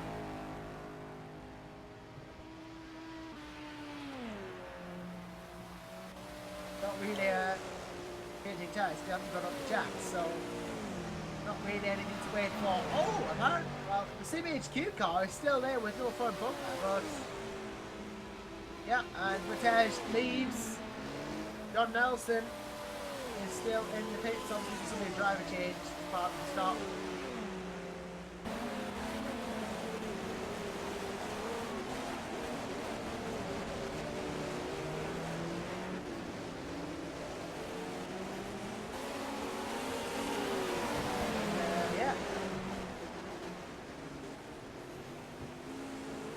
I'm just trying to look for something again here. Because Mary's Nikolai is out of it, engine problem, so I don't know whether that's been touched upon, but the Atlantic Motorsports Porsche is out of the race. Nikolai retiring.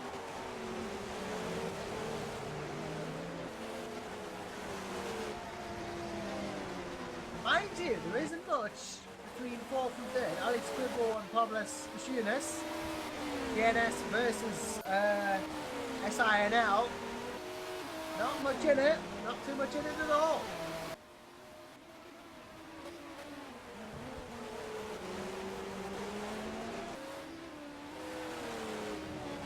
But that's the thing. And yeah.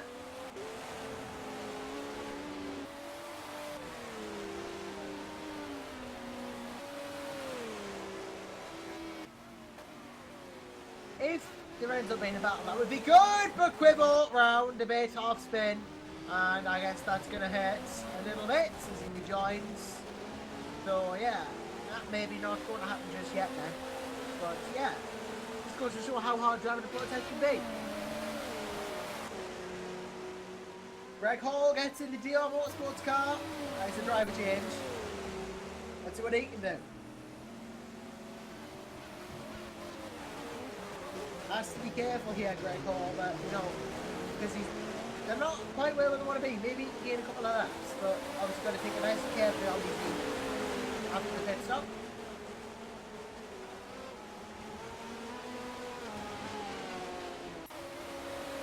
Go for it.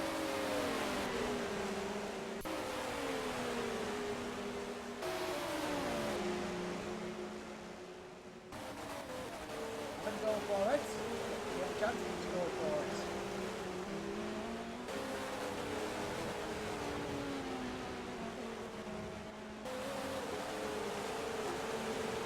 Like we said, tell you this, Motorsport Italia are doing quite well. Marco Bononi in VEC at the moment. I haven't really touched on them, but I think they're second in GT, so you know, need to focus on the GTs too, and on debut as second could be really good. And then they've got Dennis Jordan and Marco Silveira quite a ways behind them actually. So quite some in it. I mean there's less than a lap, but track distance is still fairly major. Marco Bononi drive at the moment.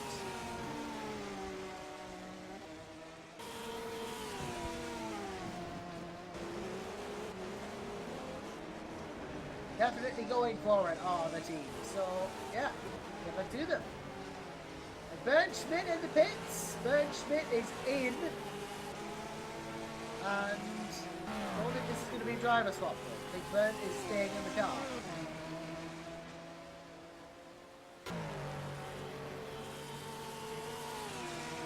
Well, I tell you what, here's something that's come right up, I believe. No, actually, no, it's not. It's not happening. Sorry, my mistake. I thought it was happening, but it's not. So, ignore me. Ignore me, please. Well, not now. Don't always ignore us. Ignore us in this instance. Can't ignore the fact Aaron Jackson's come in from United Motorsport.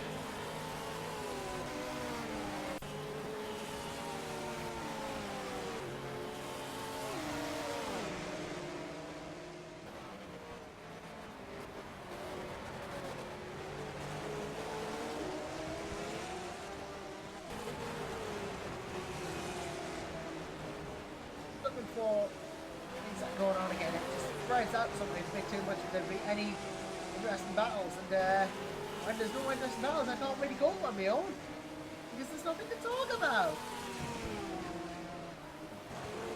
That's no good.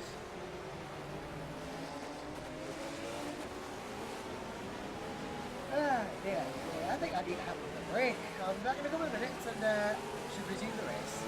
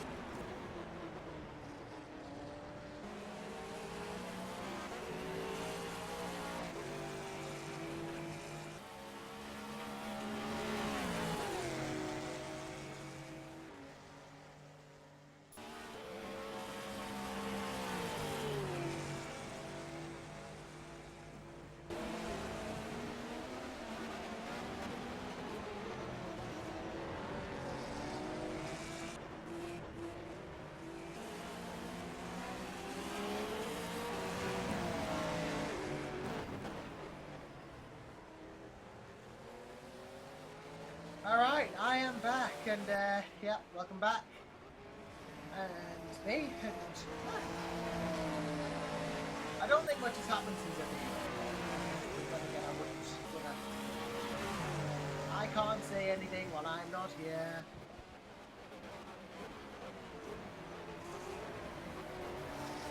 I'm trying to see if there's anything, any sort of that at all.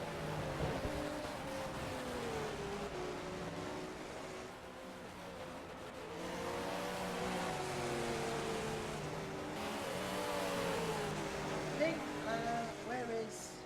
I'm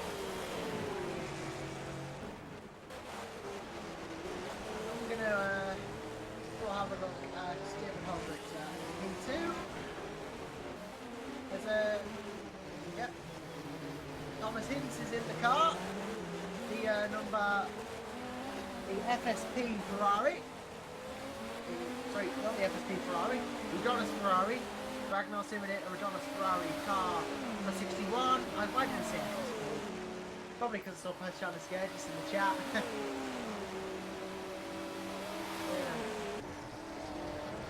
Probably why, to be honest. But, yeah. Nonetheless, I'll have more stats.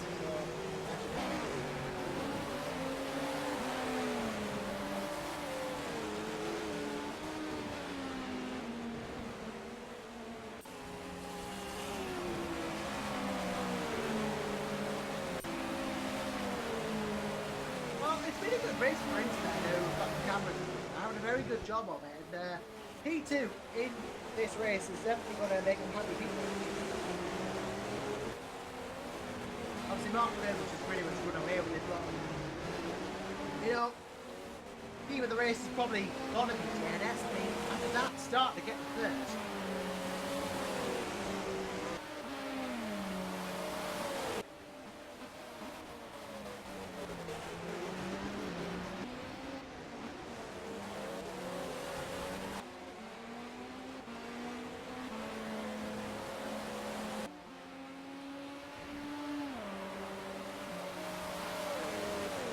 Adonis FSP. Oh, it is Adonis FSP. Alright, fair enough. Right, I didn't get that wrong then. I guess in my solitariness, I'm just getting confused now.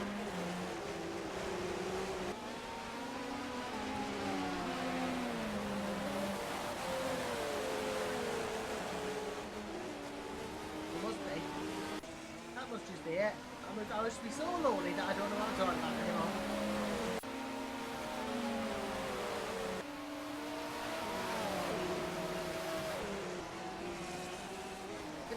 Any battles on track and I can focus, make life easier, but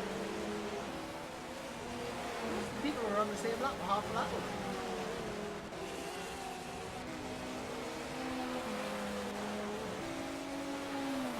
No, there was literally nothing. Like, okay.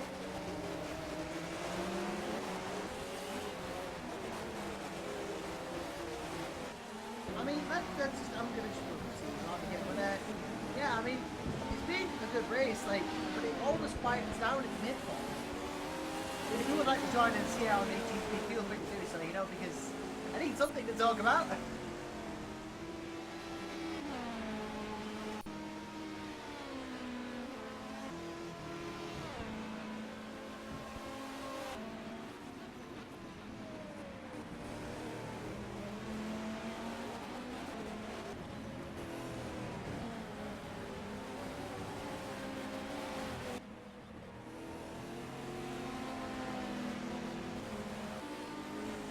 Hang on, we got something going on here. I've just found something. Daniel Kiss and David Holtrichter. Daniel Kiss has just unlocked himself. The Holtrichter's now going to stop the car in his way, then he's going to get through. Again, if he'd have to catch first, if Daniel Kiss can pull away, then he's got every right to do it.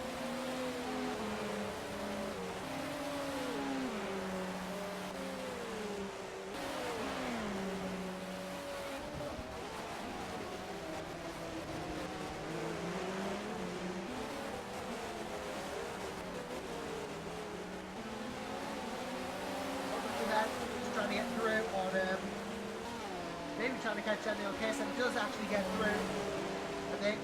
Yeah, Kiss is in the pits, that's why. Mind you, the gap from Hawker to the Mercuris is decreasing. Not as much in it anymore as there was before.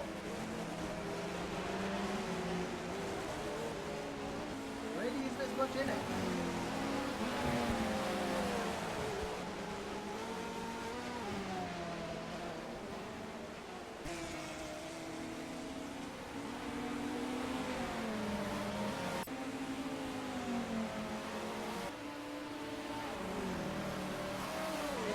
Quite as much in the battle now, for certain.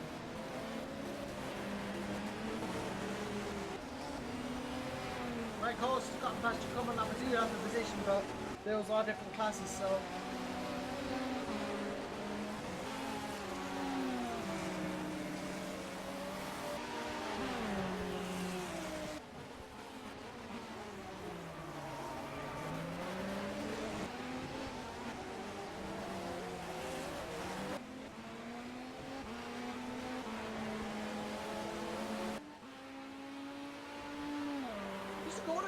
Actually, he's made good inroads since he got in that car, and yeah, Motorsports will come in third, and then it will start to go a bit off for them, but could probably salvage some of that. Definitely not over for them.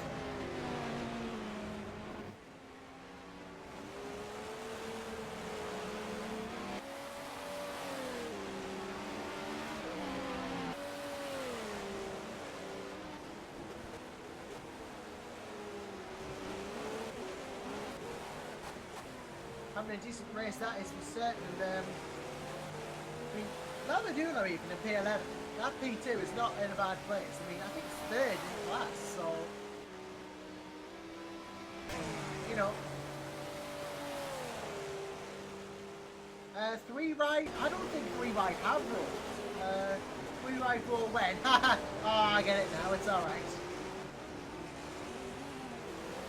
Yeah, I mean, they haven't rolled yet, but I think it would be difficult to roll that out, to be honest.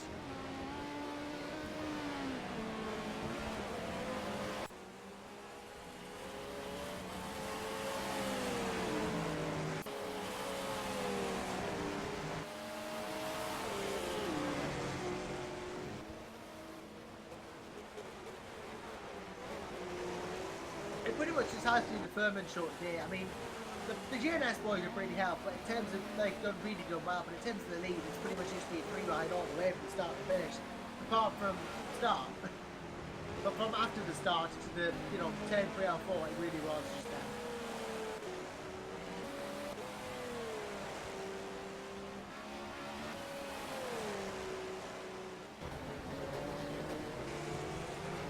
Adam McGuire, I've just noticed, is in the prototype, the Origin front row car, 25.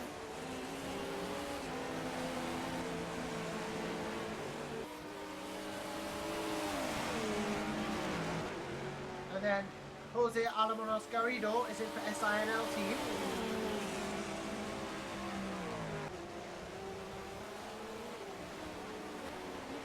I mean, this.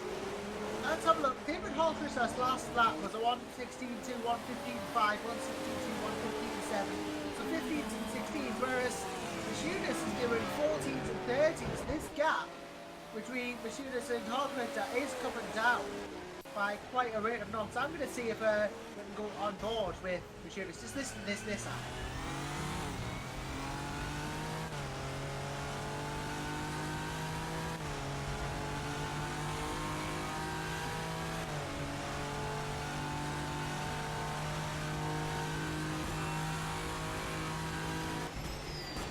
Sounds just as good as it looks, doesn't it? Yeah, definitely a good sounding car, and Hogritter in the pits, Hogritter in the pits now. So David is in, and that is him in. That gives P2 to Pomelas. I wonder why this is. I think trying to change potentially, but no. It's not to come in, maybe for fuel or tyres. Tyre and fuel. Could be anything. Well, Pomelas has gone through into P2. Back in second on the GNS points.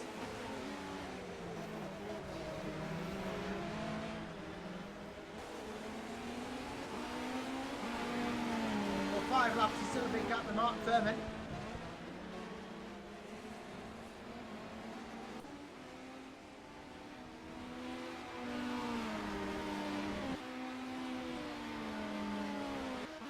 just noticed we're on minute number 180. Had to do it. Had to do it. We've done 138 laps. Not actually minute 180 of racing, because that's minute 183, because we did have the full racing lap, but it technically all counts, doesn't it?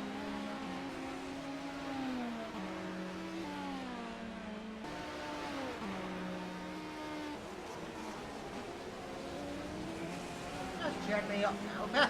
Nice little celebration. Had to be done. Had to be done anyway. Anyone has to be done. If anyone wants to catch Mark Kerman, what has to be done is some seriously good driving, because he's just that far ahead. But yep, the sound of 1,000 times folded steel. That is what it is.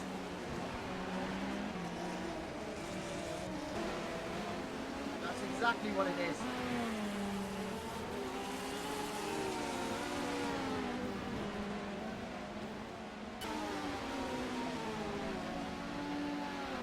Now, I'm going to go back to the GT because I can, but mostly because we haven't really focused on it. Most certainly, Alex Brownigard, former leader in this GT class, but now, I think former fifth.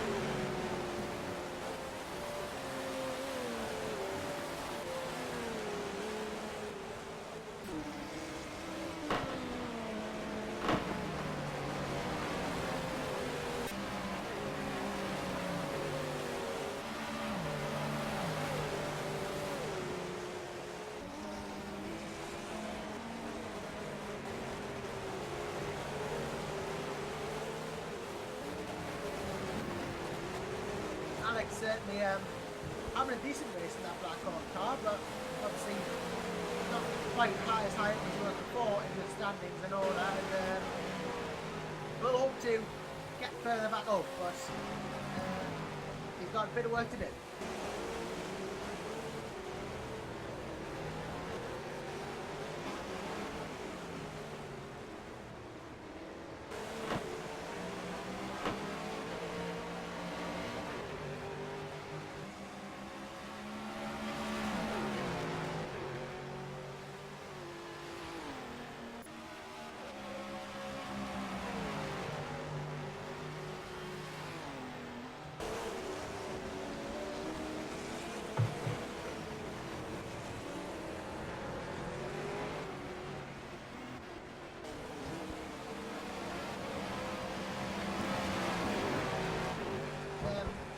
Have a look now. See if there's anything going on again. I think the closest thing. Well, he's ahead anyway, so eventually not really going to find the other one. Adam McGuire way ahead of Ben Smith.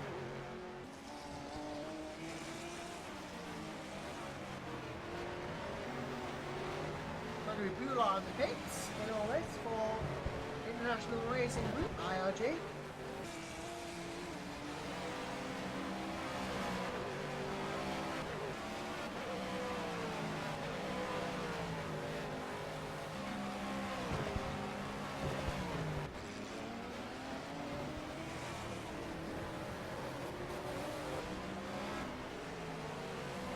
Incident fits well on the Adonis FSP car and involved. Yeah. Don't think he's going to lose position to Leopardo, but in pit for sure.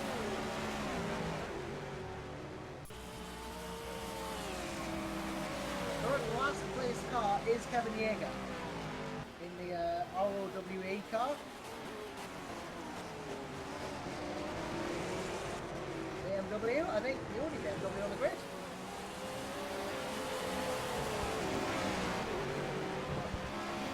Yeah, there's something. Well, was last place, now Troy Urin is.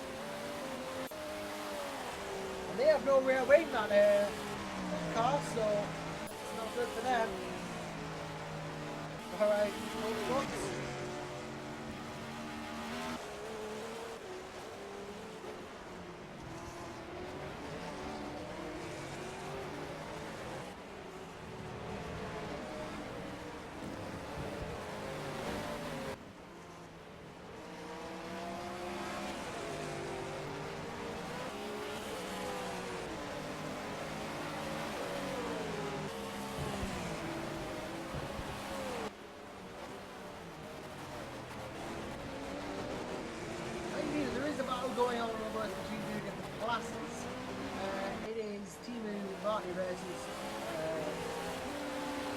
sure enough, P2 versus P1, 4 track positions, so not really any favours needed, although the GNS effect is going to take effect here. Look, the straight line speed advantage.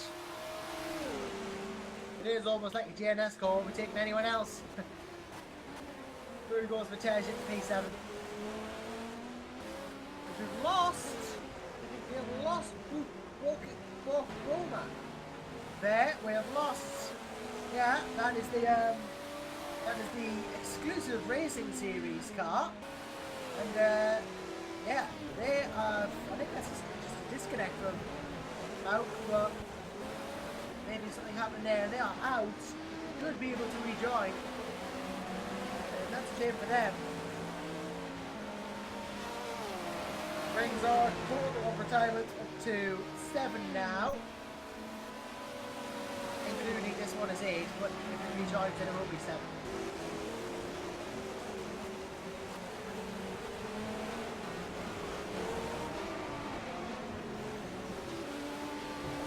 Yeah, ROWE VRE, that is the BMW. Valkyrie Boma is just DNF'd, definitely wondering, but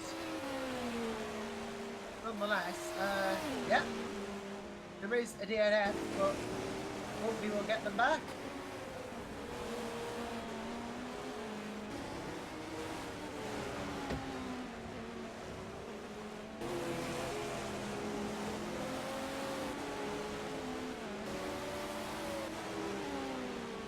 Trying to look through again here, and Maguire Schmidt doesn't seem any closer. Ozzy Holtman's just got behind Machinis because he pitted.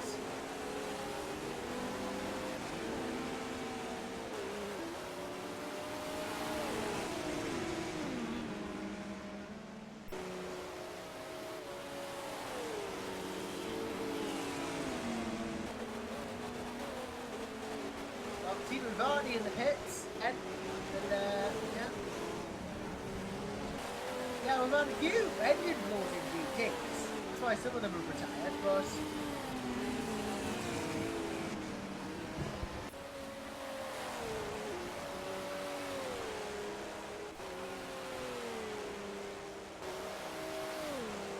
Thomas Hinds leaves the pits now in that FSP car. Maybe there was damage that I just couldn't see, but nonetheless, he comes on now. Exits and exits well. Gets himself. Oh, well, there's the GT just still behind.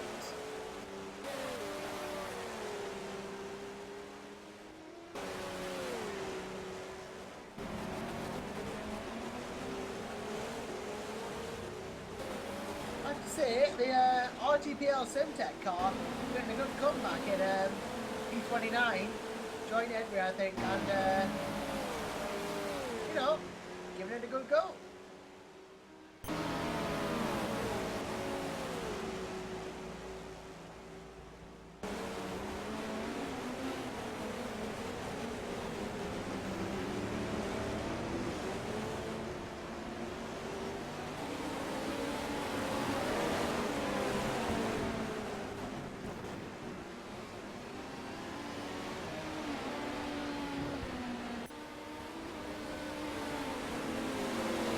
Fair point actually, Birmingham is not that far off P3. A couple of pit stops occurring, Team Varney in obviously. Birmingham, 1-1 championship, it's not that far from position. Hold on the same lap one featuring Birmingham.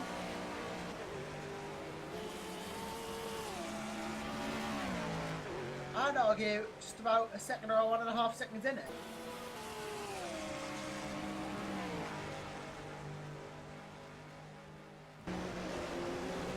Could be in for a nice little fight here. I think I'm going to try and go on board with Birmingham.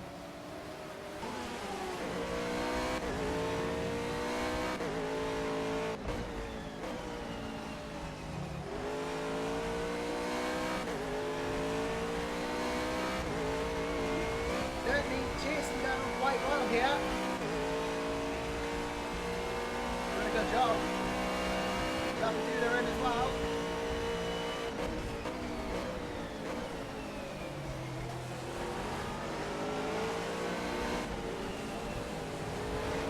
Chasing well. He's chasing well. He's not that far now. I think again, there's about just slightly less than P1's coming through. I think Robert Gavin's going to do what he did.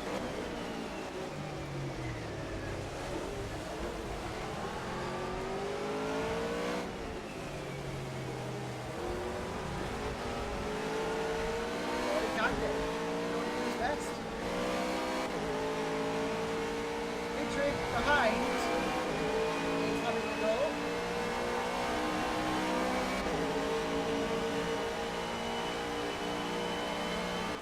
Behind, really giving it beans. Trying to stay ahead of Brodegard, who's trying to get past two GTs at once here. Hasn't worked out for the German. Just gonna have to not through that, I guess, this time around. Brodegard now. Trying to get past some traffic. Just gonna get a go. Still trying to catch, and he's catching. And going to get through on this surely now. Yep, has indeed gotten through. Brodegard has an LMP1 to worry about. But deals with it. Excuse me. But must start meeting up with the rock sneeze. I'm not quick enough.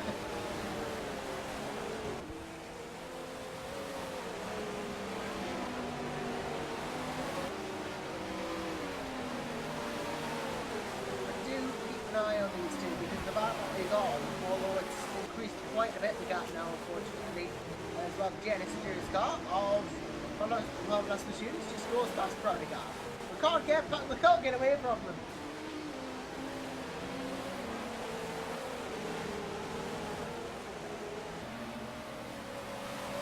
Well, as we said, has been interesting for like the GT so far. This is probably that prototype through a lot. It's quite a short segment.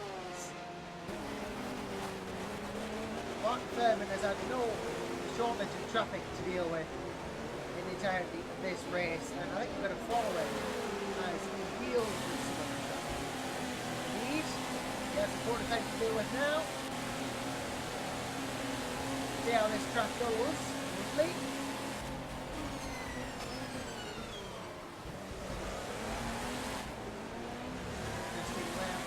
We are using the short one as a couple by now, but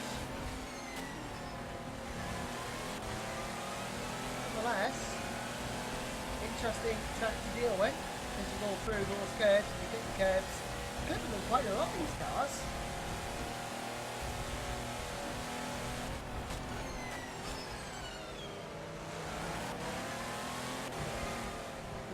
We've seen cars hop the curve several times throughout this race, and no, sometimes it's gone well, sometimes it hasn't. It's very rare you see prototypes doing that for sure.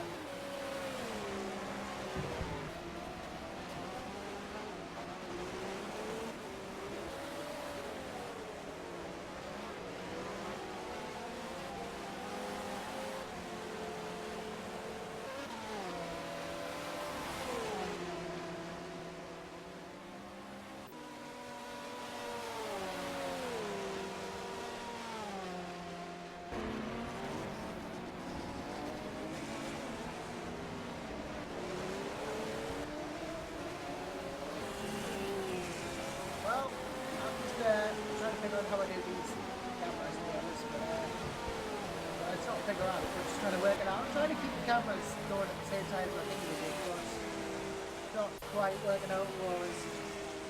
Brodegard has gotten past Dietrich in all this, so you know that's worked out for him.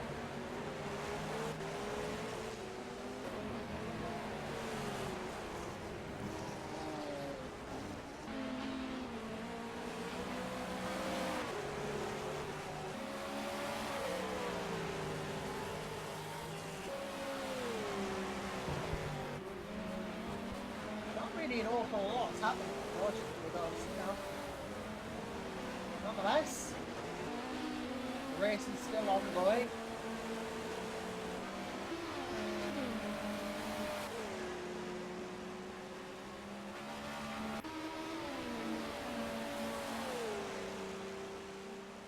I mean, like, I guess Furman likes it like this, you know, he's out in front, nothing's really stopping him. But at the same time, the commentator's perception it isn't great.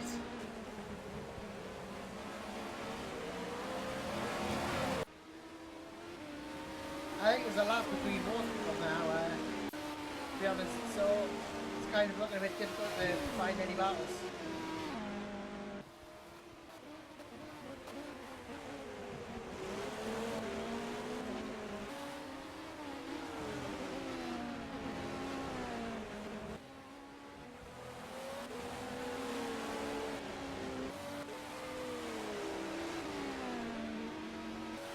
Darwin Taruna is in. And another pit stop for the ISMRS car, 19 laps down now.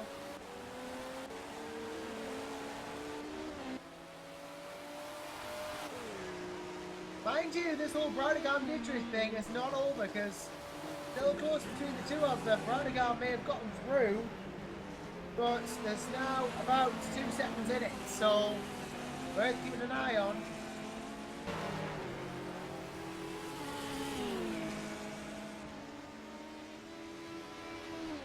Oh yeah, Martin Furman has gone for 3 hours now and 20 minutes. That is quite something. I mean, quite the race indeed.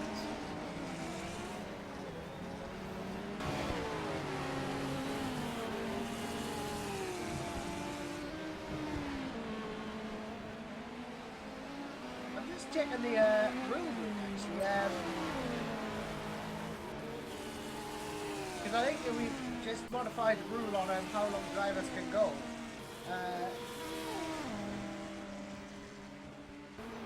Yeah, a driver must not drive more than 70% of the race. This is a new, obviously one mandatory driver swap. You know, driver can't drive more than 70% of a race. So,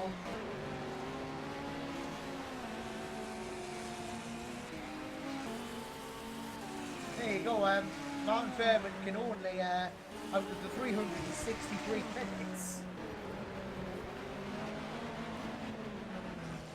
he can only drive 254 of them, so that is 4.5 hours basically. Oh, 4 hours and 10 minutes. If we get them in minutes 255 and he's still in that car, then there will be a contravention of the rules.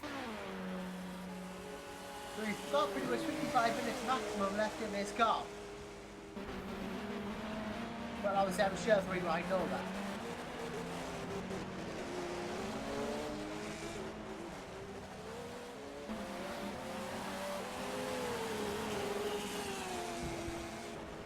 He has been a bit of a machine this race. He just kept going and going and going.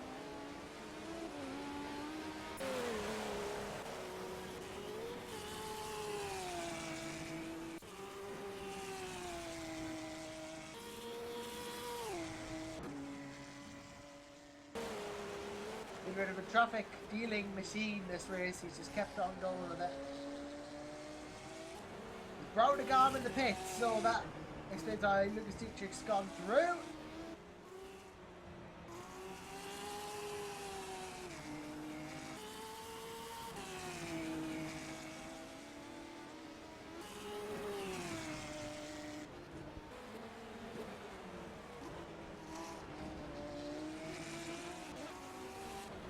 Again, I mean, that obviously we'll have to keep an eye on that once Brownigan comes out, but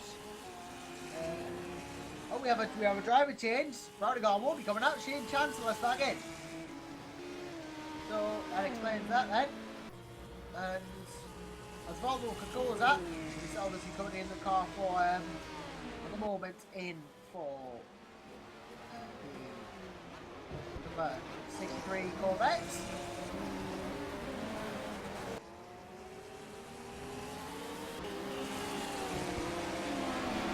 They haven't seen his jet tyres in the spin. Oh, well, fair enough.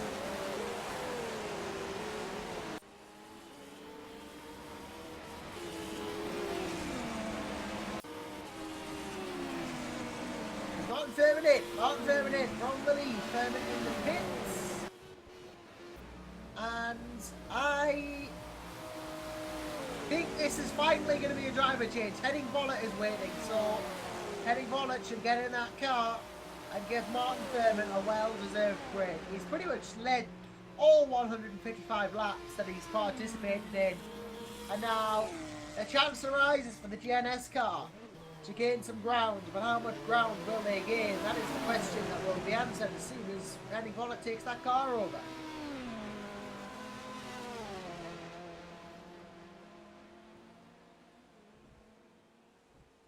So all focus now will be on Machinus. He will be the one we're looking at. Need to keep an eye on how much time he can gain. He's got prototypes and the likes to get through, but can he do it?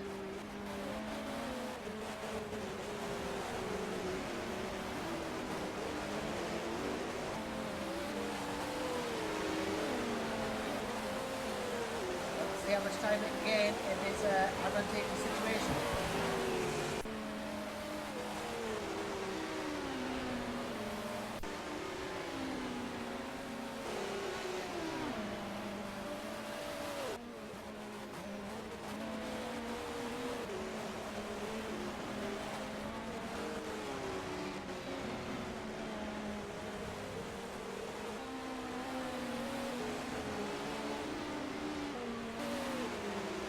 Vollert in the car, that is him out now, and well, won't be more than that for the GNS, gaining time gain. And Vollert in the car then, and he's leading this race by 4 laps over the next car. As well, the devil, in comes Pomelas after GNS pit stop. No driver change here though.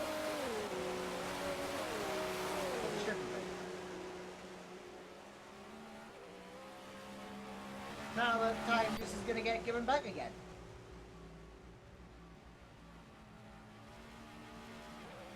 Gives David Hultmacher a chance to catch up, but that's all it is, a chance. I think GNS are pretty much racing in sped here rather than 3 wide.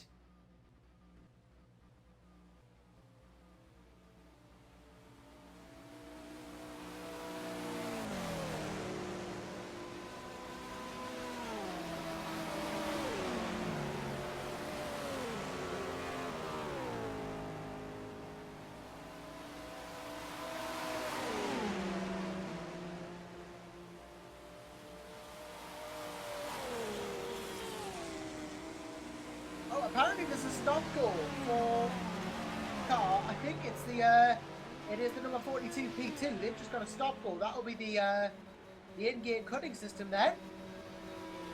One Laskak has just got it there, and yeah, that has happened evidently.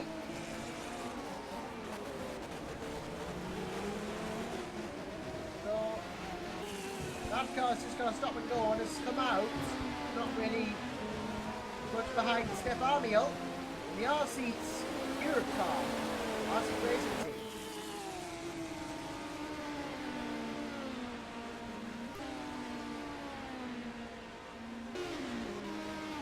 Holtrichter has got past Machinus though.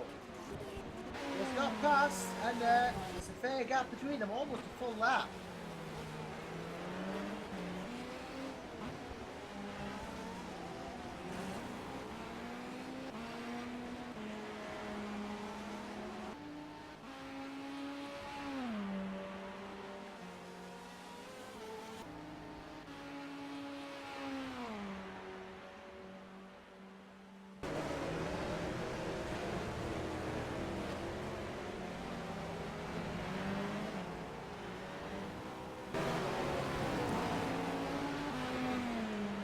So, gotta keep an eye on all this at the same time as watching all the Henning Vollert's just put a lap on Diageo Milano, rather.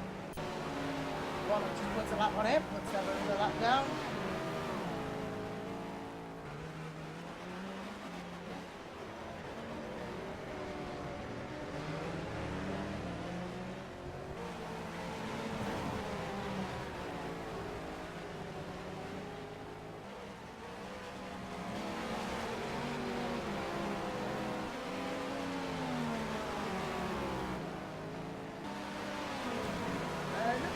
happened to SINL team? You know, those here Alminos Corrido is doing quite well in P4 for them. I think it's the first race in the VEC, definitely on Route 2. The first race in Route 2 for that one. They're doing alright this season, first race of season 9, they're going to get P4. That's great.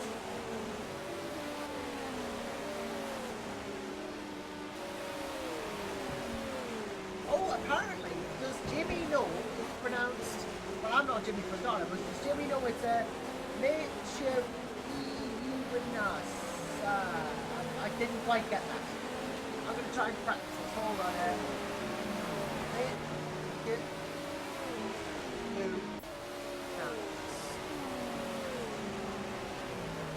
Tunis? Is that it? Have I got it? Is that close enough? Answers on a postcard, please. I don't know. I keep getting it wrong. I got it wrong, then I got something a different way, then I got it right, and then I was something different down the wrong again. I'm just gonna walk this race.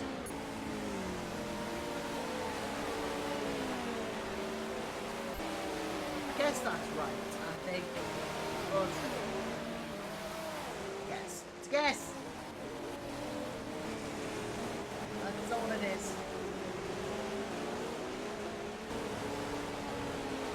What isn't a guess is a fact, and what is a fact is that we've got some car Prince now. Eddie Castillo, Richard Norton, Steph Harville. Probable driver changes going to occur here.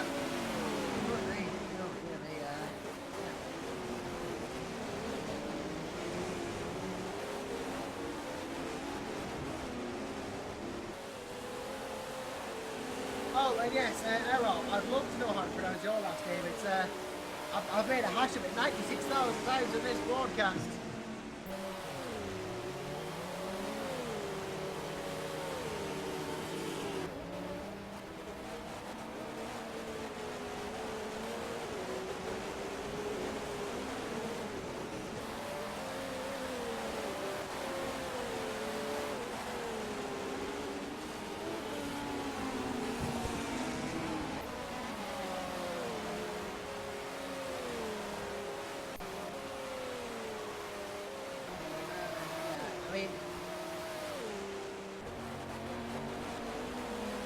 Yeah.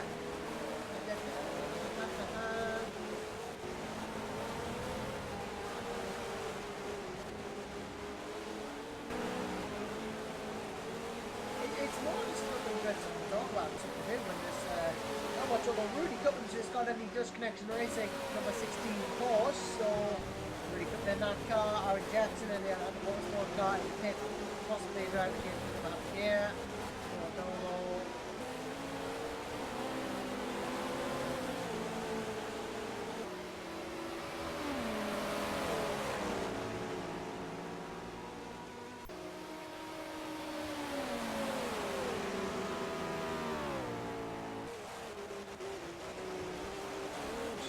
Gap between Hope and Eunice. I think I got his there.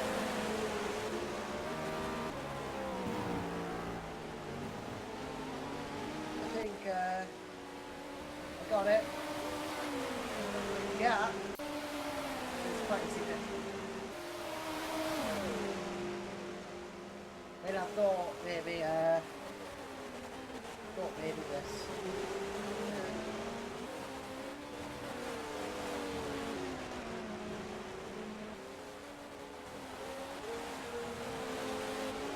I mean, please do join us, you know, if you'd like to join us. I mean, if you'd like to come and join us, please do jump into the Virtual Endurance TeamSpeak Room 2 and I'll bring you in.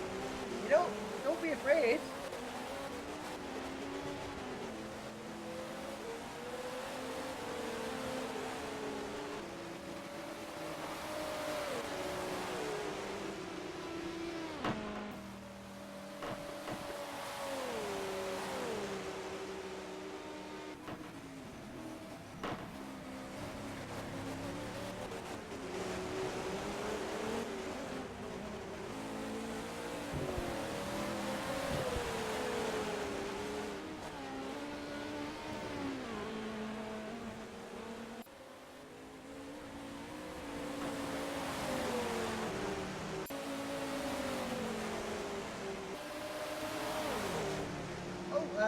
Tony Craven says something.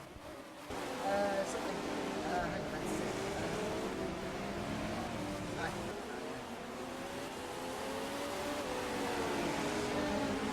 Hold on a sec.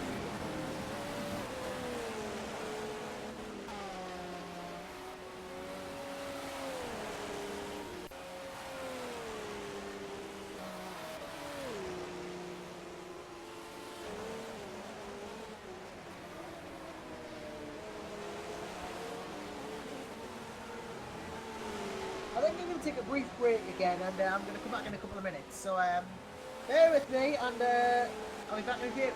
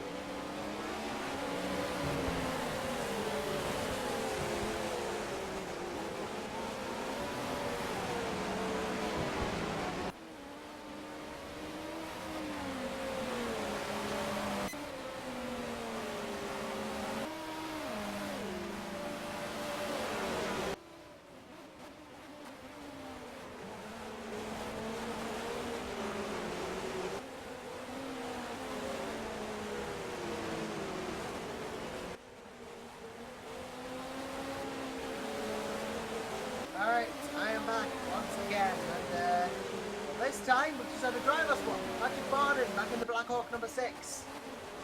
And that means Ben Schmidt is out of the car. That's good news for the drivers, because the race director is back in the race directing capacity. Which is fantastic.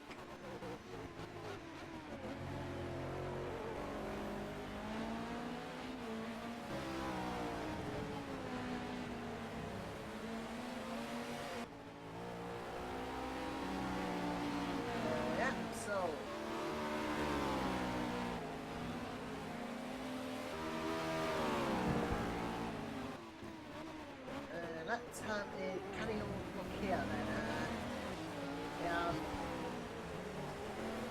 We have indeed still got the fuel on in several places. I just can't find any.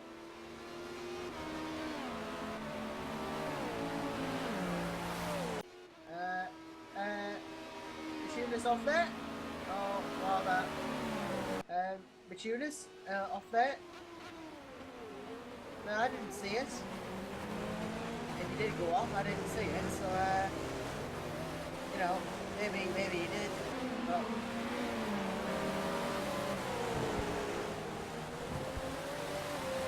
nevertheless, he's always not. He's still in there. Still in P3, so that's it.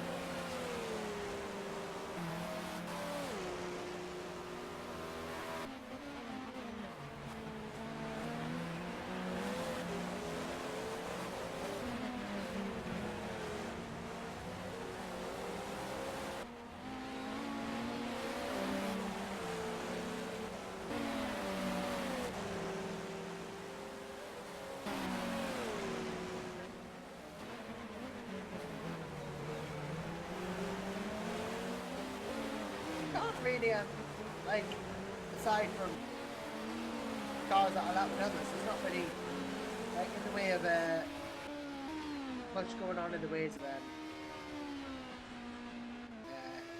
actual on-track battles at this stage in the race. We're about to approach the 4-hour mark, and pretty sad that there's nothing really major going on, but still, great race from Henning Bollett and the 3Y team, and Martin Fairman as well. All done a great job.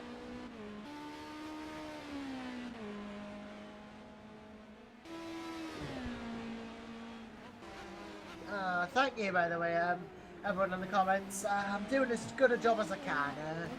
I mean, it's pretty much, apart from a few guys around, it's pretty much just me, so, you know, thanks for the support, and yeah.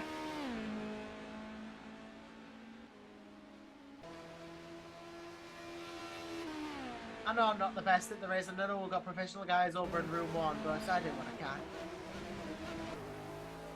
Like, at least they've got a consistent team. I guess that helps.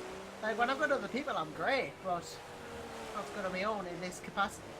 Like, in shorter races, if we only did half-hour races at VEC, I'd be fine. But, no, it's such as life. We have to have 6-hour marathons. Well, it wouldn't really be the Virtual Endurance Championship without it, would it? The Virtual Sprint Championship or something like that.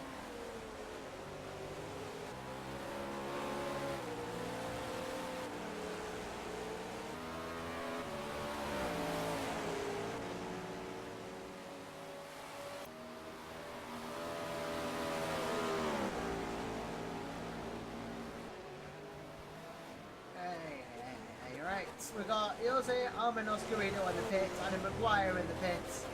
Two cars pit on the same lap. This could actually be interesting, this. P4 and P5, we've got Maguire and Garrido. Not quite at the same time, but there or thereabouts, sort of similar timings. Maguire is going to, Maguire's going to pull in, and I think he's missed his pit box slightly. But I think he's hit it. I think he might have hit it, actually. Hasn't missed it per se, but slightly offset.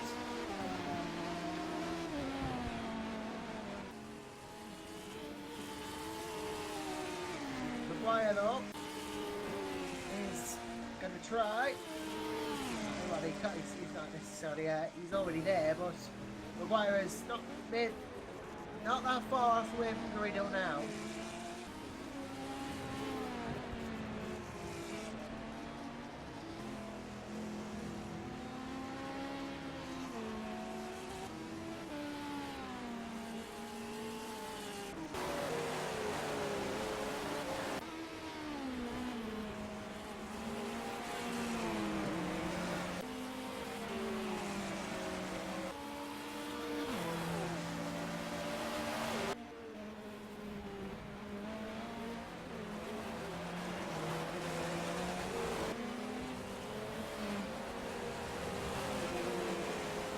Looking at the other cars, we're just trying to find out.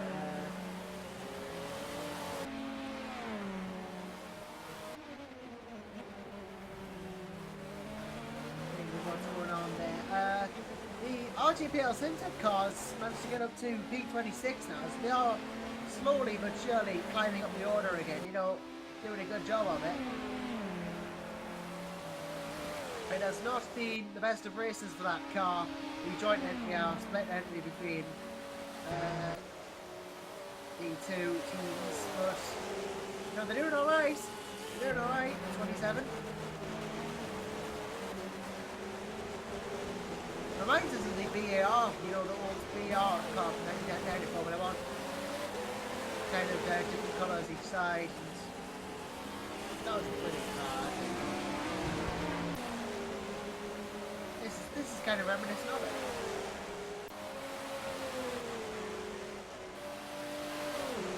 Very, very nice design for sure.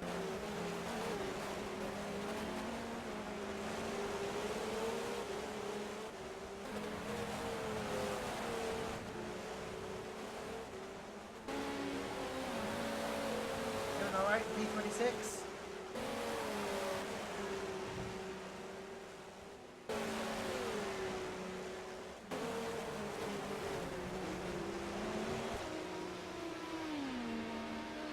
Apparently we have something going on somewhere. I can't quite see it myself, but there is a battle for 23rd between Osvaldo Forza. Well, it's a sort of battle. I guess it's not really a battle per se, but there's a bit of a gap between it. I think it's about 1 or 2 seconds between Pinot and Osvaldo Forza. Worth noting. It's a couple of seconds in it.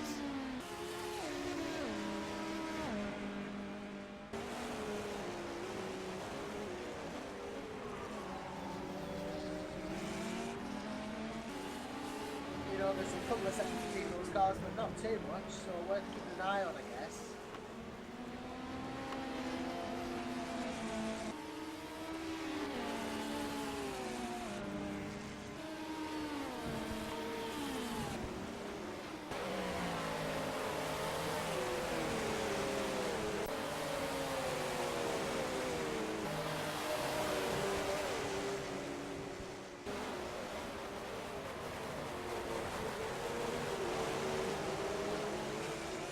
Garrido in the pits again.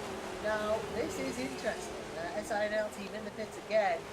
This is going to give Adam Maguire a bit of an advantage. I think it's going to go through. This is an overtake. It is P4 for Origin Front Row Racing. Now, my question is why Jules is in the pits again? I don't know what this is for. Could be anything.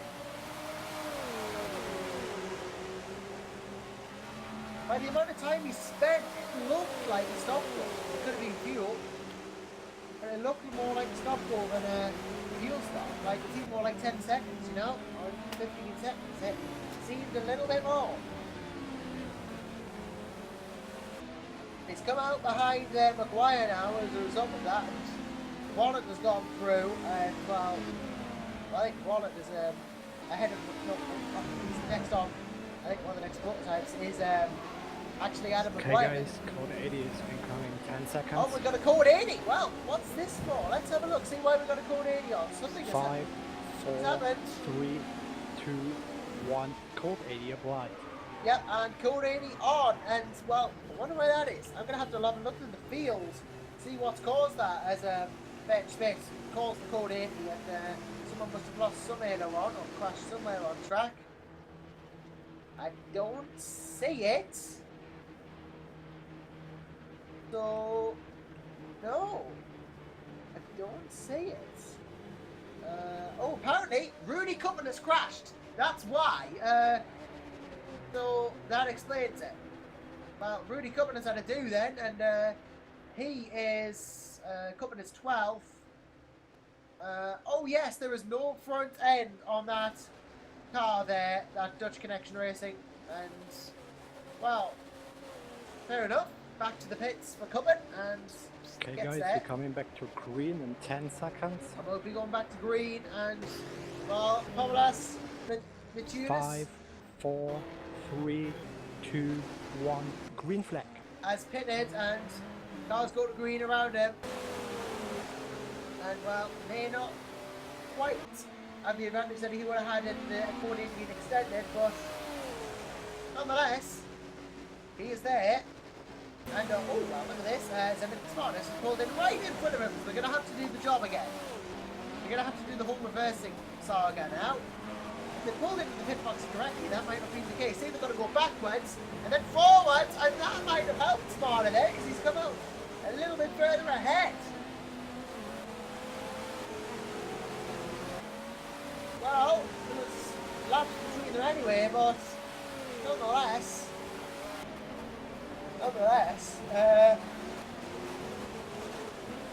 that's happened. We've had a go at Haiti.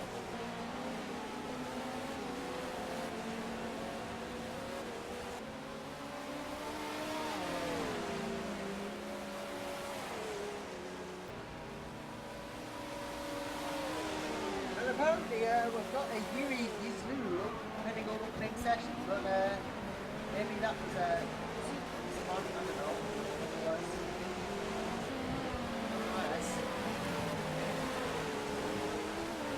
Coming in the pit, and as is Milano, Giorgio Milano, rather.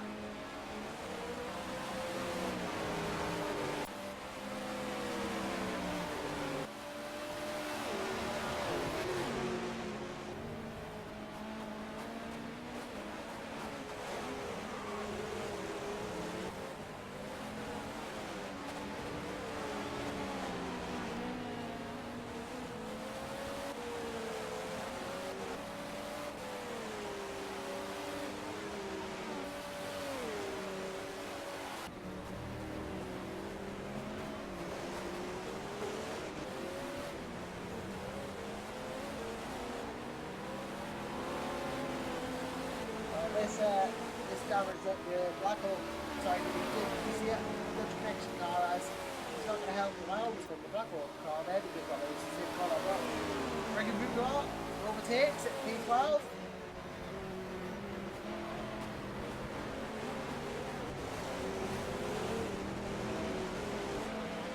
Nice. Well, that's he's chasing down Benedict, who's caught now. So, the tuners, maybe yep,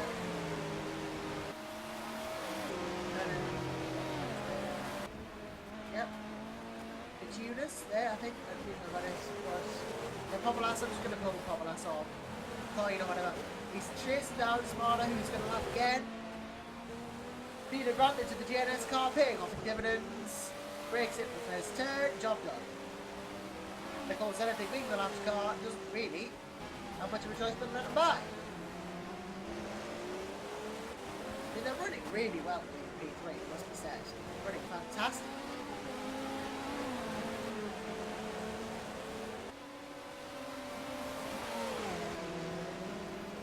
Big claps in it, mate, to heading Vollet, so quite a distance indeed.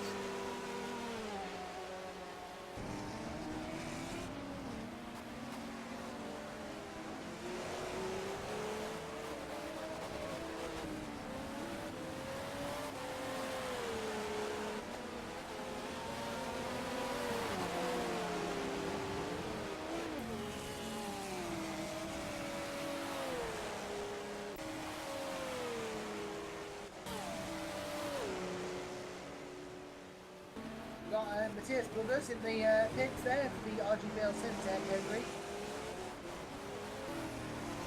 Alex Flavor in as well for core team.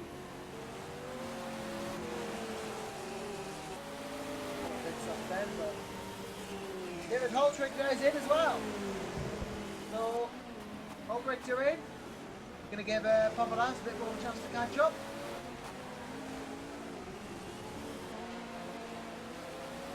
Hopefully, there'll be a bit of a close battle now. But never know.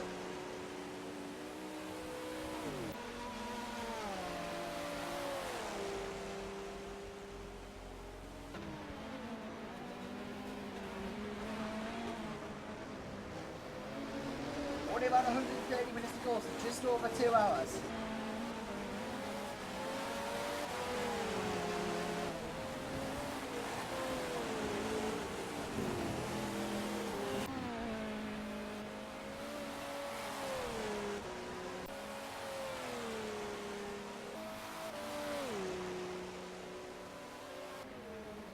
Well, it's going to be touch and go, I think, but Albrechter has not left the pits yet. And Corvallis is going to come down to start finish. He's going to go through. Yennis back in a second.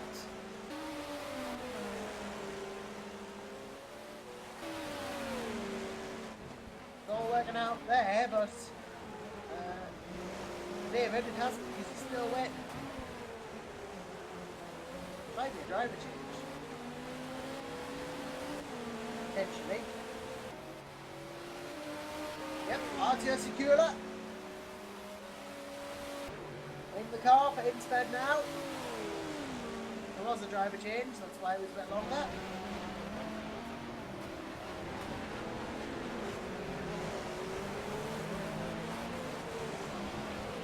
He's in the car now, going to give a bit of run to Pavalas. Also think they have a driver change coming as well, but I'm not sure.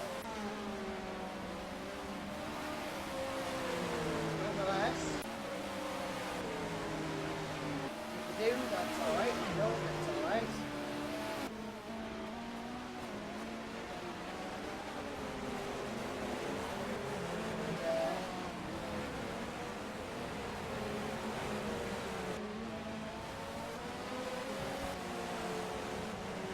Back to normal in terms of racing.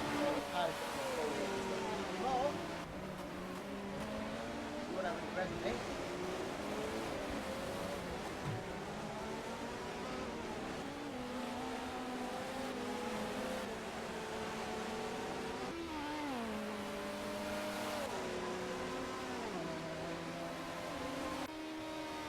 2, the DR Motorsports dog, Greg Hall has gone up to P9 now, and you know, they're doing alright, doing a decent recovery here. Oh, crash! We're going to crash somewhere along the line. There are a couple of GTs involved. Conrad Barr was involved, one of the LMGT cars, and let's see what happened. Conrad, no, that was the 4 or 5 or 6 cars involved there, including the Atlantic Motorsports, LMP1 of Osvaldo Angeloni. And what happened there? Oh, Osvaldo came around to go around the core team car, had a bit of maybe then went round. Oh, a bit of a collision with the ISIM RS, and that turned a couple of people around, and then collisions happened. And obviously, anyone who had damage will be going to the pits though. So nothing major, but it's a bit of a scuffle between a couple of cars there.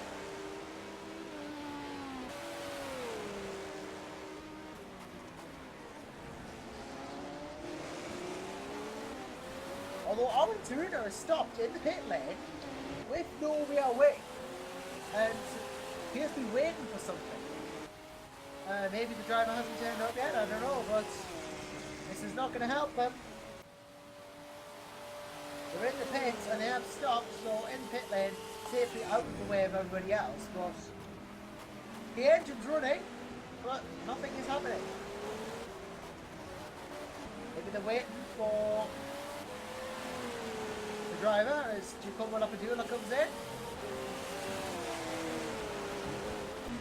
This will be a driver change, I think, for Lapadula to Michele Mole.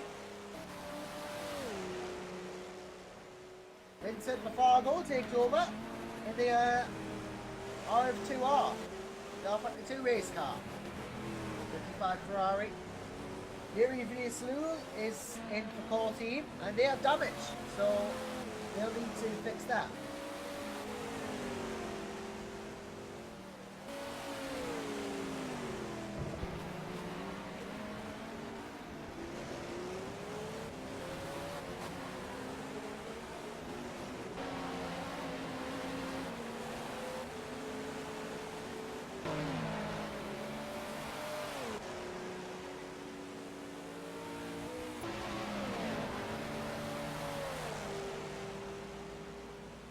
As Taruma is moving again now, and I think I just pulled into the pit box, and yeah. That would be I think we might have been maybe not. Challenge. Score-wise, Team Varney in, Michelle Imole comes out, Rodrigula in.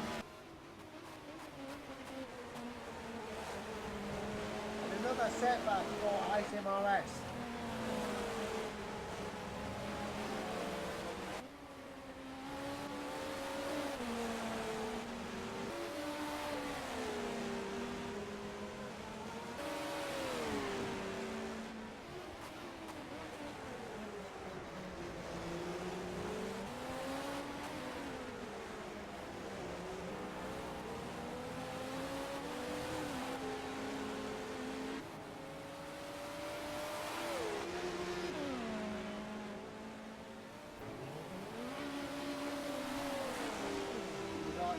Pit steel bar goes in.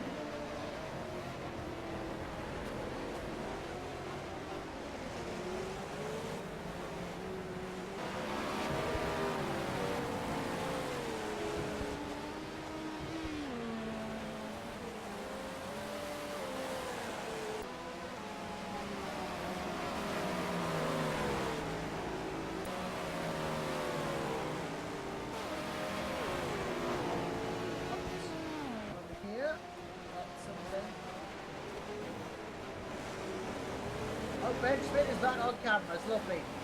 That's wonderful. Now I don't have to worry about that anymore. Just finding things to look at.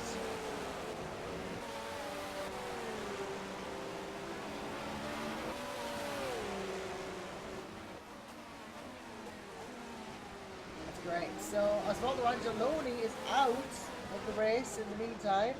I don't know what happened there, but he is DNF, maybe a disconnection.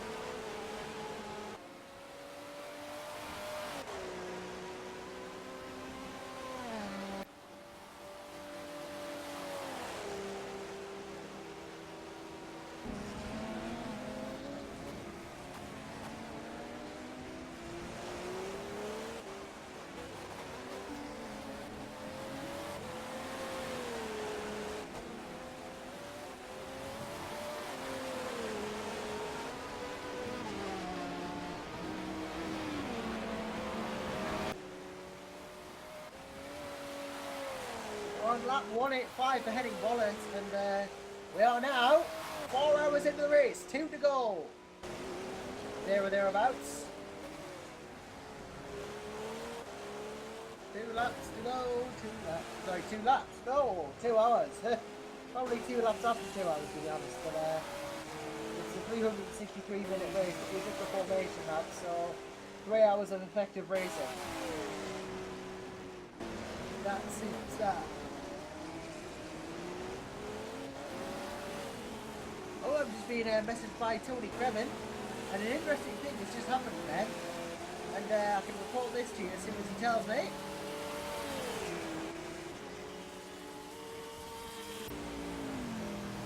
Just wait for that.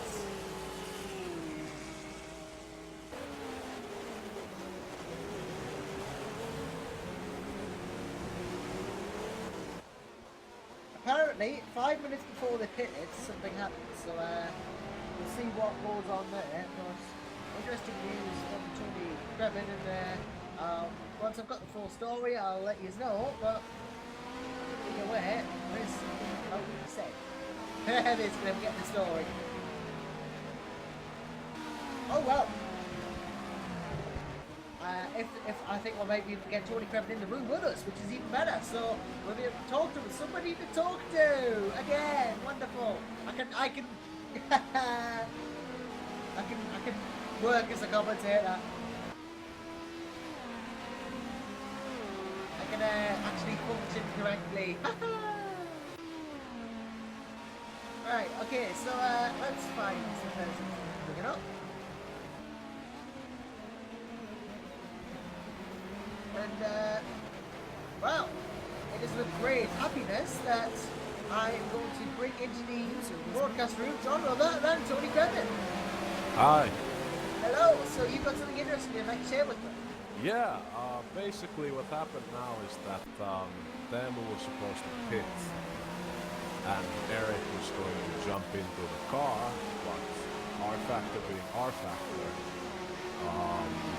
Eric couldn't load in fast enough, so Teemu, with one lap of fuel remaining, had to jump in the car and, well, keep going again, and had to coast for the entire lap. And when he pit, he had, like, according to GID, around like a centimeter of fuel remaining or something.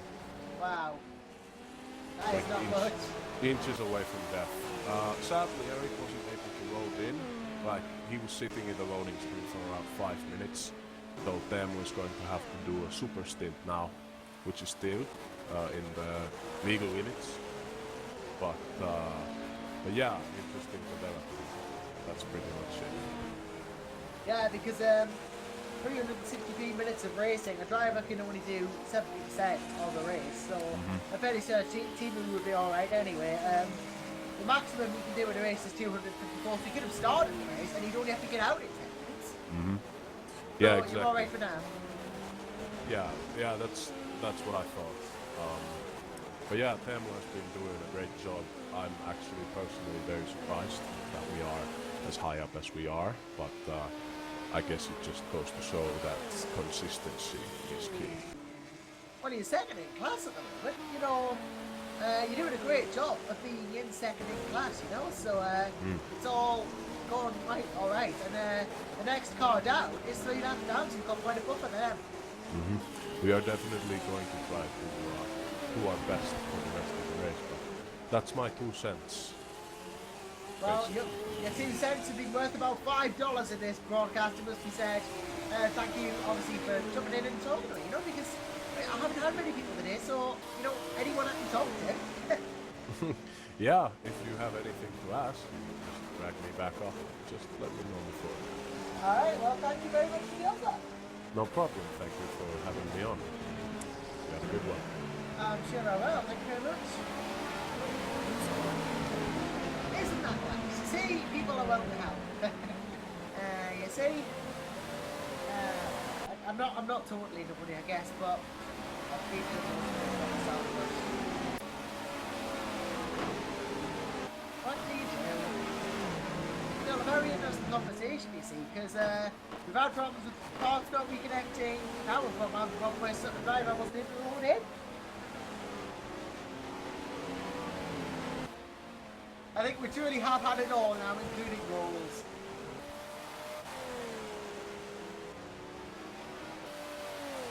Thomas Mituna's in, and this will be a driver swap. Nathaniel Luxon waiting, and I think that will probably be last driver swap for GNS now. Luxon gonna get in the car and drive it quite far, and yeah.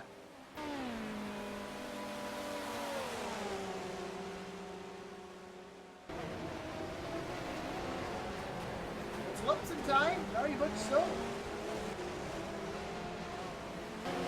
After secure that will probably overtake, and then we'll have a straight fight between these two, maybe, or not necessarily straight fight, but a decent fight between these two for second place. Quite a while to do a driver change, and GNS people will lose P2, but how much will they lose it by? That's the question.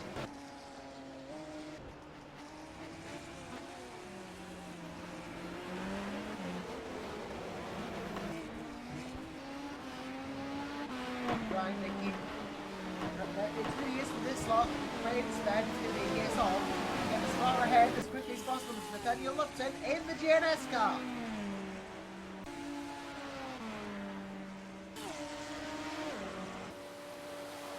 And this is it. Final driver change, I believe, for GNS, and this is it. Lupton to the end, probably.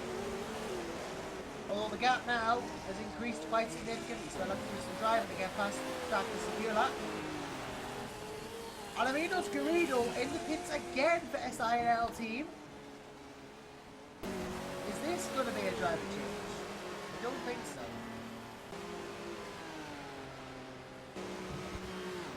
But regardless, it's starting to fall a bit apart because they've been in the pits a couple of times before this, now they're in again. Slana shouldn't catch up though, so they could keep 5 secured. Although they did run as high as third, as we've lost Rudy Cutman with suspension problems. Now, I think decided just not to continue in this race, unfortunately. No. And they are out Dutch Connection Racing now. As Andiga Rama Malona has lost the front bumper of that ISIM RS car as well. And they are in the pits, so safely out of the way.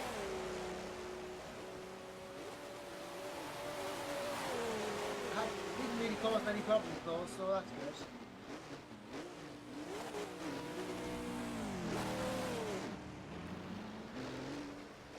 Not really too many problems going on there, but they are in the pits again. 27 laps down, that's going to increase. Creel is still in the pits for core team.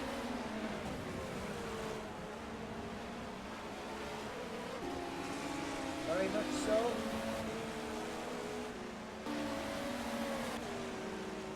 And yeah. Michele Molly is out. That is big. That is the P3 in LMP2 out. Now, that was the DNF, so it might just be disconnection. They might be able to rejoin if that was the case. Might be that they can just come straight back in, but Molly is out. Yeah, it just looked like a loss of connection, to be honest. So, if they rejoin, they'll be able to come back in. Don't think they'll lose any positions in class if they're quick. Might lose one overall position for Gregory Bula.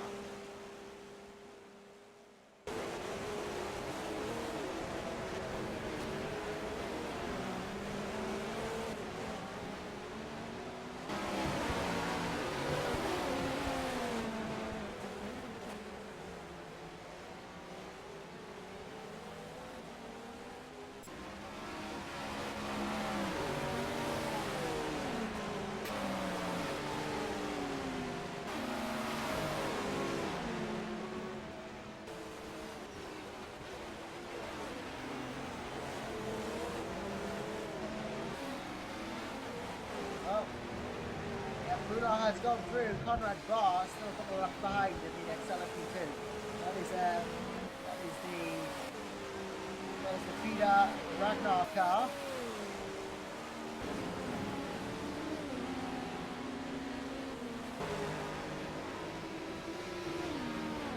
Conrad will be sure to try and take advantage of the situation.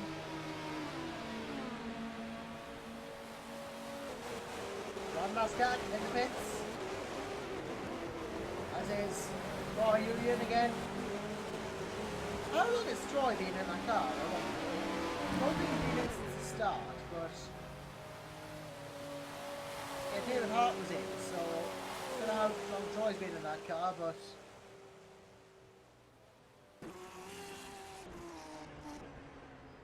Henning Vollett in though from the lead. Henning Vollett in the pits. Makes a stop. Ben Smith was still on camera, so I know that much.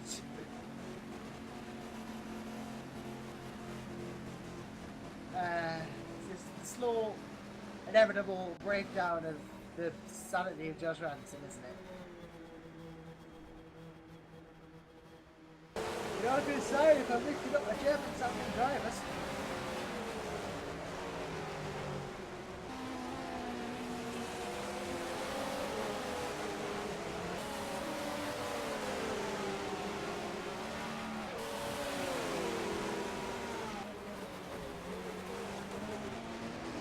Yeah, I mean, nonetheless, Connor, Scout will obviously close while Lupton and Segula are in, but nonetheless,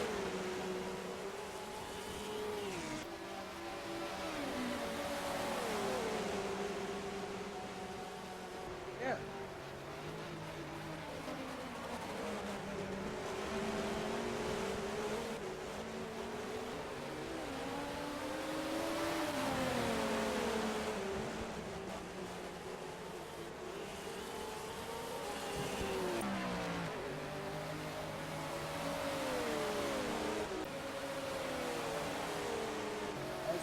Molly is back in, so Conrad Barlow really has closed the gap, almost bought to overtake. Molly needs to get in if they don't want to lose position with this Ragnar feeder car. Barge is coming around the last two. Molly has not spawned it, well they have. Conrad Barlow around the final turn. Is Michelle Molly going to get out in time? Don't think they are. And that disconnect has just cost them, and it has cost them the third in class. Conrad Bob from Feeder Sport Ragnar goes in. Molly can only hope that more positions are not lost. FP2 is 2 laps down the road, and that is number 42.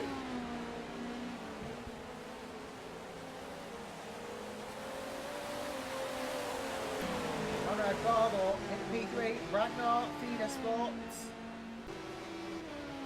have moved themselves into a podium place.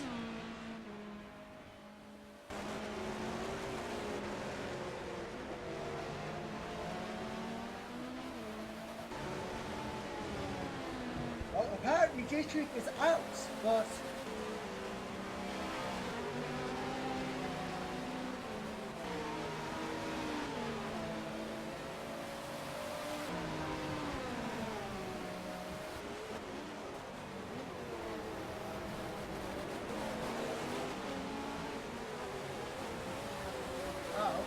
considering it does appear to be out of the car at least.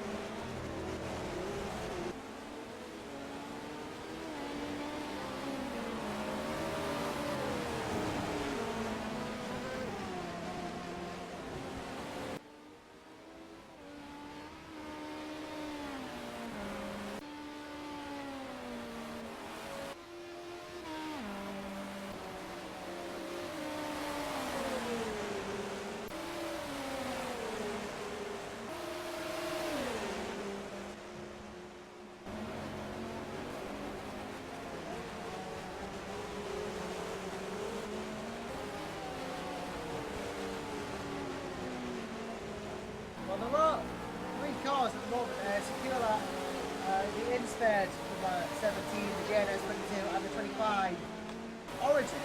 They're all on the same lap, but they're about a third of the way through the track each, you know?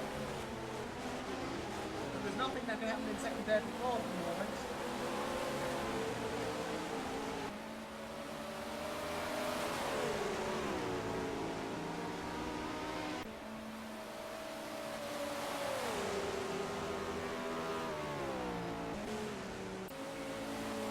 Trick has rejoined the race, so yeah, we have British Trick back. It's good. Michelle Motley is back in. I think lost P4. Trick has lost quite a few positions as well. There's a fight for 16th apparently between. Yeah, that is a fight on. Completely missed that, but thank you to Henrik Hoy in the comments. 16. There's a fight on in LMP2. It's obviously not for top position, but I think it's for 5th in LMP2, and it is one Laskat versus Connie Naslund.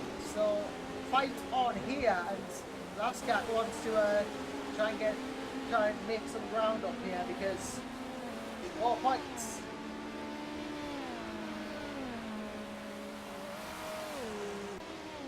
haven't really seen much of RF Argentina 2 in this race, the 42, so interesting to see how they're doing. Only Naslund though for CMHQ, we saw them with no problem before. CMHQ with their LMGT Angry doing alright.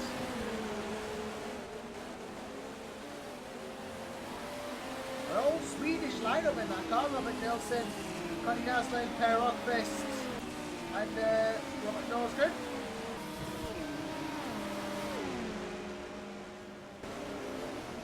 And yeah, Naslund now defending White from Laskak. Traffic though, and Laskak has a chance. There are a couple of cars in the way, need to get out of the way. And this is going to give one Laskak a chance because now again it's half a second. There's 2 seconds before.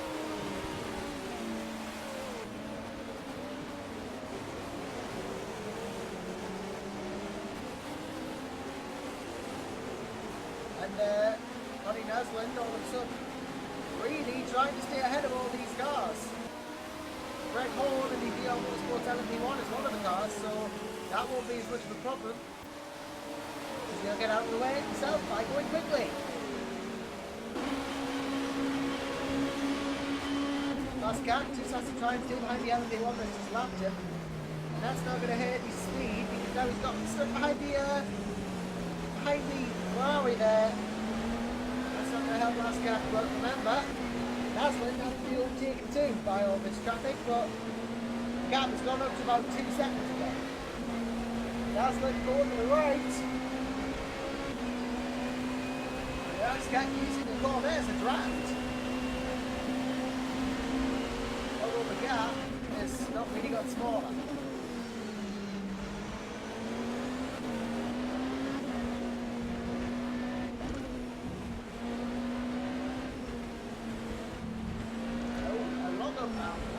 Laskak is on, maybe starting to feel the pressure. Bit of a real lock up there, so Naslund starting to pull away, gap again, increasing. Don't necessarily think 42 is going to keep up just yet.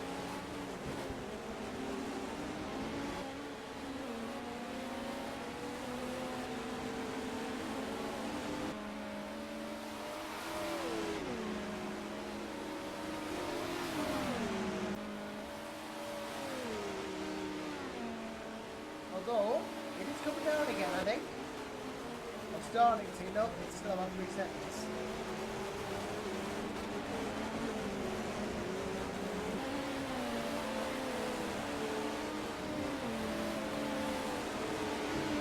Alex Browning waiting in the Bever list, so he'll be coming into back home. Alex Runa waiting as well.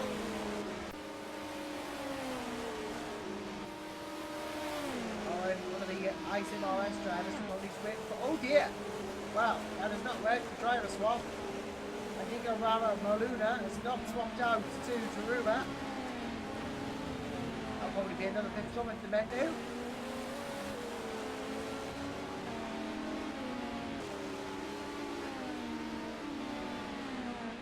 Eddie Wallet has now completed 200 laps in this race. There are about 100 more minutes to go. By my estimation,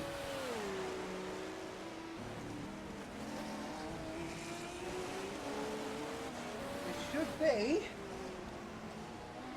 about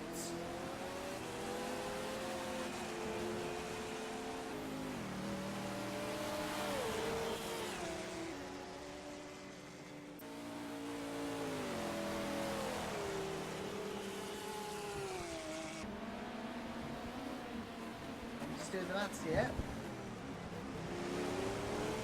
About maybe 75 laps left.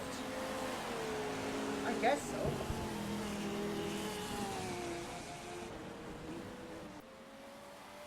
That's why I guess it's Conrad Bars in the pits.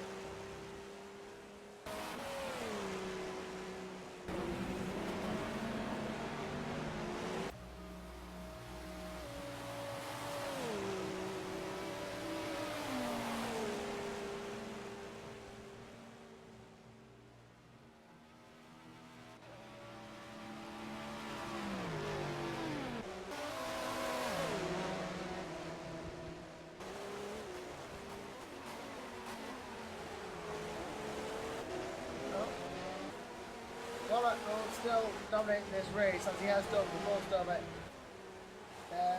The whole circular loops and thing is still going on as well.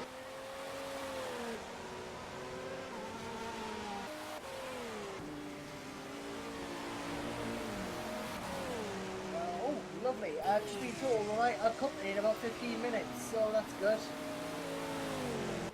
Fantastic even.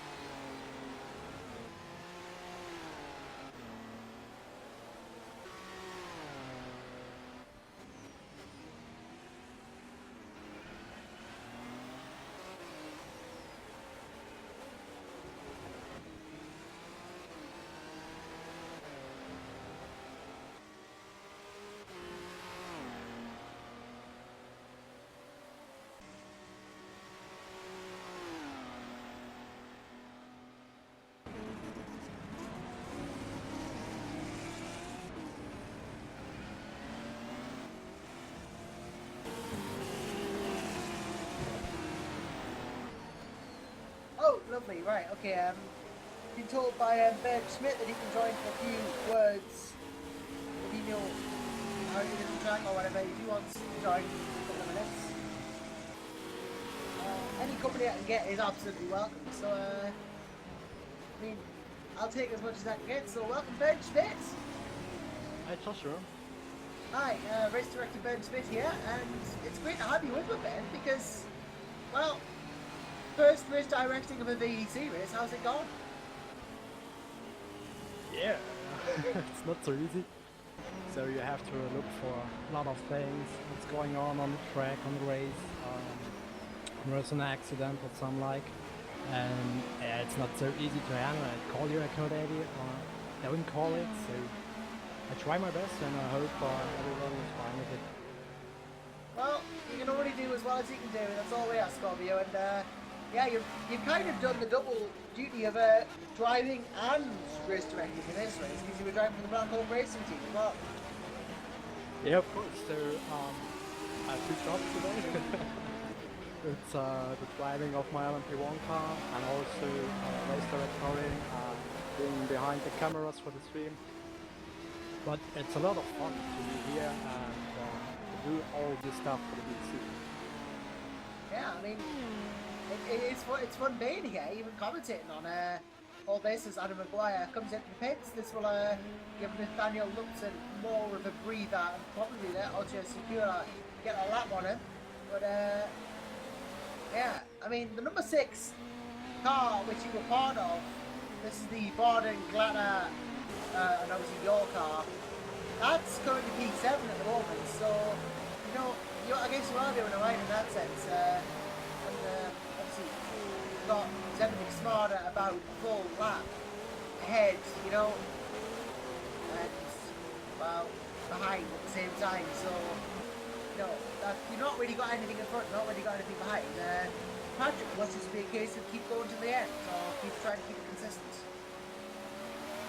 Yes, so with P7 at the moment we are quite happy, so at the start Patrick was having a big accident. He lost a lot of time, like Jimmy Brockren and his Nissan. So yeah, it's a pity when you have an accident directly on the start, but the race was long enough, so he was able to fight back. Smarter is on the same pace like us, so he wasn't catching me as I was in the car. And Patrick don't lose so much time to him now. And yeah, behind McCall, he's fast in track. But I guess we can handle it. And as far as I know, I get back in the car for the last stint.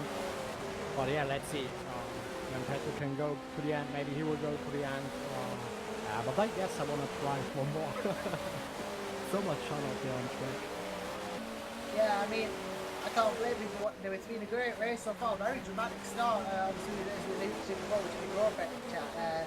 You know, there was obviously the rolls, the crashes, the spins, the drama, and all that. And Henning Pollock took full advantage.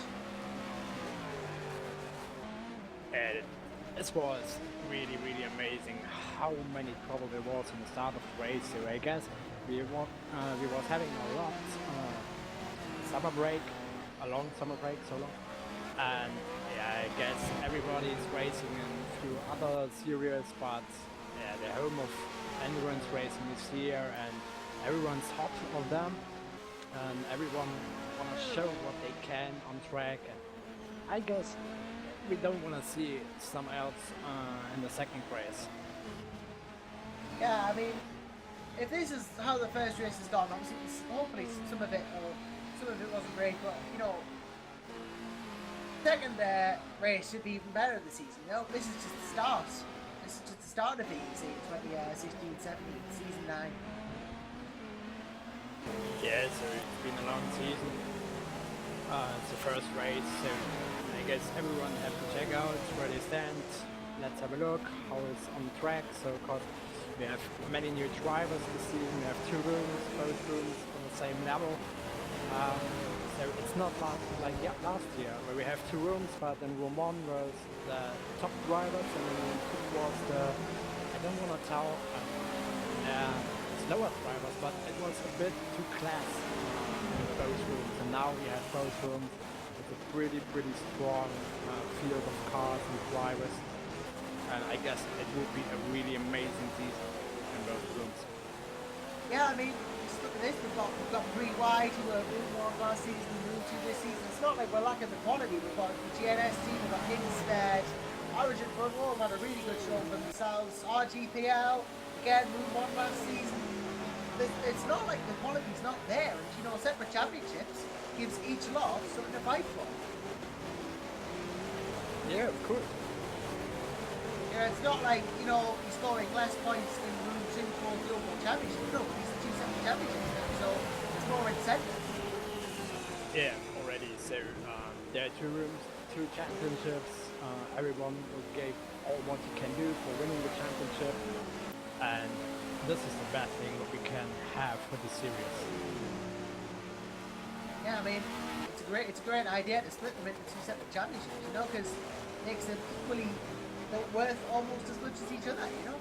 I'd say they are pretty much worth as much as each other because, well, there are teams that, you know, are proving their credentials for room 1 maybe next season. Yeah, of course, and I guess this is the goal for every team to go up into room 1. And yeah, so everyone, it's really hard to drive here to win here. And of course, don't forget the VLMS, the feeder series for the VEC. Starts also in a couple of weeks, and then we see much more endurance racing here. Yeah, I think I'm actually driving at that, so I would know. I would know. I'm driving for one of the teams in that. Somehow I'm supposed to take on I'm supposed to be driving an LMP too. See you next. I'm really looking forward to it, to see you driving on the track. I guess you're driving with David Young. Yeah, that's who I'm driving for. I'm driving for Eva Racing by Basilea, so that's the team I'm signed up with at least. And whether David wants to sack us after the first race is up to him. Yeah, I mean, it's a bit of a challenge, this LMP2 lot. It's moving a bit more.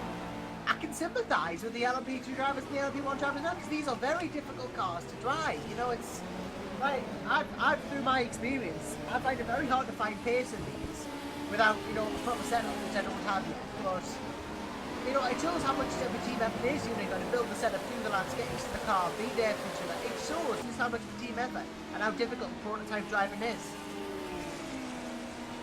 Yeah, it's quite not easy to drive a prototype, but when you're in the car and you train with your teammates, you spend time with them on track, you learn the car, you learn your teammate, and you find a good setup. So I think this is more intensive, and it makes more fun than when you drive alone in a car.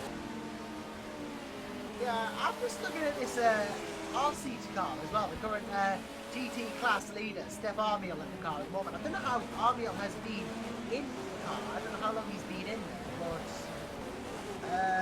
Armiel, obviously we have the limit on how long a driver can drive, no more than 70% of the race, but I'm not sure how long he's been in it.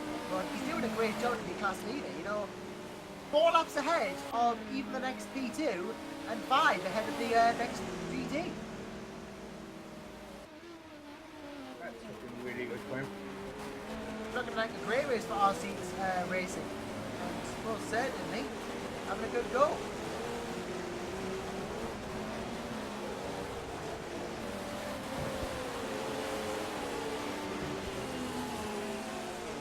Just looking through the field now, see if there's anything of note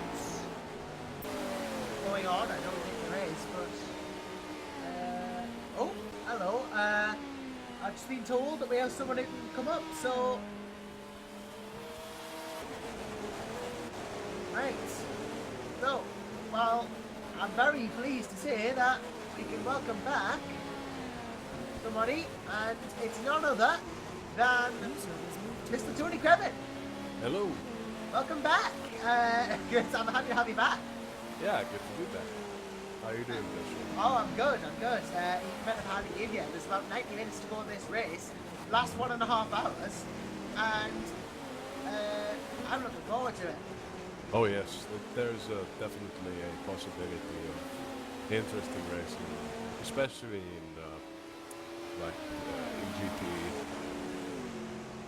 I think the race for third in GT is going to be exciting.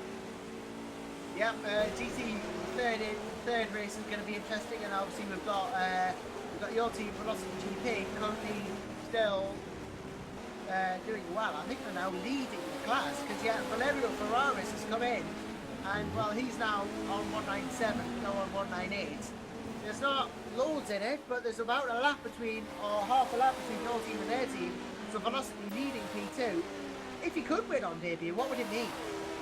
It would mean very much for us, because ever since we decided to enter VEC, it's like we've always felt like we have the pace, but we've constantly been very unsure of where we are, and our P2 in the test race was a massive surprise for us personally, but Eric is basically, he's the most experienced of us three, so he's been constantly hyping us, both of us up. Yeah, well, I hate to break away from your team, but we have a battle. For once in a while, we have a battle. We are P2 battle, Archer Secura, Nathaniel Lupson, GNS versus Insped. It's very much on. Look how close they are as Lupson goes for it. And he's going for it right through into this turn. He's gone for it. Nate Lupson into second. What a move from him. That is phenomenal from Lupson, and he has done a great job in there. And, well, through he goes. I noticed it was getting closer. I tried to go to it, and, well, Lupson into second. And now, that means a lot, because DNS were not, like, they'd had all the problems before. Now they're in second overall, having overtaken Insped. That's great job from GNS. Personally, I've always been a GNS team, and I'm hoping all the best for them. Well, yeah, I mean, I did try to go to that point as soon as I noticed it, but obviously, you know, I guess it didn't quite work out. R2 Secura has got to do a bit of work if he wants to get back through. We've got a spin! We have a spin somewhere, so I think I saw a car go round, or an Eddie spin at least. Or it was a near spin. Something happened. Nonetheless, Kurgu Bula, yeah, half spin, that's what it was. Not actually a spin, but Just testing how the car handles under heavy load on the rear tires. That's what it is. Very scientific maneuver. yeah, and yeah, I mean, it's all you know, that car handles differently than any other skid's built differently, you know, being all the weight, everything geared towards the front of that car where the engine is, and everything else just there to keep it off the back. Yeah, it's great to see the GPR doing so well, at least in its virtual form. Yeah, I mean, that is a representation of the car it's based on in its ideal package, you know, because the real one never really got off the ground, but this is how quick it should have been. Yeah. And, you know, evidently if the drivers were as talented as Nathaniel Lumpton, he'd be right up there challenging for race wins. Yeah, definitely great thing to see the GPR flying. I mean, I don't think the one in Room 1 has had quite as good a run this time, but, you know, the GNS car and Jimmy and his team have really come through, regardless of the things that have happened to them, and they're really showing the resilience. And P2, from last, effectively, you know, will be fantastic. It would be nigh on miraculous. The story of the race. Arguably. Pretty much. I mean, like, there's been a lot of drama and a lot of events during this race, but what GNS has done, it's fantastic. Well done, guys. Yeah, I know. Making a real case for themselves here today. I mean, one could argue if they hadn't gotten caught up in so much bad luck at the start, they might have won. But nonetheless, you know, they are really, really have come so far even to get second. But we still have 1 hour and 20 minutes to go, so anything. Yeah, they could even win if it all goes on 3 wide, but, you know, you never know. This is endurance racing, we've proven that. This is the place where you saw a Le Mans prototype roll, anything can happen. I think that is really proven to me, anything can happen. I've never seen that. I mean, I never thought I'd see the day when I saw a prototype go over, and it did. That is proof enough for me, and I'm sure that it's proof enough for Jimmy Broadbent as well as, well, let's have a look. And if I can find anything else that's going on, I'm sure. I've been hearing some chatter about some possible penalties after the race for a few cars. I'm not exactly sure which cars they're talking about, but we'll just have to see after the race. Like, Joshua, are you familiar with how the penalty system post-race works? Could you explain it to everybody? Oh, well, okay, fair enough. That's fair enough, I suppose I could. Well, let's have a look, because I would really research the table if I'm going to vague understand. But it might have changed, so I'm going to have a look, and see how it works. I'm fairly certain that the penalty system works in that there are post-race reviews of certain events, but I'm quite sure that, you know, it happens after the race. Obviously the race stuff, I'm trying to find out the rules. Race stewards, this will probably be where it's most likely to be. So, yeah, the stewards committee looks at each race looking for aggressive enough driving, drivers not conforming to VEC rules and regulations, and live steward might attend the race and not tackles, but, you know, automatically review the orange zone and any potential areas drivers might cut. And drivers are encouraged to submit incident review requests, so that requests the stewards to have a look at certain incidents. Okay. So obviously any drivers who feel like they might have been involved in an incident can submit a review request after the race and it might get looked at. Of course, of course. So, you know, it's they've got about 3 days for a 6 to 12 hour race and 4 days for the 24 hours of Le Mans. But, you know, obviously the stewards look at everything they're notified about and so forth and so forth from there. But that's how it works, you know, the onus is on the drivers to report incidents because the stewards can't catch everything. Exactly. You know, they're only human. They are only human. Exactly, and in the end, like, things like these happen on the racing, small bumps here and there, because we are all here to beat everyone else. And race incidents happen, but if it's something like intentional, it should be, of course, prevent. But in the end, it's up to the stewards to see what will happen. But personally, from what I've been on track and what I've seen from the stream, I think the racing has been very clean. Almost. It's almost as if I'm watching a WEC sometimes when I'm watching the stream. As I said at the start of the broadcast, this is as close as you're going to get to the World Endurance Championship without actually getting the footage to drive the car. So, you know, this is pretty much as good as it gets. And, well, I think we've proven here today, this is almost, you know, this is pretty much the closest that one can get to the World Endurance Championship, quality-wise and experience-wise. Exactly. From what because this is my team's first season in VEC, but from what I've watched VEC in the past, and from what I've heard of it, like, to me personally, VEC is top tier. It's the best of the best, where the fastest drivers in endurance racing, in sim racing, gather up to race each other and see who's what it takes. Yeah, that's what it's at, you know, the VEC. You know, Room 1 is the teams that have been invited, you know, because Room 1 is invitation only. As well, as was announced at the start, I think, of the season. But then again, Room 2 full of great talent as well. So, you know, people aspire to get to the top of the VEC. Exactly. Room 2 is full of fast and very professional drivers, in my opinion. From what I saw from the Room 1 pre-season race, the level of competition was equal in amounts of, in terms of quality pace and race pace. So if one day we were to shuffle every car, and some would be shifted into Room 2, some into Room 1, I don't think we would see that much of a change in terms of race quality, because everyone in VEC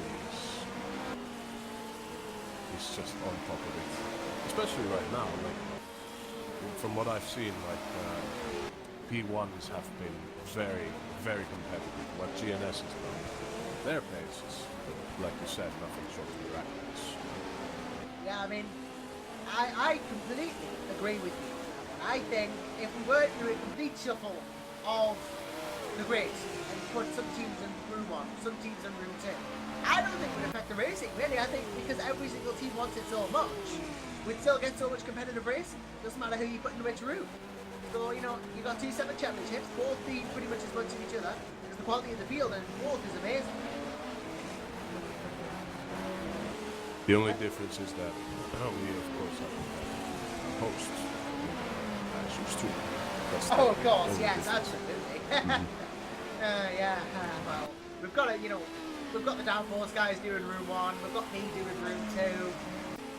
No disrespect to downforce. No disrespect to downforce at all. I think they're doing a phenomenal job, you know? Yeah. I'm not even saying I'm better than them. I think they're probably better than me. You know, it's... No comment. I'm not that good, really, but... well, we've got 2 streams, you can pick which one. I'm not going to make you pick, you know, one over the other if you don't want to, but what I should tell you is we're about to close out this broadcast with a great hour's worth of racing, I think, because we're only about 20-something minutes until the last hour. It's, from what I can see from the YouTube stream right now, it's as of now 60 minutes from going into the first hour. This last hour is going to be extremely intense for all the teams, and it looks like my team just did a driver's swap a few laps ago. You see Eric Schmidt currently in the car, 26 seconds away from the Ferrari, so there's a possible contest for the race win towards the end, but we just have to follow the gap and see what happens. Yeah, we'll have to keep an eye on this, keep an eye on what's going on as regards to gaps and everything. Yeah, want to keep an eye on, definitely want to keep an eye on. Oh, apparently I'm doing a great job in the comments. See, thank you, Jamie, in the comments for saying I'm doing okay. Well, I'm doing alright. I'm not going to lose my job yet, I'll say that much, but it has been a great race to watch, absolutely, to sit back, especially these parts where I get to talk to people. It's really kept us going. You know, in terms of, you probably noticed before, I just couldn't work as a commentator without people to talk to. But now I've got you here, you know, so I can actually function. Yeah, exactly. Like, if I wasn't so shy, I would have come on earlier. Well, experience, you know, it's all experience at the end of the day. Well, unless people want me out.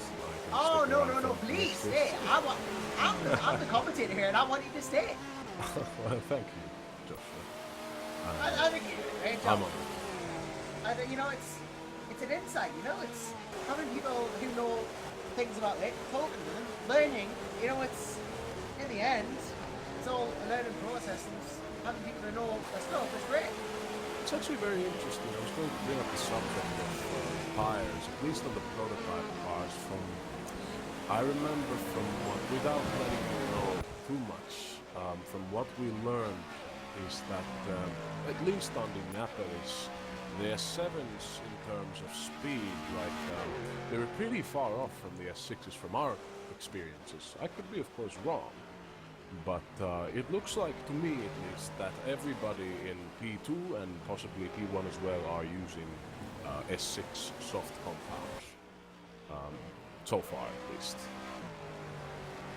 Yeah, I mean, there are different compounds of tyres. The teams can choose them, the soft, the hard, medium, and they have the Endurance Le Mans spec tyre, which comes in at Le Mans only.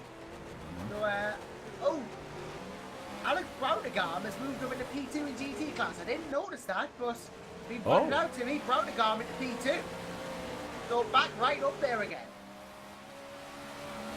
There's only a few second gap between Brownegam and Corazari, so that's going to be very interesting if Corazari can stick to Brownegam. Yeah, I mean, Corazari has lost that place, and then he's got to try and get it back now, but Brownegam has gone through Black Hawk Racing back in the top 2 of the PT class, so that's good. And yeah, obviously we were leading it before, so to be P2 is good again. So jumps the curb quite a bit there. Considering what's been happening during the race, yes, very much so. I think we've seen a lot of situations within this race where teams have either fallen back very hard in terms of position and then come back up again. But it's really like up to it's not necessarily up to the drivers to see what other drivers are doing. It's just, you know, the only thing us drivers can do pretty much is go as fast as we can and not think about the gap between the next driver or the driver behind us. We just have to focus on the road because there's so much activity on track. Dodging GTs and P1s constantly, and P2s of course, and that's what multi-class racing is all about, obviously. You really do have to keep your head in the game, you do have to focus, and even the slightest sort of mistake can cost closer to 5, 10, even more seconds if there's an incident or something. Definitely great racing, Black Hawk Racing so far. Yeah, they're had a great race, and it's just continuing at the moment. And yes, Brownegam really taking the curves in these corners, you know, not afraid to hustle that Aston Martin even more than he already is, and he's really gunning for the cars ahead of him, and Raphael Borigit's 3 laps ahead of the RC car, probably going to take the win for RC Racing, but he's definitely on the back of their slot is Brownegam, or at least could threaten to be if the mistakes are made. Well, time will tell. And I think a light has come under that, or it's a yellow flag or something like that, or a blue flag. A light came on in the Brownegam car, so I was just inside the cockpit and something happened, so maybe something, but I don't know. One thing that I've also noticed with Google comments is that some people were talking about when Code 80 came on, some people were apparently catching up a few seconds during the first full course yellow which is interesting because as far as I'm aware, the pit speed limiter has to be on the entire duration of Code 8. So it's interesting to see if that is truly the case, and I'm sure we will find out after the race what's been going on. Because there's so much activity on track, it's impossible to notice every incident, but of course we'll all be keeping our eyes out. Everybody in the YouTube comment section, if something does come up, please do tell, and we will take the subject into, we will discuss about the subject itself.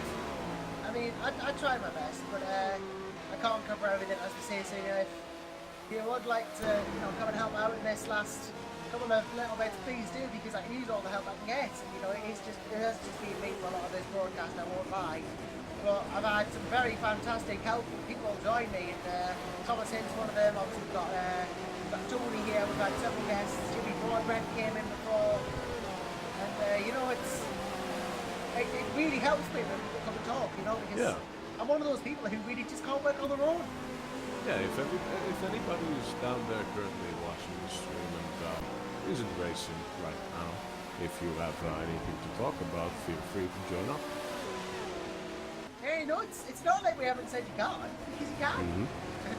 I personally, I faded out a couple of times. When I left the computer, I missed it a couple of times.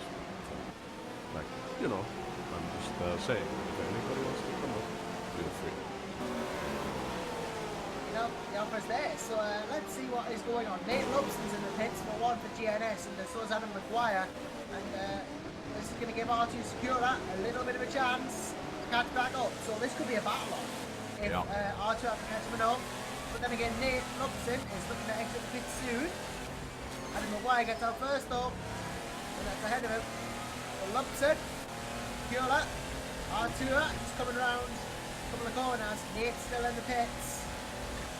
Don't think that this is over, because it's not, but I think Nate might just edge it if he gets out soon enough, but it's not happened yet, I'm waiting. He's not exited, and he now puts the revs down, but he's in the pits, remember. He's got a long pit lane wait, or at least along this one. Comes out now, and R2 is not going to be close enough. There's going to be a gap between the two, that is for certain. It's going to be about 5 seconds, I'd estimate. Yeah, it is about 5 seconds between them now. Oh, and I'll tell you why, Sakura's got no front bumper. Oh my. Now how's that? How long has this been the case for? Well, at least since the start finish. And, oh dear, what's happened is he's come into contact with the GT and lost it then. The Insped car has come into contact with with Kaziari of all people in the number 63 Corvette, so that is gonna hurt Sakura big time. And he's now gonna find his way back to pits. And he's suffering quite a bit from this lack of downforce.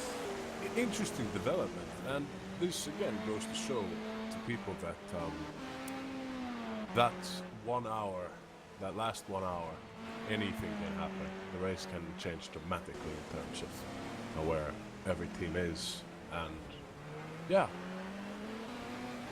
and that's what people love about multi-class racing. Anything can happen. Anything can happen in a multi-class endurance race. R2 Sakura comes in then for Insped. It's going to be a hefty damage toll repair. Adam McGuire might get a look in for a podium for Origin front row racing, so this could be good for the Origin team. They were up there before. This might be a chance to get back onto the podium, because front bumpers take a while, and each lap was only about 90 seconds. Yeah, we're probably going to witness an epic battle for P3. Definitely. It could be that Origin front row racing find themselves in with the chance. We've lost Lucas Peruka from one of the GT cars there, an all Argentinian lineup, and yeah, that's the number 97 GT, who've lost from suspension problems, so maybe a crash, I don't know, but something's happened to that car and they are out.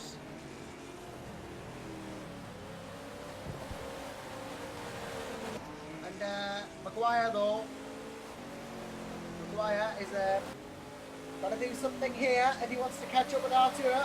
Instead, they've had a race that's been brilliant, and now it's gone a little bit wrong. I tell you what though, it's going to give Daniel Lupton a breather because he's going to gain time on the cars behind, even though he's not gaining time to hold it in front. That's so, true. So So- P2 for GS might just be a little bit more likely. I mean, it really, but it secures the position almost, helps them to secure the position that was right for the end. I know we keep talking about them, but they've done so phenomenally well this race that it's hard not to. Of course, Janus has done a magnificent job. So they really know what to do. Yeah, I mean, what do you do when you start, you crash, you roll, and then come back to second? What do you do? And if that's the sort of resilience they've shown, then I would hate to be on the receiving end of any challenge from them because they can just keep going. Nonetheless, though, Maguire has now overtaken Sakura, but Tony, you called it. There'd be an epic battle on for P3. I'm telling you this, there ain't much in it now. Maguire is ahead, but only by about 4 seconds. This is going to be an exciting last hour. You should definitely, anybody watching, tell your friends, family, pets, everybody should come in right now and watch the epic battle for P3 here in Room 1.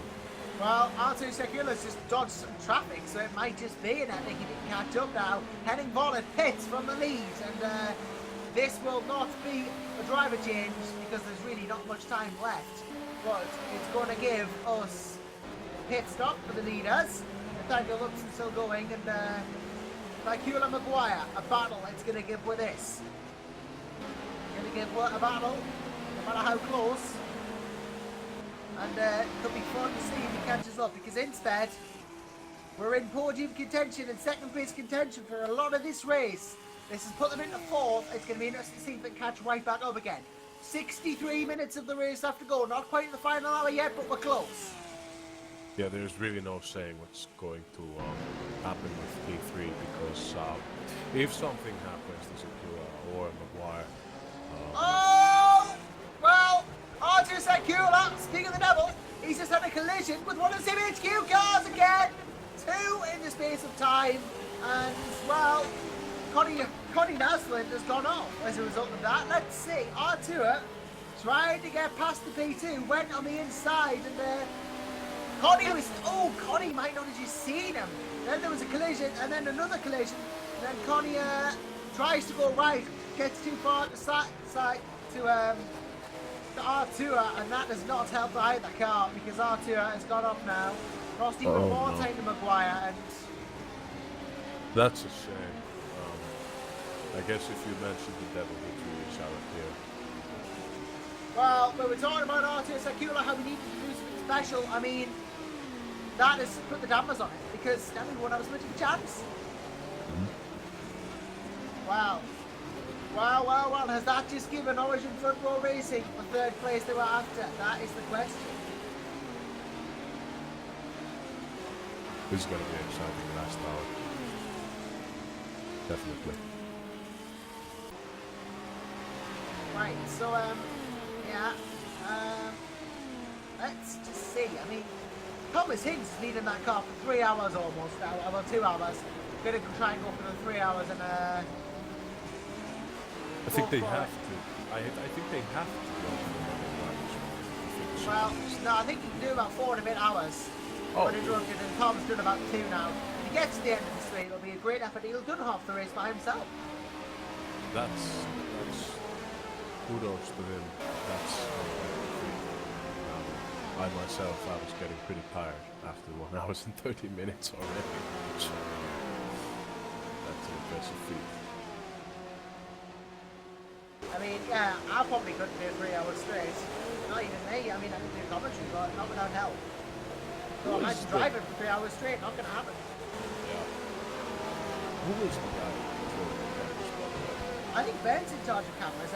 People are asking for replays of things. So just let that be there. So if you can get replays of big incidents, that would be lovely. But obviously, if it's only like a half play, it doesn't really matter. Nonetheless, we have gone into the last 60. We're in what I like to call the power hour. We're here, last hour of the race. And, well, what a last hour of the race it's set to be. You know, it's not going to be good. In fact, it's so good, I might just take a break. I might just take a break. I'm not going to leave you on your own if you don't want to be on your own, Tony. You don't have to speak, but... Hey, I'll do my best. Oh, well, you know, if you want to go for it, you go for it. I'll be back as soon as I've figured out what I'm going to do.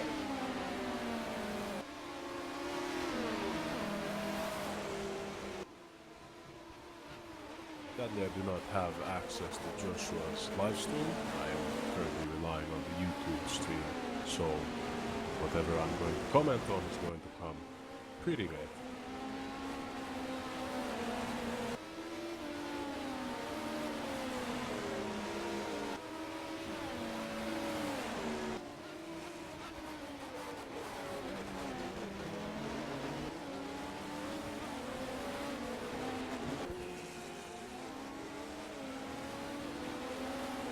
Any chance the gap between the 81 car by Radagam and the 63 car Corazari seems to be a stable 5 seconds, but we might see a shift in that towards to the end, depending on how Radagam's tires hold out. Definitely going to be an interesting finish for the GTs.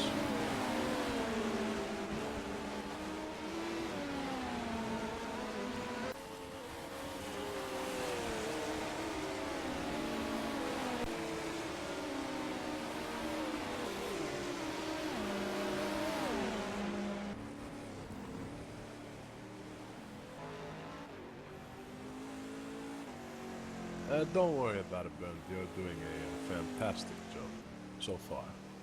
That's my personal opinion. Thanks, Tony. I'm trying my best here. I'm new to this complete of course progressed console, so I don't know how does it work with replays, but I will figure it out for the next race. I know it, and then I can bring some more stuff with replays and something like that. Exactly. So, guys, hold on tight. Next race we will get plenty of replays. Don't worry about it. Of course.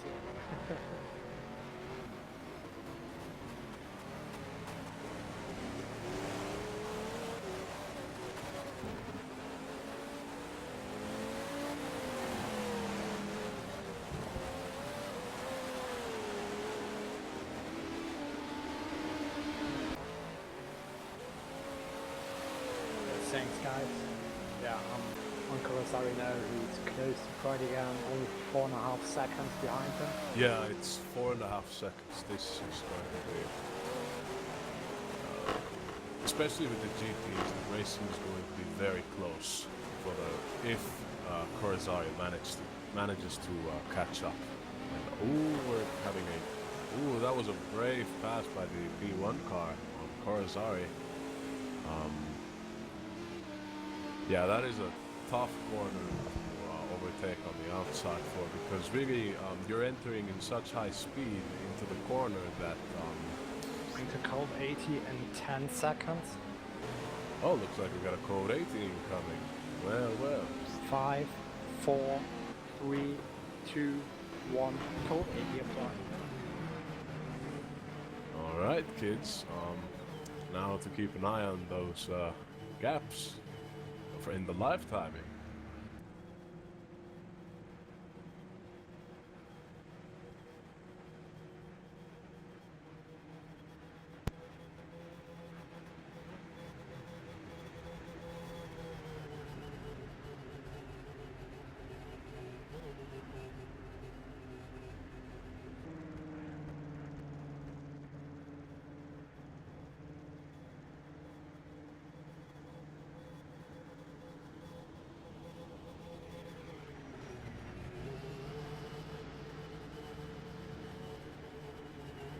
So yes, to anybody who just joined in, we got a full course yellow around 10 seconds ago, and are seeing what's going to happen. I'm not entirely sure what happened with the... was there a crash somewhere?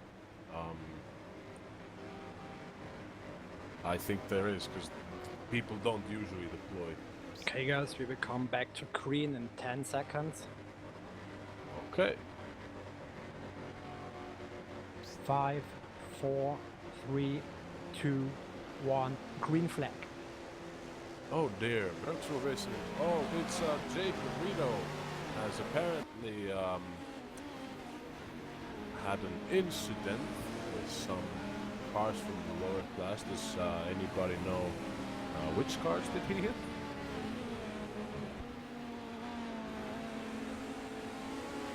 It looks like Garrido is currently entering the pits, and that's going to take a long time, which means that Vaden and his team is potentially guaranteed a P6, and even G Hall could manage to catch up, and will catch up to Garrido. And even Bullock maybe, but we're going to have to see. That's just a unfortunate event. We're just going to come out of the coordinators because I've just got back. Yeah, welcome back, Joshua. There was a code 80, and apparently Garrido, the number 13 car, caused an incident according to the comments, and no front bumper. Yeah, no front bumper, and he went into the pits. It's interesting to see if the number 15 cars will manage to catch up Garrido towards the end, because I think the number 6 and 12 cars are definitely going to go past Garrido, but we will soon see. Oh yeah, we will soon see, and yeah. Well, Arceus Aguila in the pits as well in all this. Yeah, no front bumper for him as well. Innsbruck 3 schools from back to West and Blackhawk are probably going to get into the top 5. That'll make Benjamin quite happy. Was our race director. A little bit. Well, let's see. So we have enough time. Can so much happen in the last minutes. I'll have to say, indeed. And yeah, we will have to check out who does what when and McGuire safely in the top 3 now. Then a big smarter, P4, battled for our GPL. Greg Hawes in P8, he's made inroads too. Probably even going to get a chance to go for P7. Mr. Tuska, please, you're making me blush. Yeah, in the comments, I know. Well, let's just see about whether Greg Hall could even get into P6 if Cyclilla stays in the pits for too long. Because this could be a bit of a start of a comeback for DR Motorsports. Could be. Could have had a bit of a nightmare couple of minutes, but might be back in with the top 6. Which would still be very good in LMP1. If he was racing LMP1. Into P7, now potential P6 seconds. It's all going a bit right now for DR, but after going a bit wrong for a couple of laps. Yeah. Comes together. It's all coming to be something good.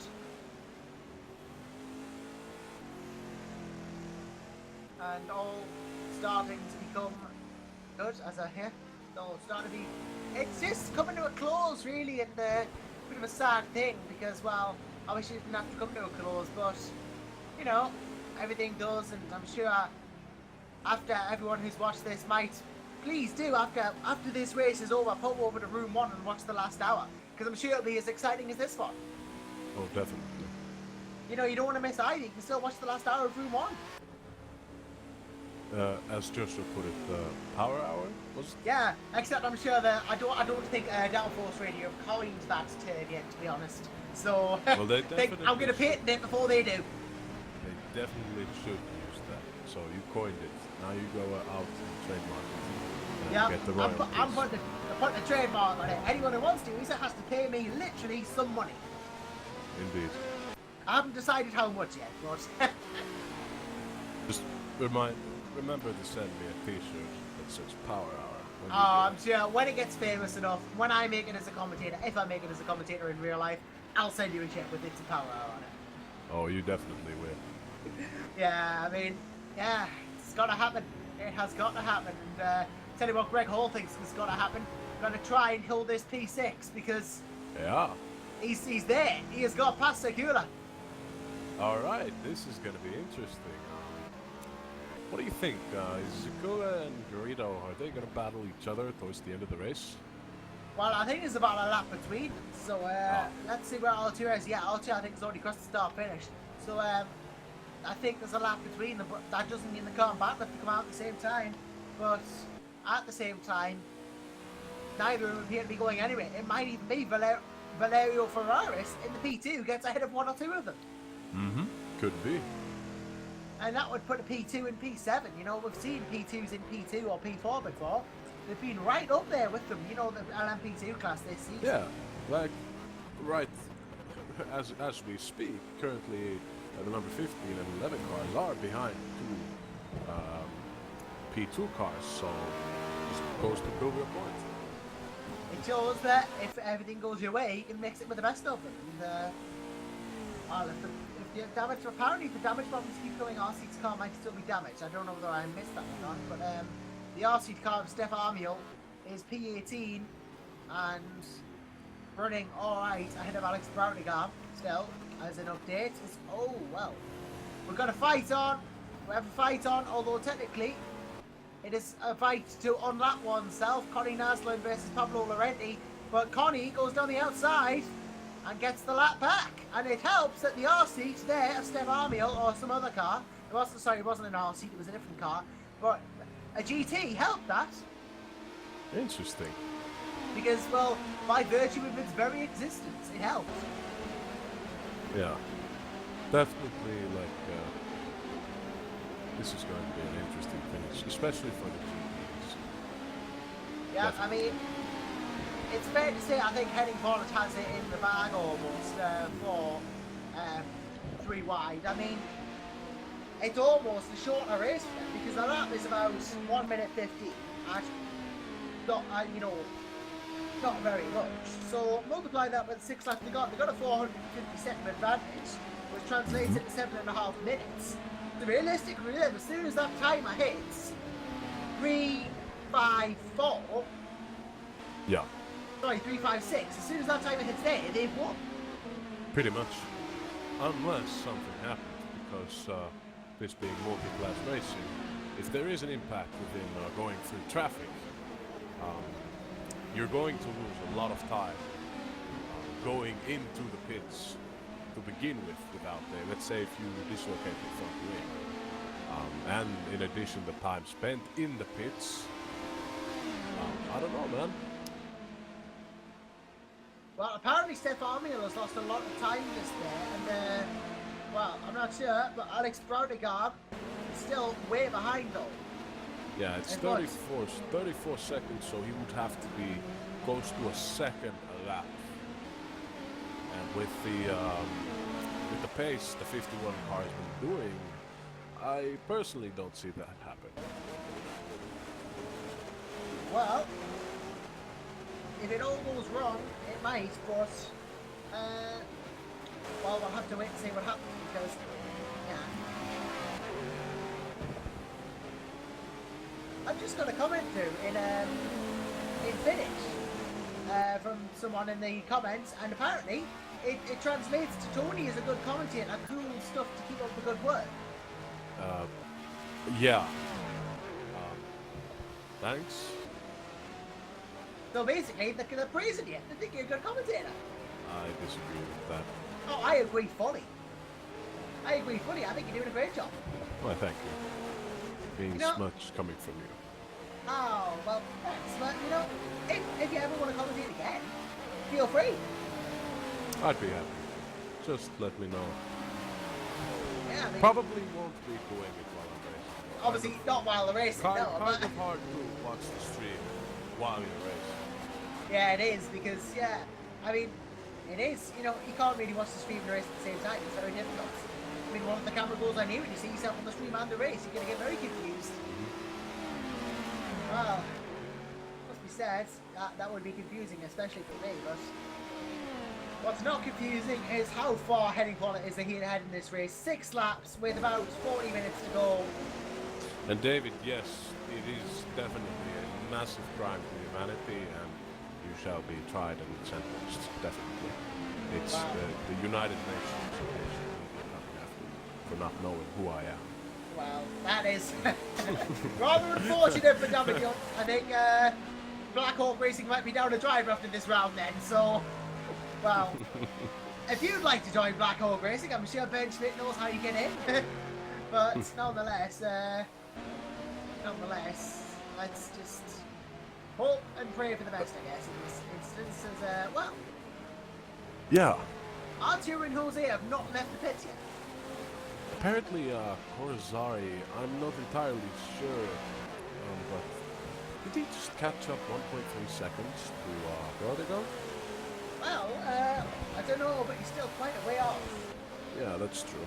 So in the grand scheme, he's way off when actually Brownigar's coming around second to last. That is a fair point. There's only about 5 seconds between them. There's still the gap between the 81 and the 63 car has been pretty stable and consistent throughout the time I've been following.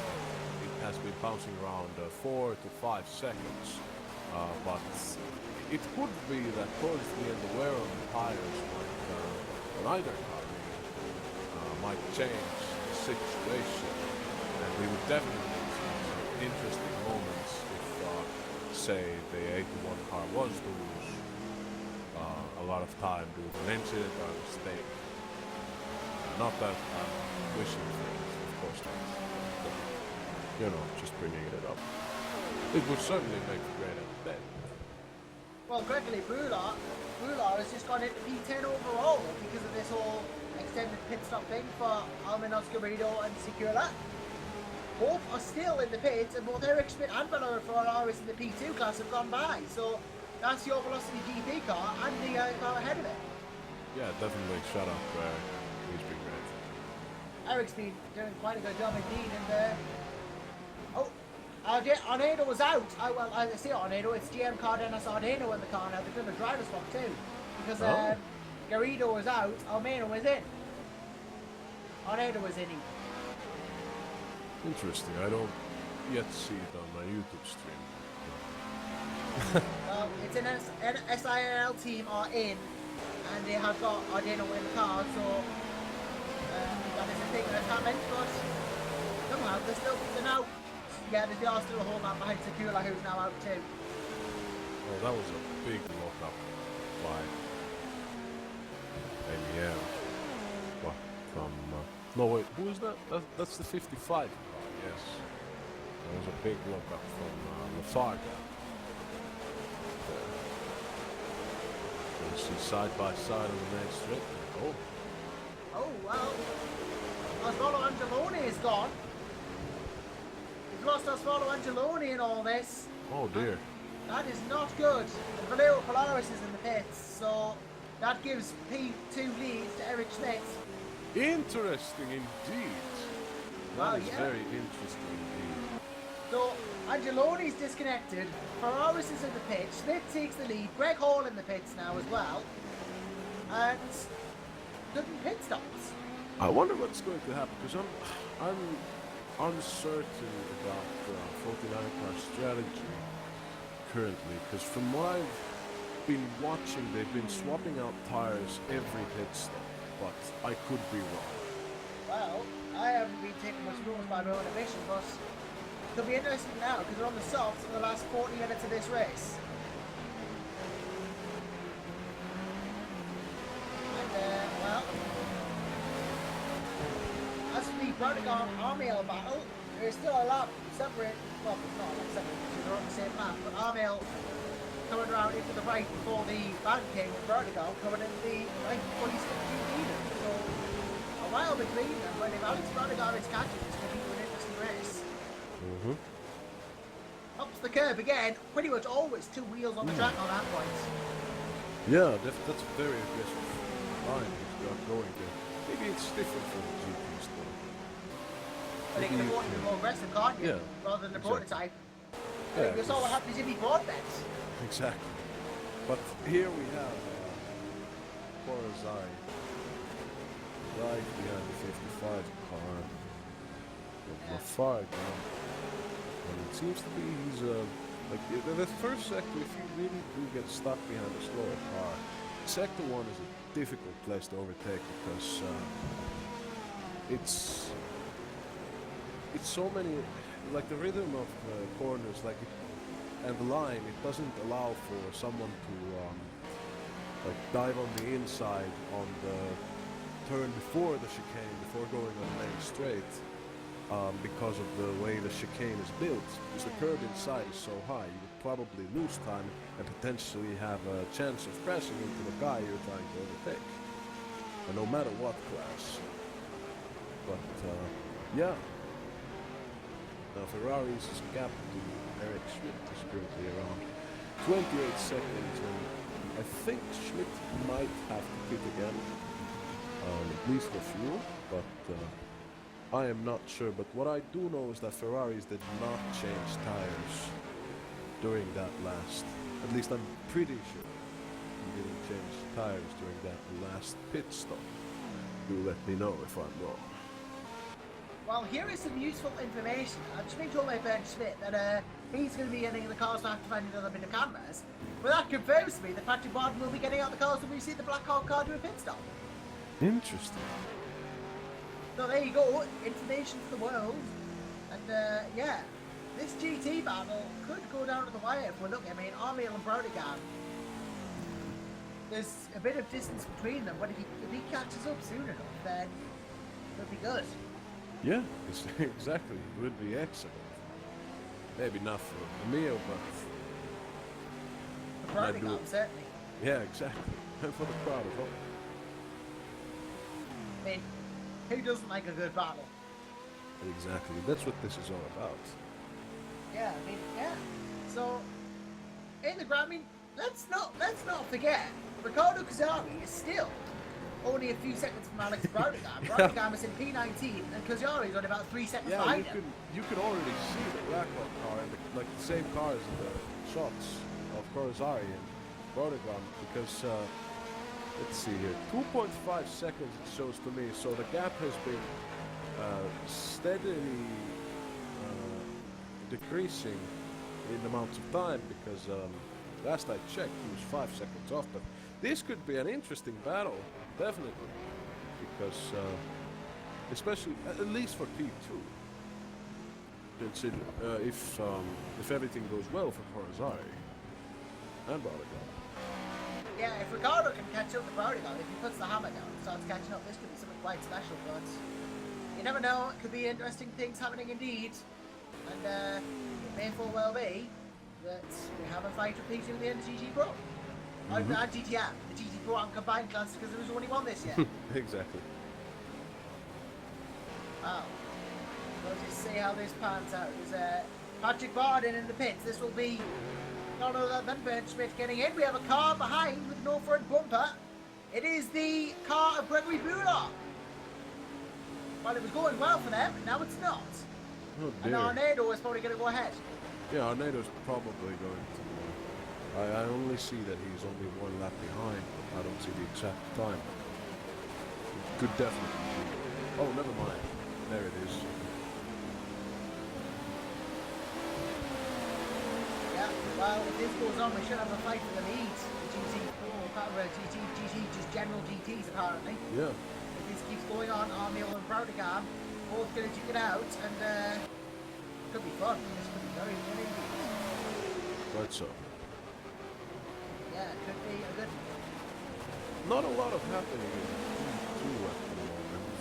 We're seeing there's a possible. It's possible that the number 26 car, if they make a mistake, there is a chance that the 41 car could catch up. But yeah, I don't necessarily see that happening yet.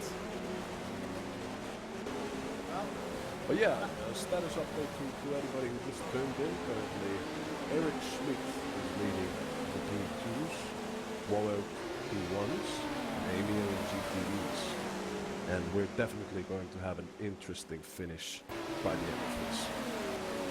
Interesting one way or another, and well, let's see how interesting it gets. It's heading well, let's just have some traffic. Yeah, I was just talking about that the 41 car might catch up to the 26 car, and well, like I said before, mentioned the devil and he shall appear. The gap is now 11.5 seconds at the moment. Wow. Could be interesting for sure. I mean, Vertigo, our meal is going on. We've got the all the battles up and down the track, you know. Definitely more work for Bert. Yeah, I mean, more work for Headings. He's going to get past all these cars that he's lapped at. Yeah. The patience, I guess, is going to work out for him tonight because 6 laps ahead of everyone, doesn't need to risk anything. As soon as he gets to 3, 5, 6 minutes, he's sorted. He could probably just pull the car over and have a cup of coffee from that 7 minutes of a race, and he'd still win. Yeah. I want to be as objective as possible right now, but like from where we started dead last in the P2s. The lost to GP car of the 37 car. And we're currently in first, so like we were talking about GNS's car, like I think we've been doing the same thing. I don't want to play my own horn here too much, but you know, just naturally. Well, yeah, I mean, that is an achievement in itself. Last to first in class. That is an achievement in itself, you know? And I'm sure that is something to be super proud of. I mean, I'd be proud if I'd gone from last to first. Yeah, I'm definitely very proud of my teammates. Not so much myself because of I've made a few mistakes here and there, of course, like anybody would, but like it's, to me personally, like I like to be constantly aware. If I'm making a mistake somewhere, I know how to take the turn next time. Like I think when I analyze my own mistakes mid-race and afterwards, I think I personally evolve as a driver. That's just me. Well, Alex Bertigam apparently now was only 19 seconds between him and Armio. And Corazari is less than a second away. Corazari's right on there as well, about a second in it, so could be interesting. We're watching Bertigam now. But Corazari has got to deal with traffic, as traffic dealt with. Try not to get, you know, there is the GC battle going on here. He's got to catch Bertigam while keeping off all the other traffic as well. And there's only about half an hour to go in the race. Oh dear. Wonder if they're going to have to stop it. Yeah, either one of them. Either way. Yeah. Because this isn't the worst track I've ever played. Definitely not. Indianapolis is a great place for something. Great place. Yeah. This might help Bertigam, well, might help Corazari because well, one of the prototypes is having a bit of a, actually that prototype is lagging a bit ahead. That is the iSim RS car. Not quite. I think it is lagging a little, but I don't know. Yeah, that is stupendously high ping from the iSim RS car. 500 ping at the moment. What? Oh my god, that's... Is it... I think the limit's 150. Yeah, it's very unstable. Yeah, that is quite 600 it's gone up to now. I can either taste a disconnect or an ask to leave server, but well, it appears to be coming down a little bit, but that is still high at 500. Yeah, it could be just that. Sometimes everybody gets a little bit spicy. 500. Here we go. It's Bertigam versus Corazari, and ooh, that was a nice slide. Like Corazari. What a car. Don't forget Peruga in the middle of this as well. Lucas Peruga, and well, Corazari gets past. Peruga gets out of the way, knows what to do. He knows he's dealing with a fight for P2 in the class. And, well, just wants to get out of the way. Browdigam Kazari then, serious fight ongoing. I think we're on board with Ricardo.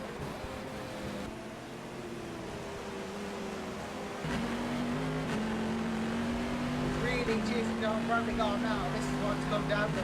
This little moment. Pulls it in again. 30 minutes to go.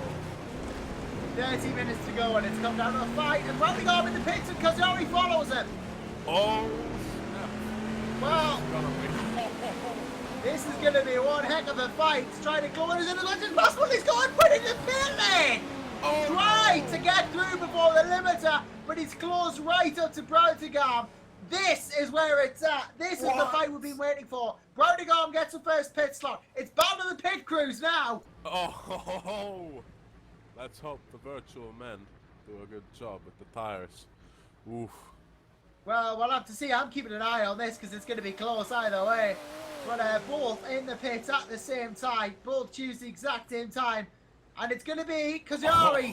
Kazari has jumped Browdigam in the pits by a mile. Nice one. All right. I think Korazari added less fuel. I think that was the key. Alex Browdigam has lost a mile of time there to Ricardo, and that is going to cost him.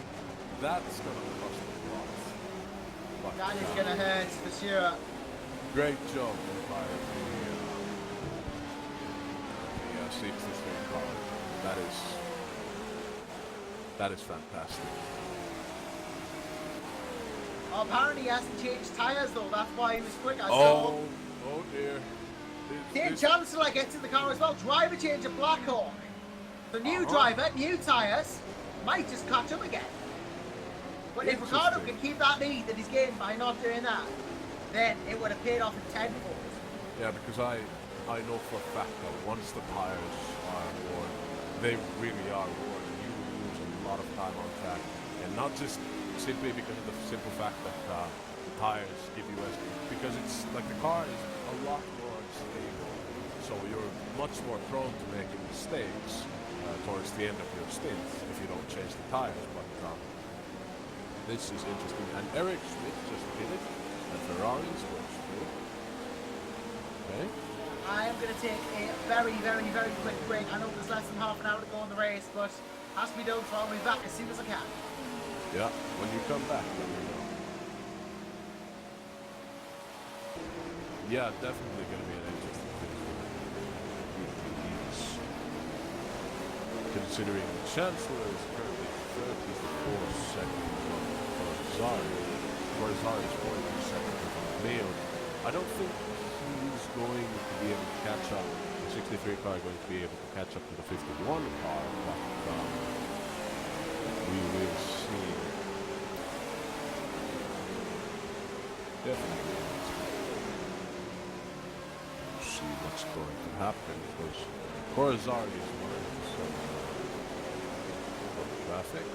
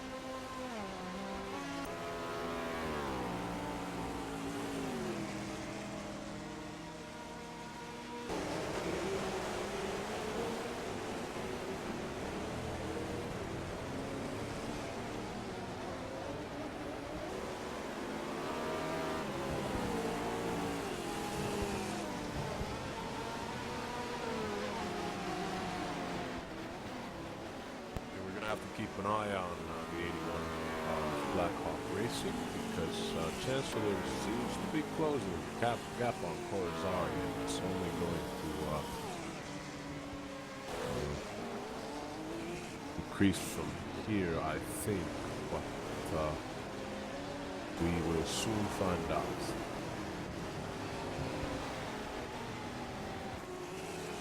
In other news, the 96 car Susanna has catched up with the 59 car Fuse. It's less than a second. It would be great if we got some camera action on that. Oh no, what's happened? Susanna just fell off a couple of seconds.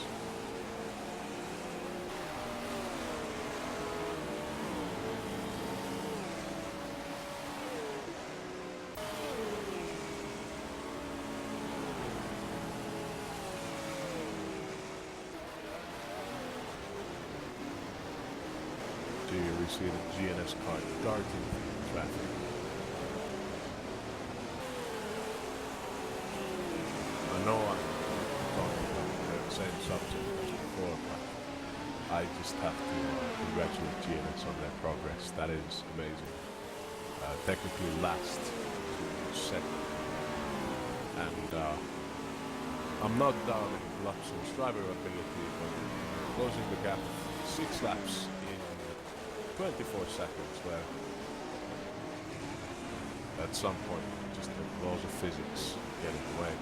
Yes, that's true. There's a chance that the 51 car might still have to pit for fuel. An interesting point.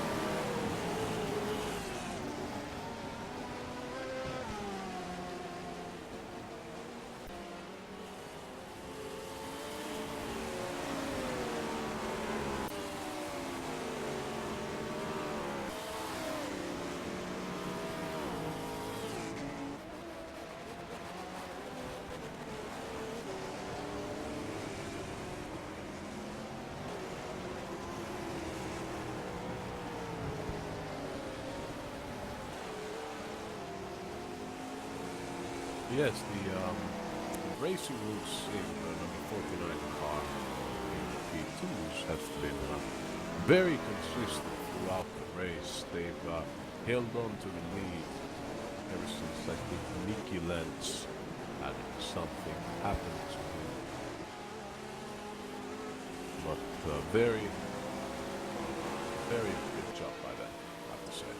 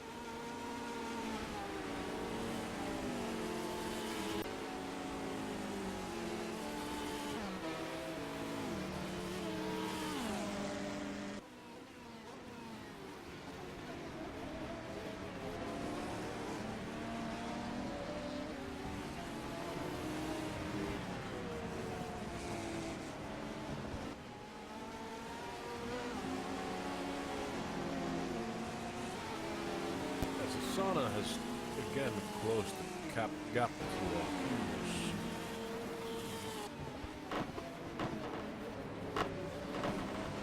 I think it was the right call by Corazari. Keep on the old tires, because they have literally in the pits gained a 30-second gap to the Blackhawk racing car number 81.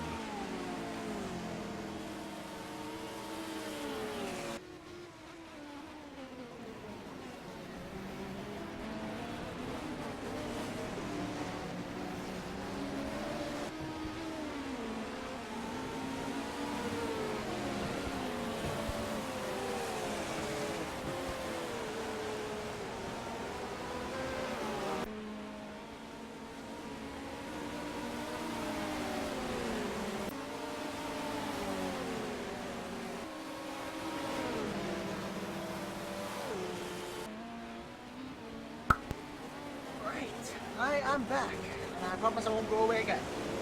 Yeah, definitely you don't want to miss these last minutes. We've got less than half an hour. Oh, and there goes ring off of somebody. I don't know whose wing that was. Well, maybe it was on Jack. Yeah, I definitely saw somebody's front. I might have got something about the body work, but... Yeah, I don't know if it was the front wing. Ooh, that's a very dangerous place to play. Oh dear. Yeah, basically, Corazari has managed to gap in front of the 81 car driven by Chancellor pretty well, so definitely the right car to keep on the old scrubbed out tires. They may have benefited them ultimately to stay out. I mean, look how much of a gap they've got. Yeah, exactly. Only 17 minutes to reduce it. Yeah. And in the meanwhile, the 96 car driven by Susanna has catched up to Hughes less than a second. If Mr. Smith is around, it would be great to have some camera action that we can watch. He's driving. Oh yes, of course, he's right. My bad. Well, Tornado Secura isn't very much different, but there's a lot in it, so that's not good.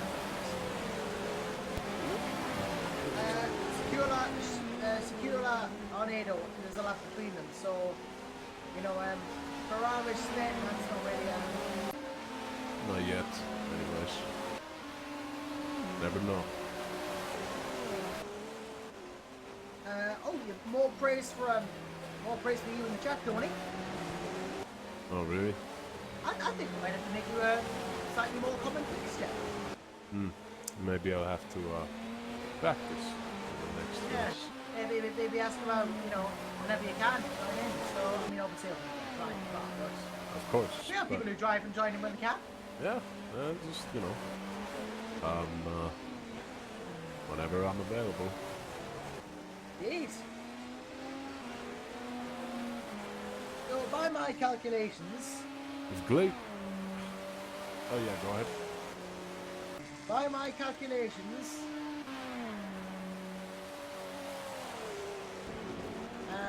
I've got them wrong. I've completely got them wrong.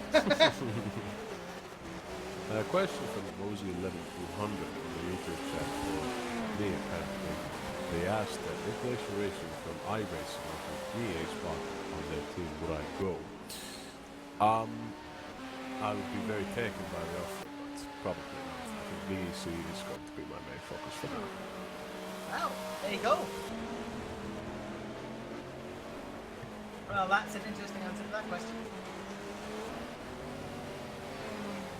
Well, 7 laps in this race is about 35 seconds, isn't it? So 525 seconds. Combine that in difference is 8.75. So at the moment,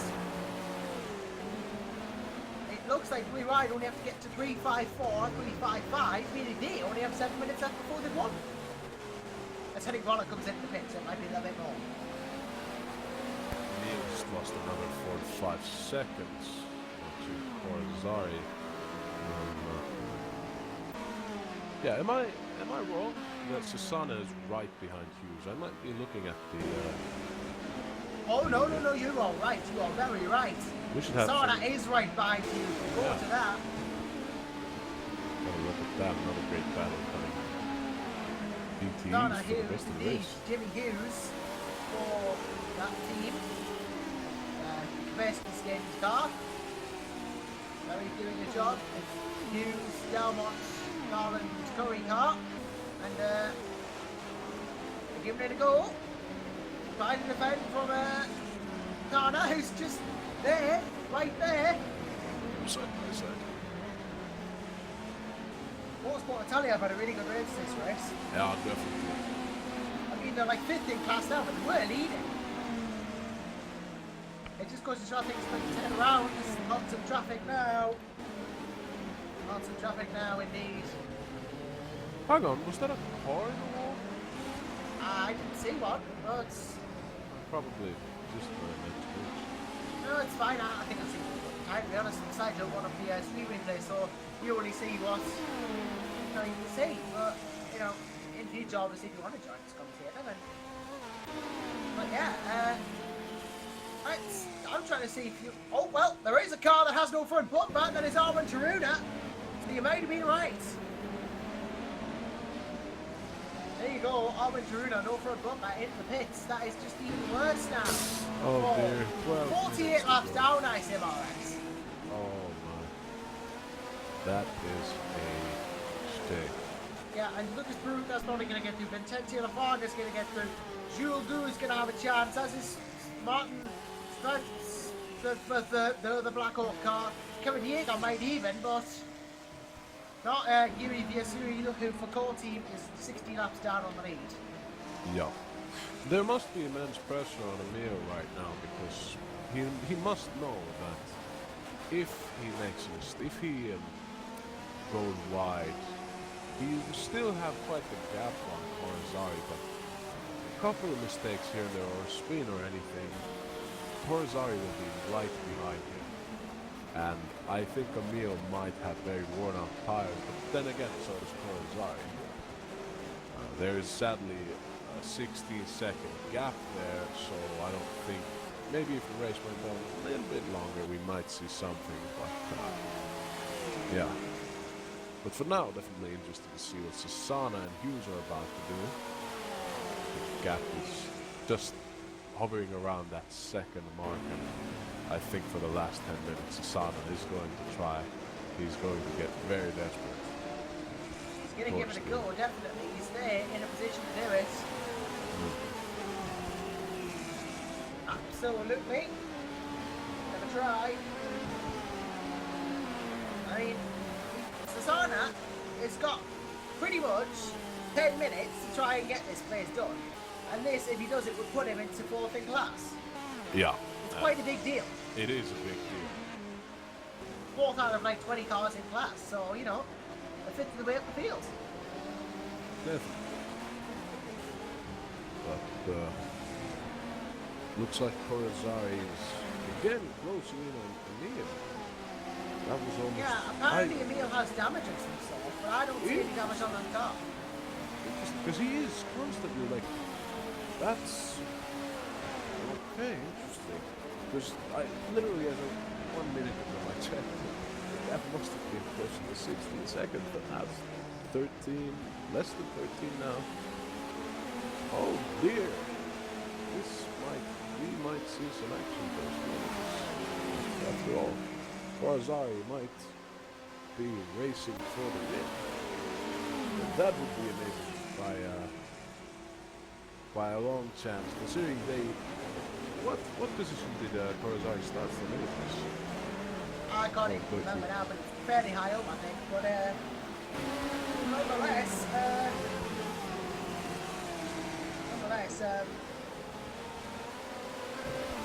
apparently, according to some of the comments, Jimmy Broadbent and Jordy Crevin should be room 1.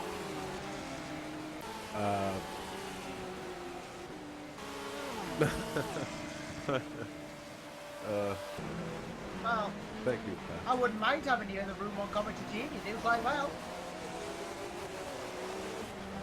Well, then again, I get very lonely because then I wouldn't have anyone playing. So. Yeah, definitely. I'd rather stick around here, commentating wise. They've already got professionals there. Professionals. Well, So I'll they tell you beat this. them. I'll tell you this. Oh, There is only 2 minutes to go now. Effectively in this race, because Henning Bonnet only needs to do that before 3 wide of 1. Yeah, pretty much. It's become more of a 5.95 hours of Indianapolis rather than the 6, because we know there will be no way that Luxon can catch up after that time. Both have gone faster than 3 wides. Kawasari spins! Kawasari spins! Kawasari has spun! This gives the chance to catch up. And this is going to be interesting. Yeah, Kawasari. I'm going to see if I can get a replay of that. But let's see if I can get a replay of that event. See if I can see what happened to Kawasari. And, well, I just saw him spin. Let's see if we can get a replay on stream. Please, people. See if it can happen to us. You know, if it can't, then, well, Susanna's gone ahead anyway. Susanna has gone ahead. And Kawasari versus Chancellor could happen. Well, Susanna has gone ahead in terms of Kawasari's few laps ahead anyway, so... Yeah, exactly. But despite this, okay, here we got the replay.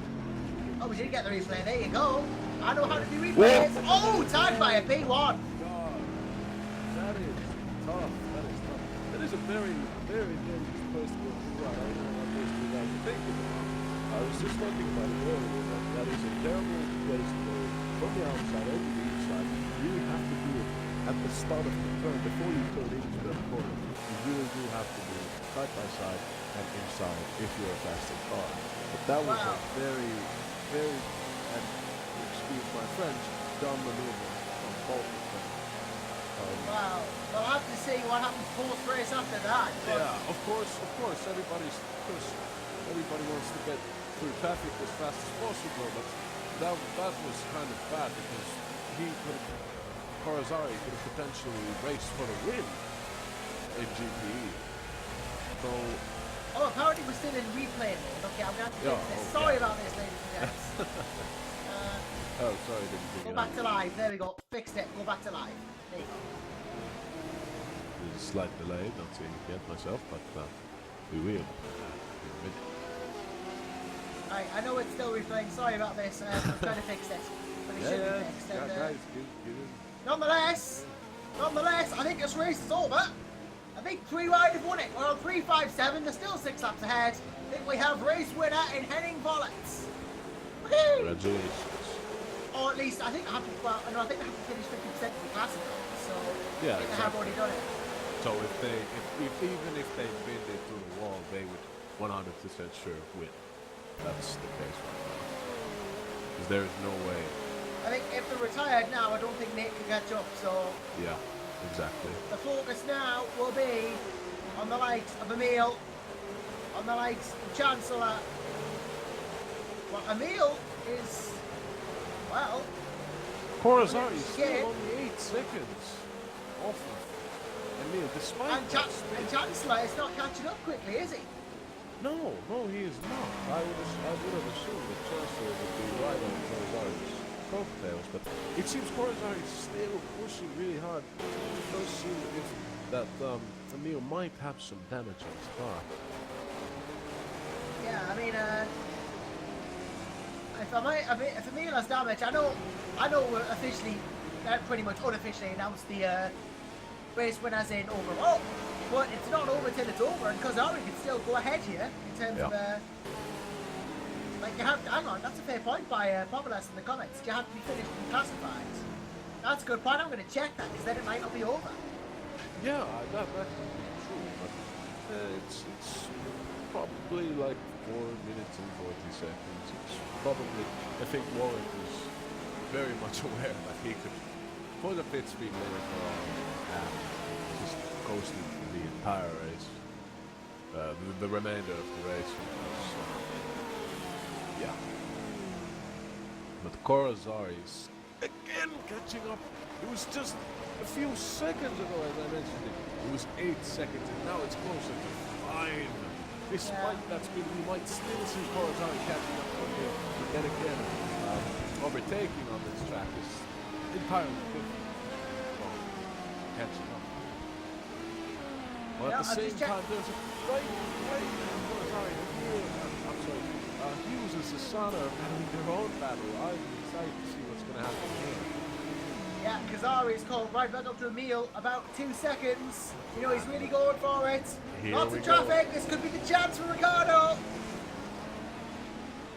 It could be his chance, I mean, I checked the rules, it's 50% classification, so I think we do technically have winners in 3 wide, but it's all for GTs now with that let out. Oh man, this is going to be interesting.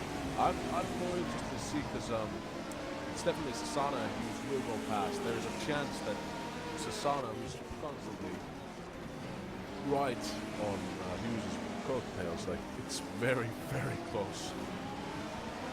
Yeah, I mean, More Emil's, traffic he's through on Emil already, Kazari, he's gone through, and that has helped him out, so... Off. I think, wait, no, yeah, Hughes went off, I think. Well, Sassana is past, yeah, Sassana is past Hughes. It happened exactly, and oh my god, it was that the curve.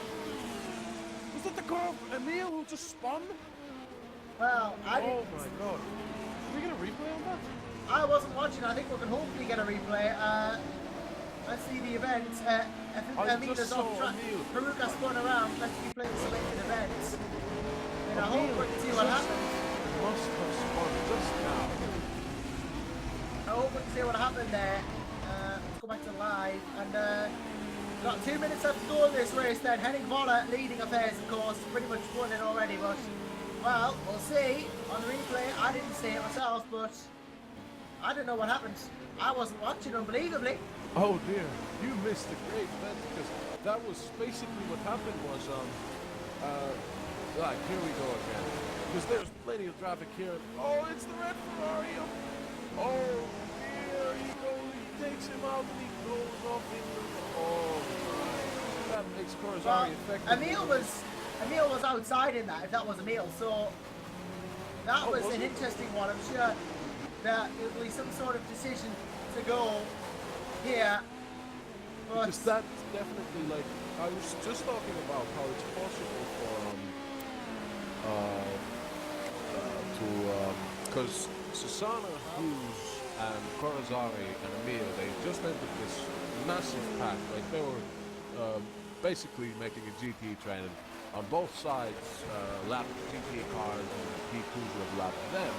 So I was thinking there could be something interesting, and it has happened exactly as I foresaw.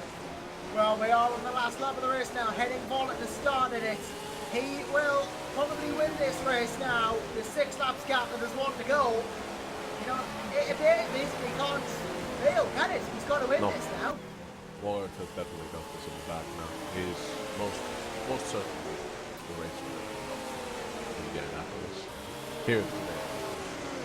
He's going to complete the 281s laps by the end of it, and this is going to be the last lap for Henning Voller. He comes round now, round here, round the left, round the right, onto the banking area.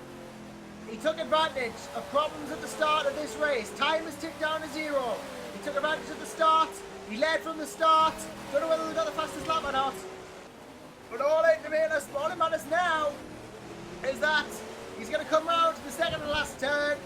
He's going to come round the final turn. It's been a dominant display from the German outfit. They may be in room 2, but don't make that mistake of thinking they're not as competitive as they were before. 3 Wide Motorsports take the first win of Season 9 in the Virtual Endurance Championship. But if I may, ladies and gentlemen, spare a thought, spare many thoughts, and congratulations for GNS Endurance. They're going to come home in P2 after effectively going to the back of the grid. They fought their way up. They're 6 laps back, but P2 on the cards for them. Well done. Great job by GNS. And great job by Morris at the end there. 3 Wide Motors, but they definitely cashed in when there were chips to be cashed. Yeah, I guess in the end they was just too fast. At some point the lot of food was getting away, but GNS has done an incredible job from last to P2. That is amazing. Yep, and here they come round the line now. Nate Lupson will be the one who takes it over. And GNS and use the flash of the lights that are happy. So they should be. They managed to get P2 from Effective Blast, and that is something that you should be very proud of. That. Adam McGuire makes it third for Origin Front Row Racing. Zenedic Sparta fourth for Team RGPL. And it's DR Motorsports fifth in the end. Fifth after all the problems. Great result from Greg Hall. Ben Schmidt sixth for Black Hawk Racing. Valero Ferraris wins P2. And that is a great result for them in P7. Eric Schmidt, there you go. Velocity PDP, second on debut for Tony Craven. Yeah. Happy. Yeah, I'm very happy about this. Well done indeed. Archer Secura, 9th. Gam Cardenas Ardeno 10th. Gregory Bular 11th. Osvaldo Angeloni 12th. And Michele Molly gets second. Third for P2 from Molly. Conrad Barr 4th for P2. Connie Nelson 5th. Pablo Rennie 6th. Matthias goes all the way up to 7th for Team RGPL. I think that's last anyway, but good recovery in P17 overall. Ricardo Cagliari wins then in GTs. Shane Chancellor second for Black Hawk Racing. Congratulations. What a result. Steph Armiel still finishes third, which is respectable enough. Indeed. Like, it was amazing to see, like, Chancellor from Black Hawk Racing, he managed to catch up to Emil right at the end and went past. I'm not sure what happened. Did Emil make a mistake, or did Chancellor just power on through, considering Emil had damage on his car? But definitely incredible finish for GTE, because that was close, gotta say. Corazari from P3, and in less than 30 minutes from P3 to P1, and just goes to show, like you mentioned, that anything can happen during the power hour. Trademark Joshua. It can. I think I've proven that today. And then Marco Cesaro 4th. Jimmy Hughes finishes 5th in the Kapetsky car. Well done. Alexandro Santos 6th, and then the rest of the fields will be Josh Hoare, Thomas Hens, Lucas Peruca, then the and then the rest of them as well. Lucas Peruca, Arwen Taruna, Vincente Lafargo, Jules Gu, Martin Sweetener, Kevin Yerga, and Yuri Villasul. I can't even pronounce his name. Retirements being Rudy Kuppen, Balky Bowman, Marius Nicolai, Boya Ori, Xabakis, Milt Beveltova, Alessandro Silva, Sharon Mendes Sloot, and Francesco Malatana for the following teams: Dutch Connection Racing, Exclusive Racing Series, Atlantic Motorsports, La Biela Racing, Deltec Racing Team, SRVN. Then they've disconnected, and I don't know who did what. Oh well. Well, that, I think, rounds out another fantastic round of the Virtual Endurance Championship. So, thank you. The incredible season opener. What a great season opener indeed. That was a fantastic little race. That was brilliant. And remember, if you're still watching, go watch Room 1 now, because... Yeah, go to Room 1. Go watch Room 1, the last hour in that. So, thanks very much for joining. I'm sure the stream will go offline soon, but for me and Tony, it is very, very warm. Goodbye. Adieu.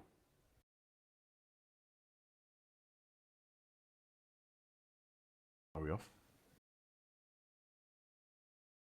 User left your channel. User left your channel. User left your channel.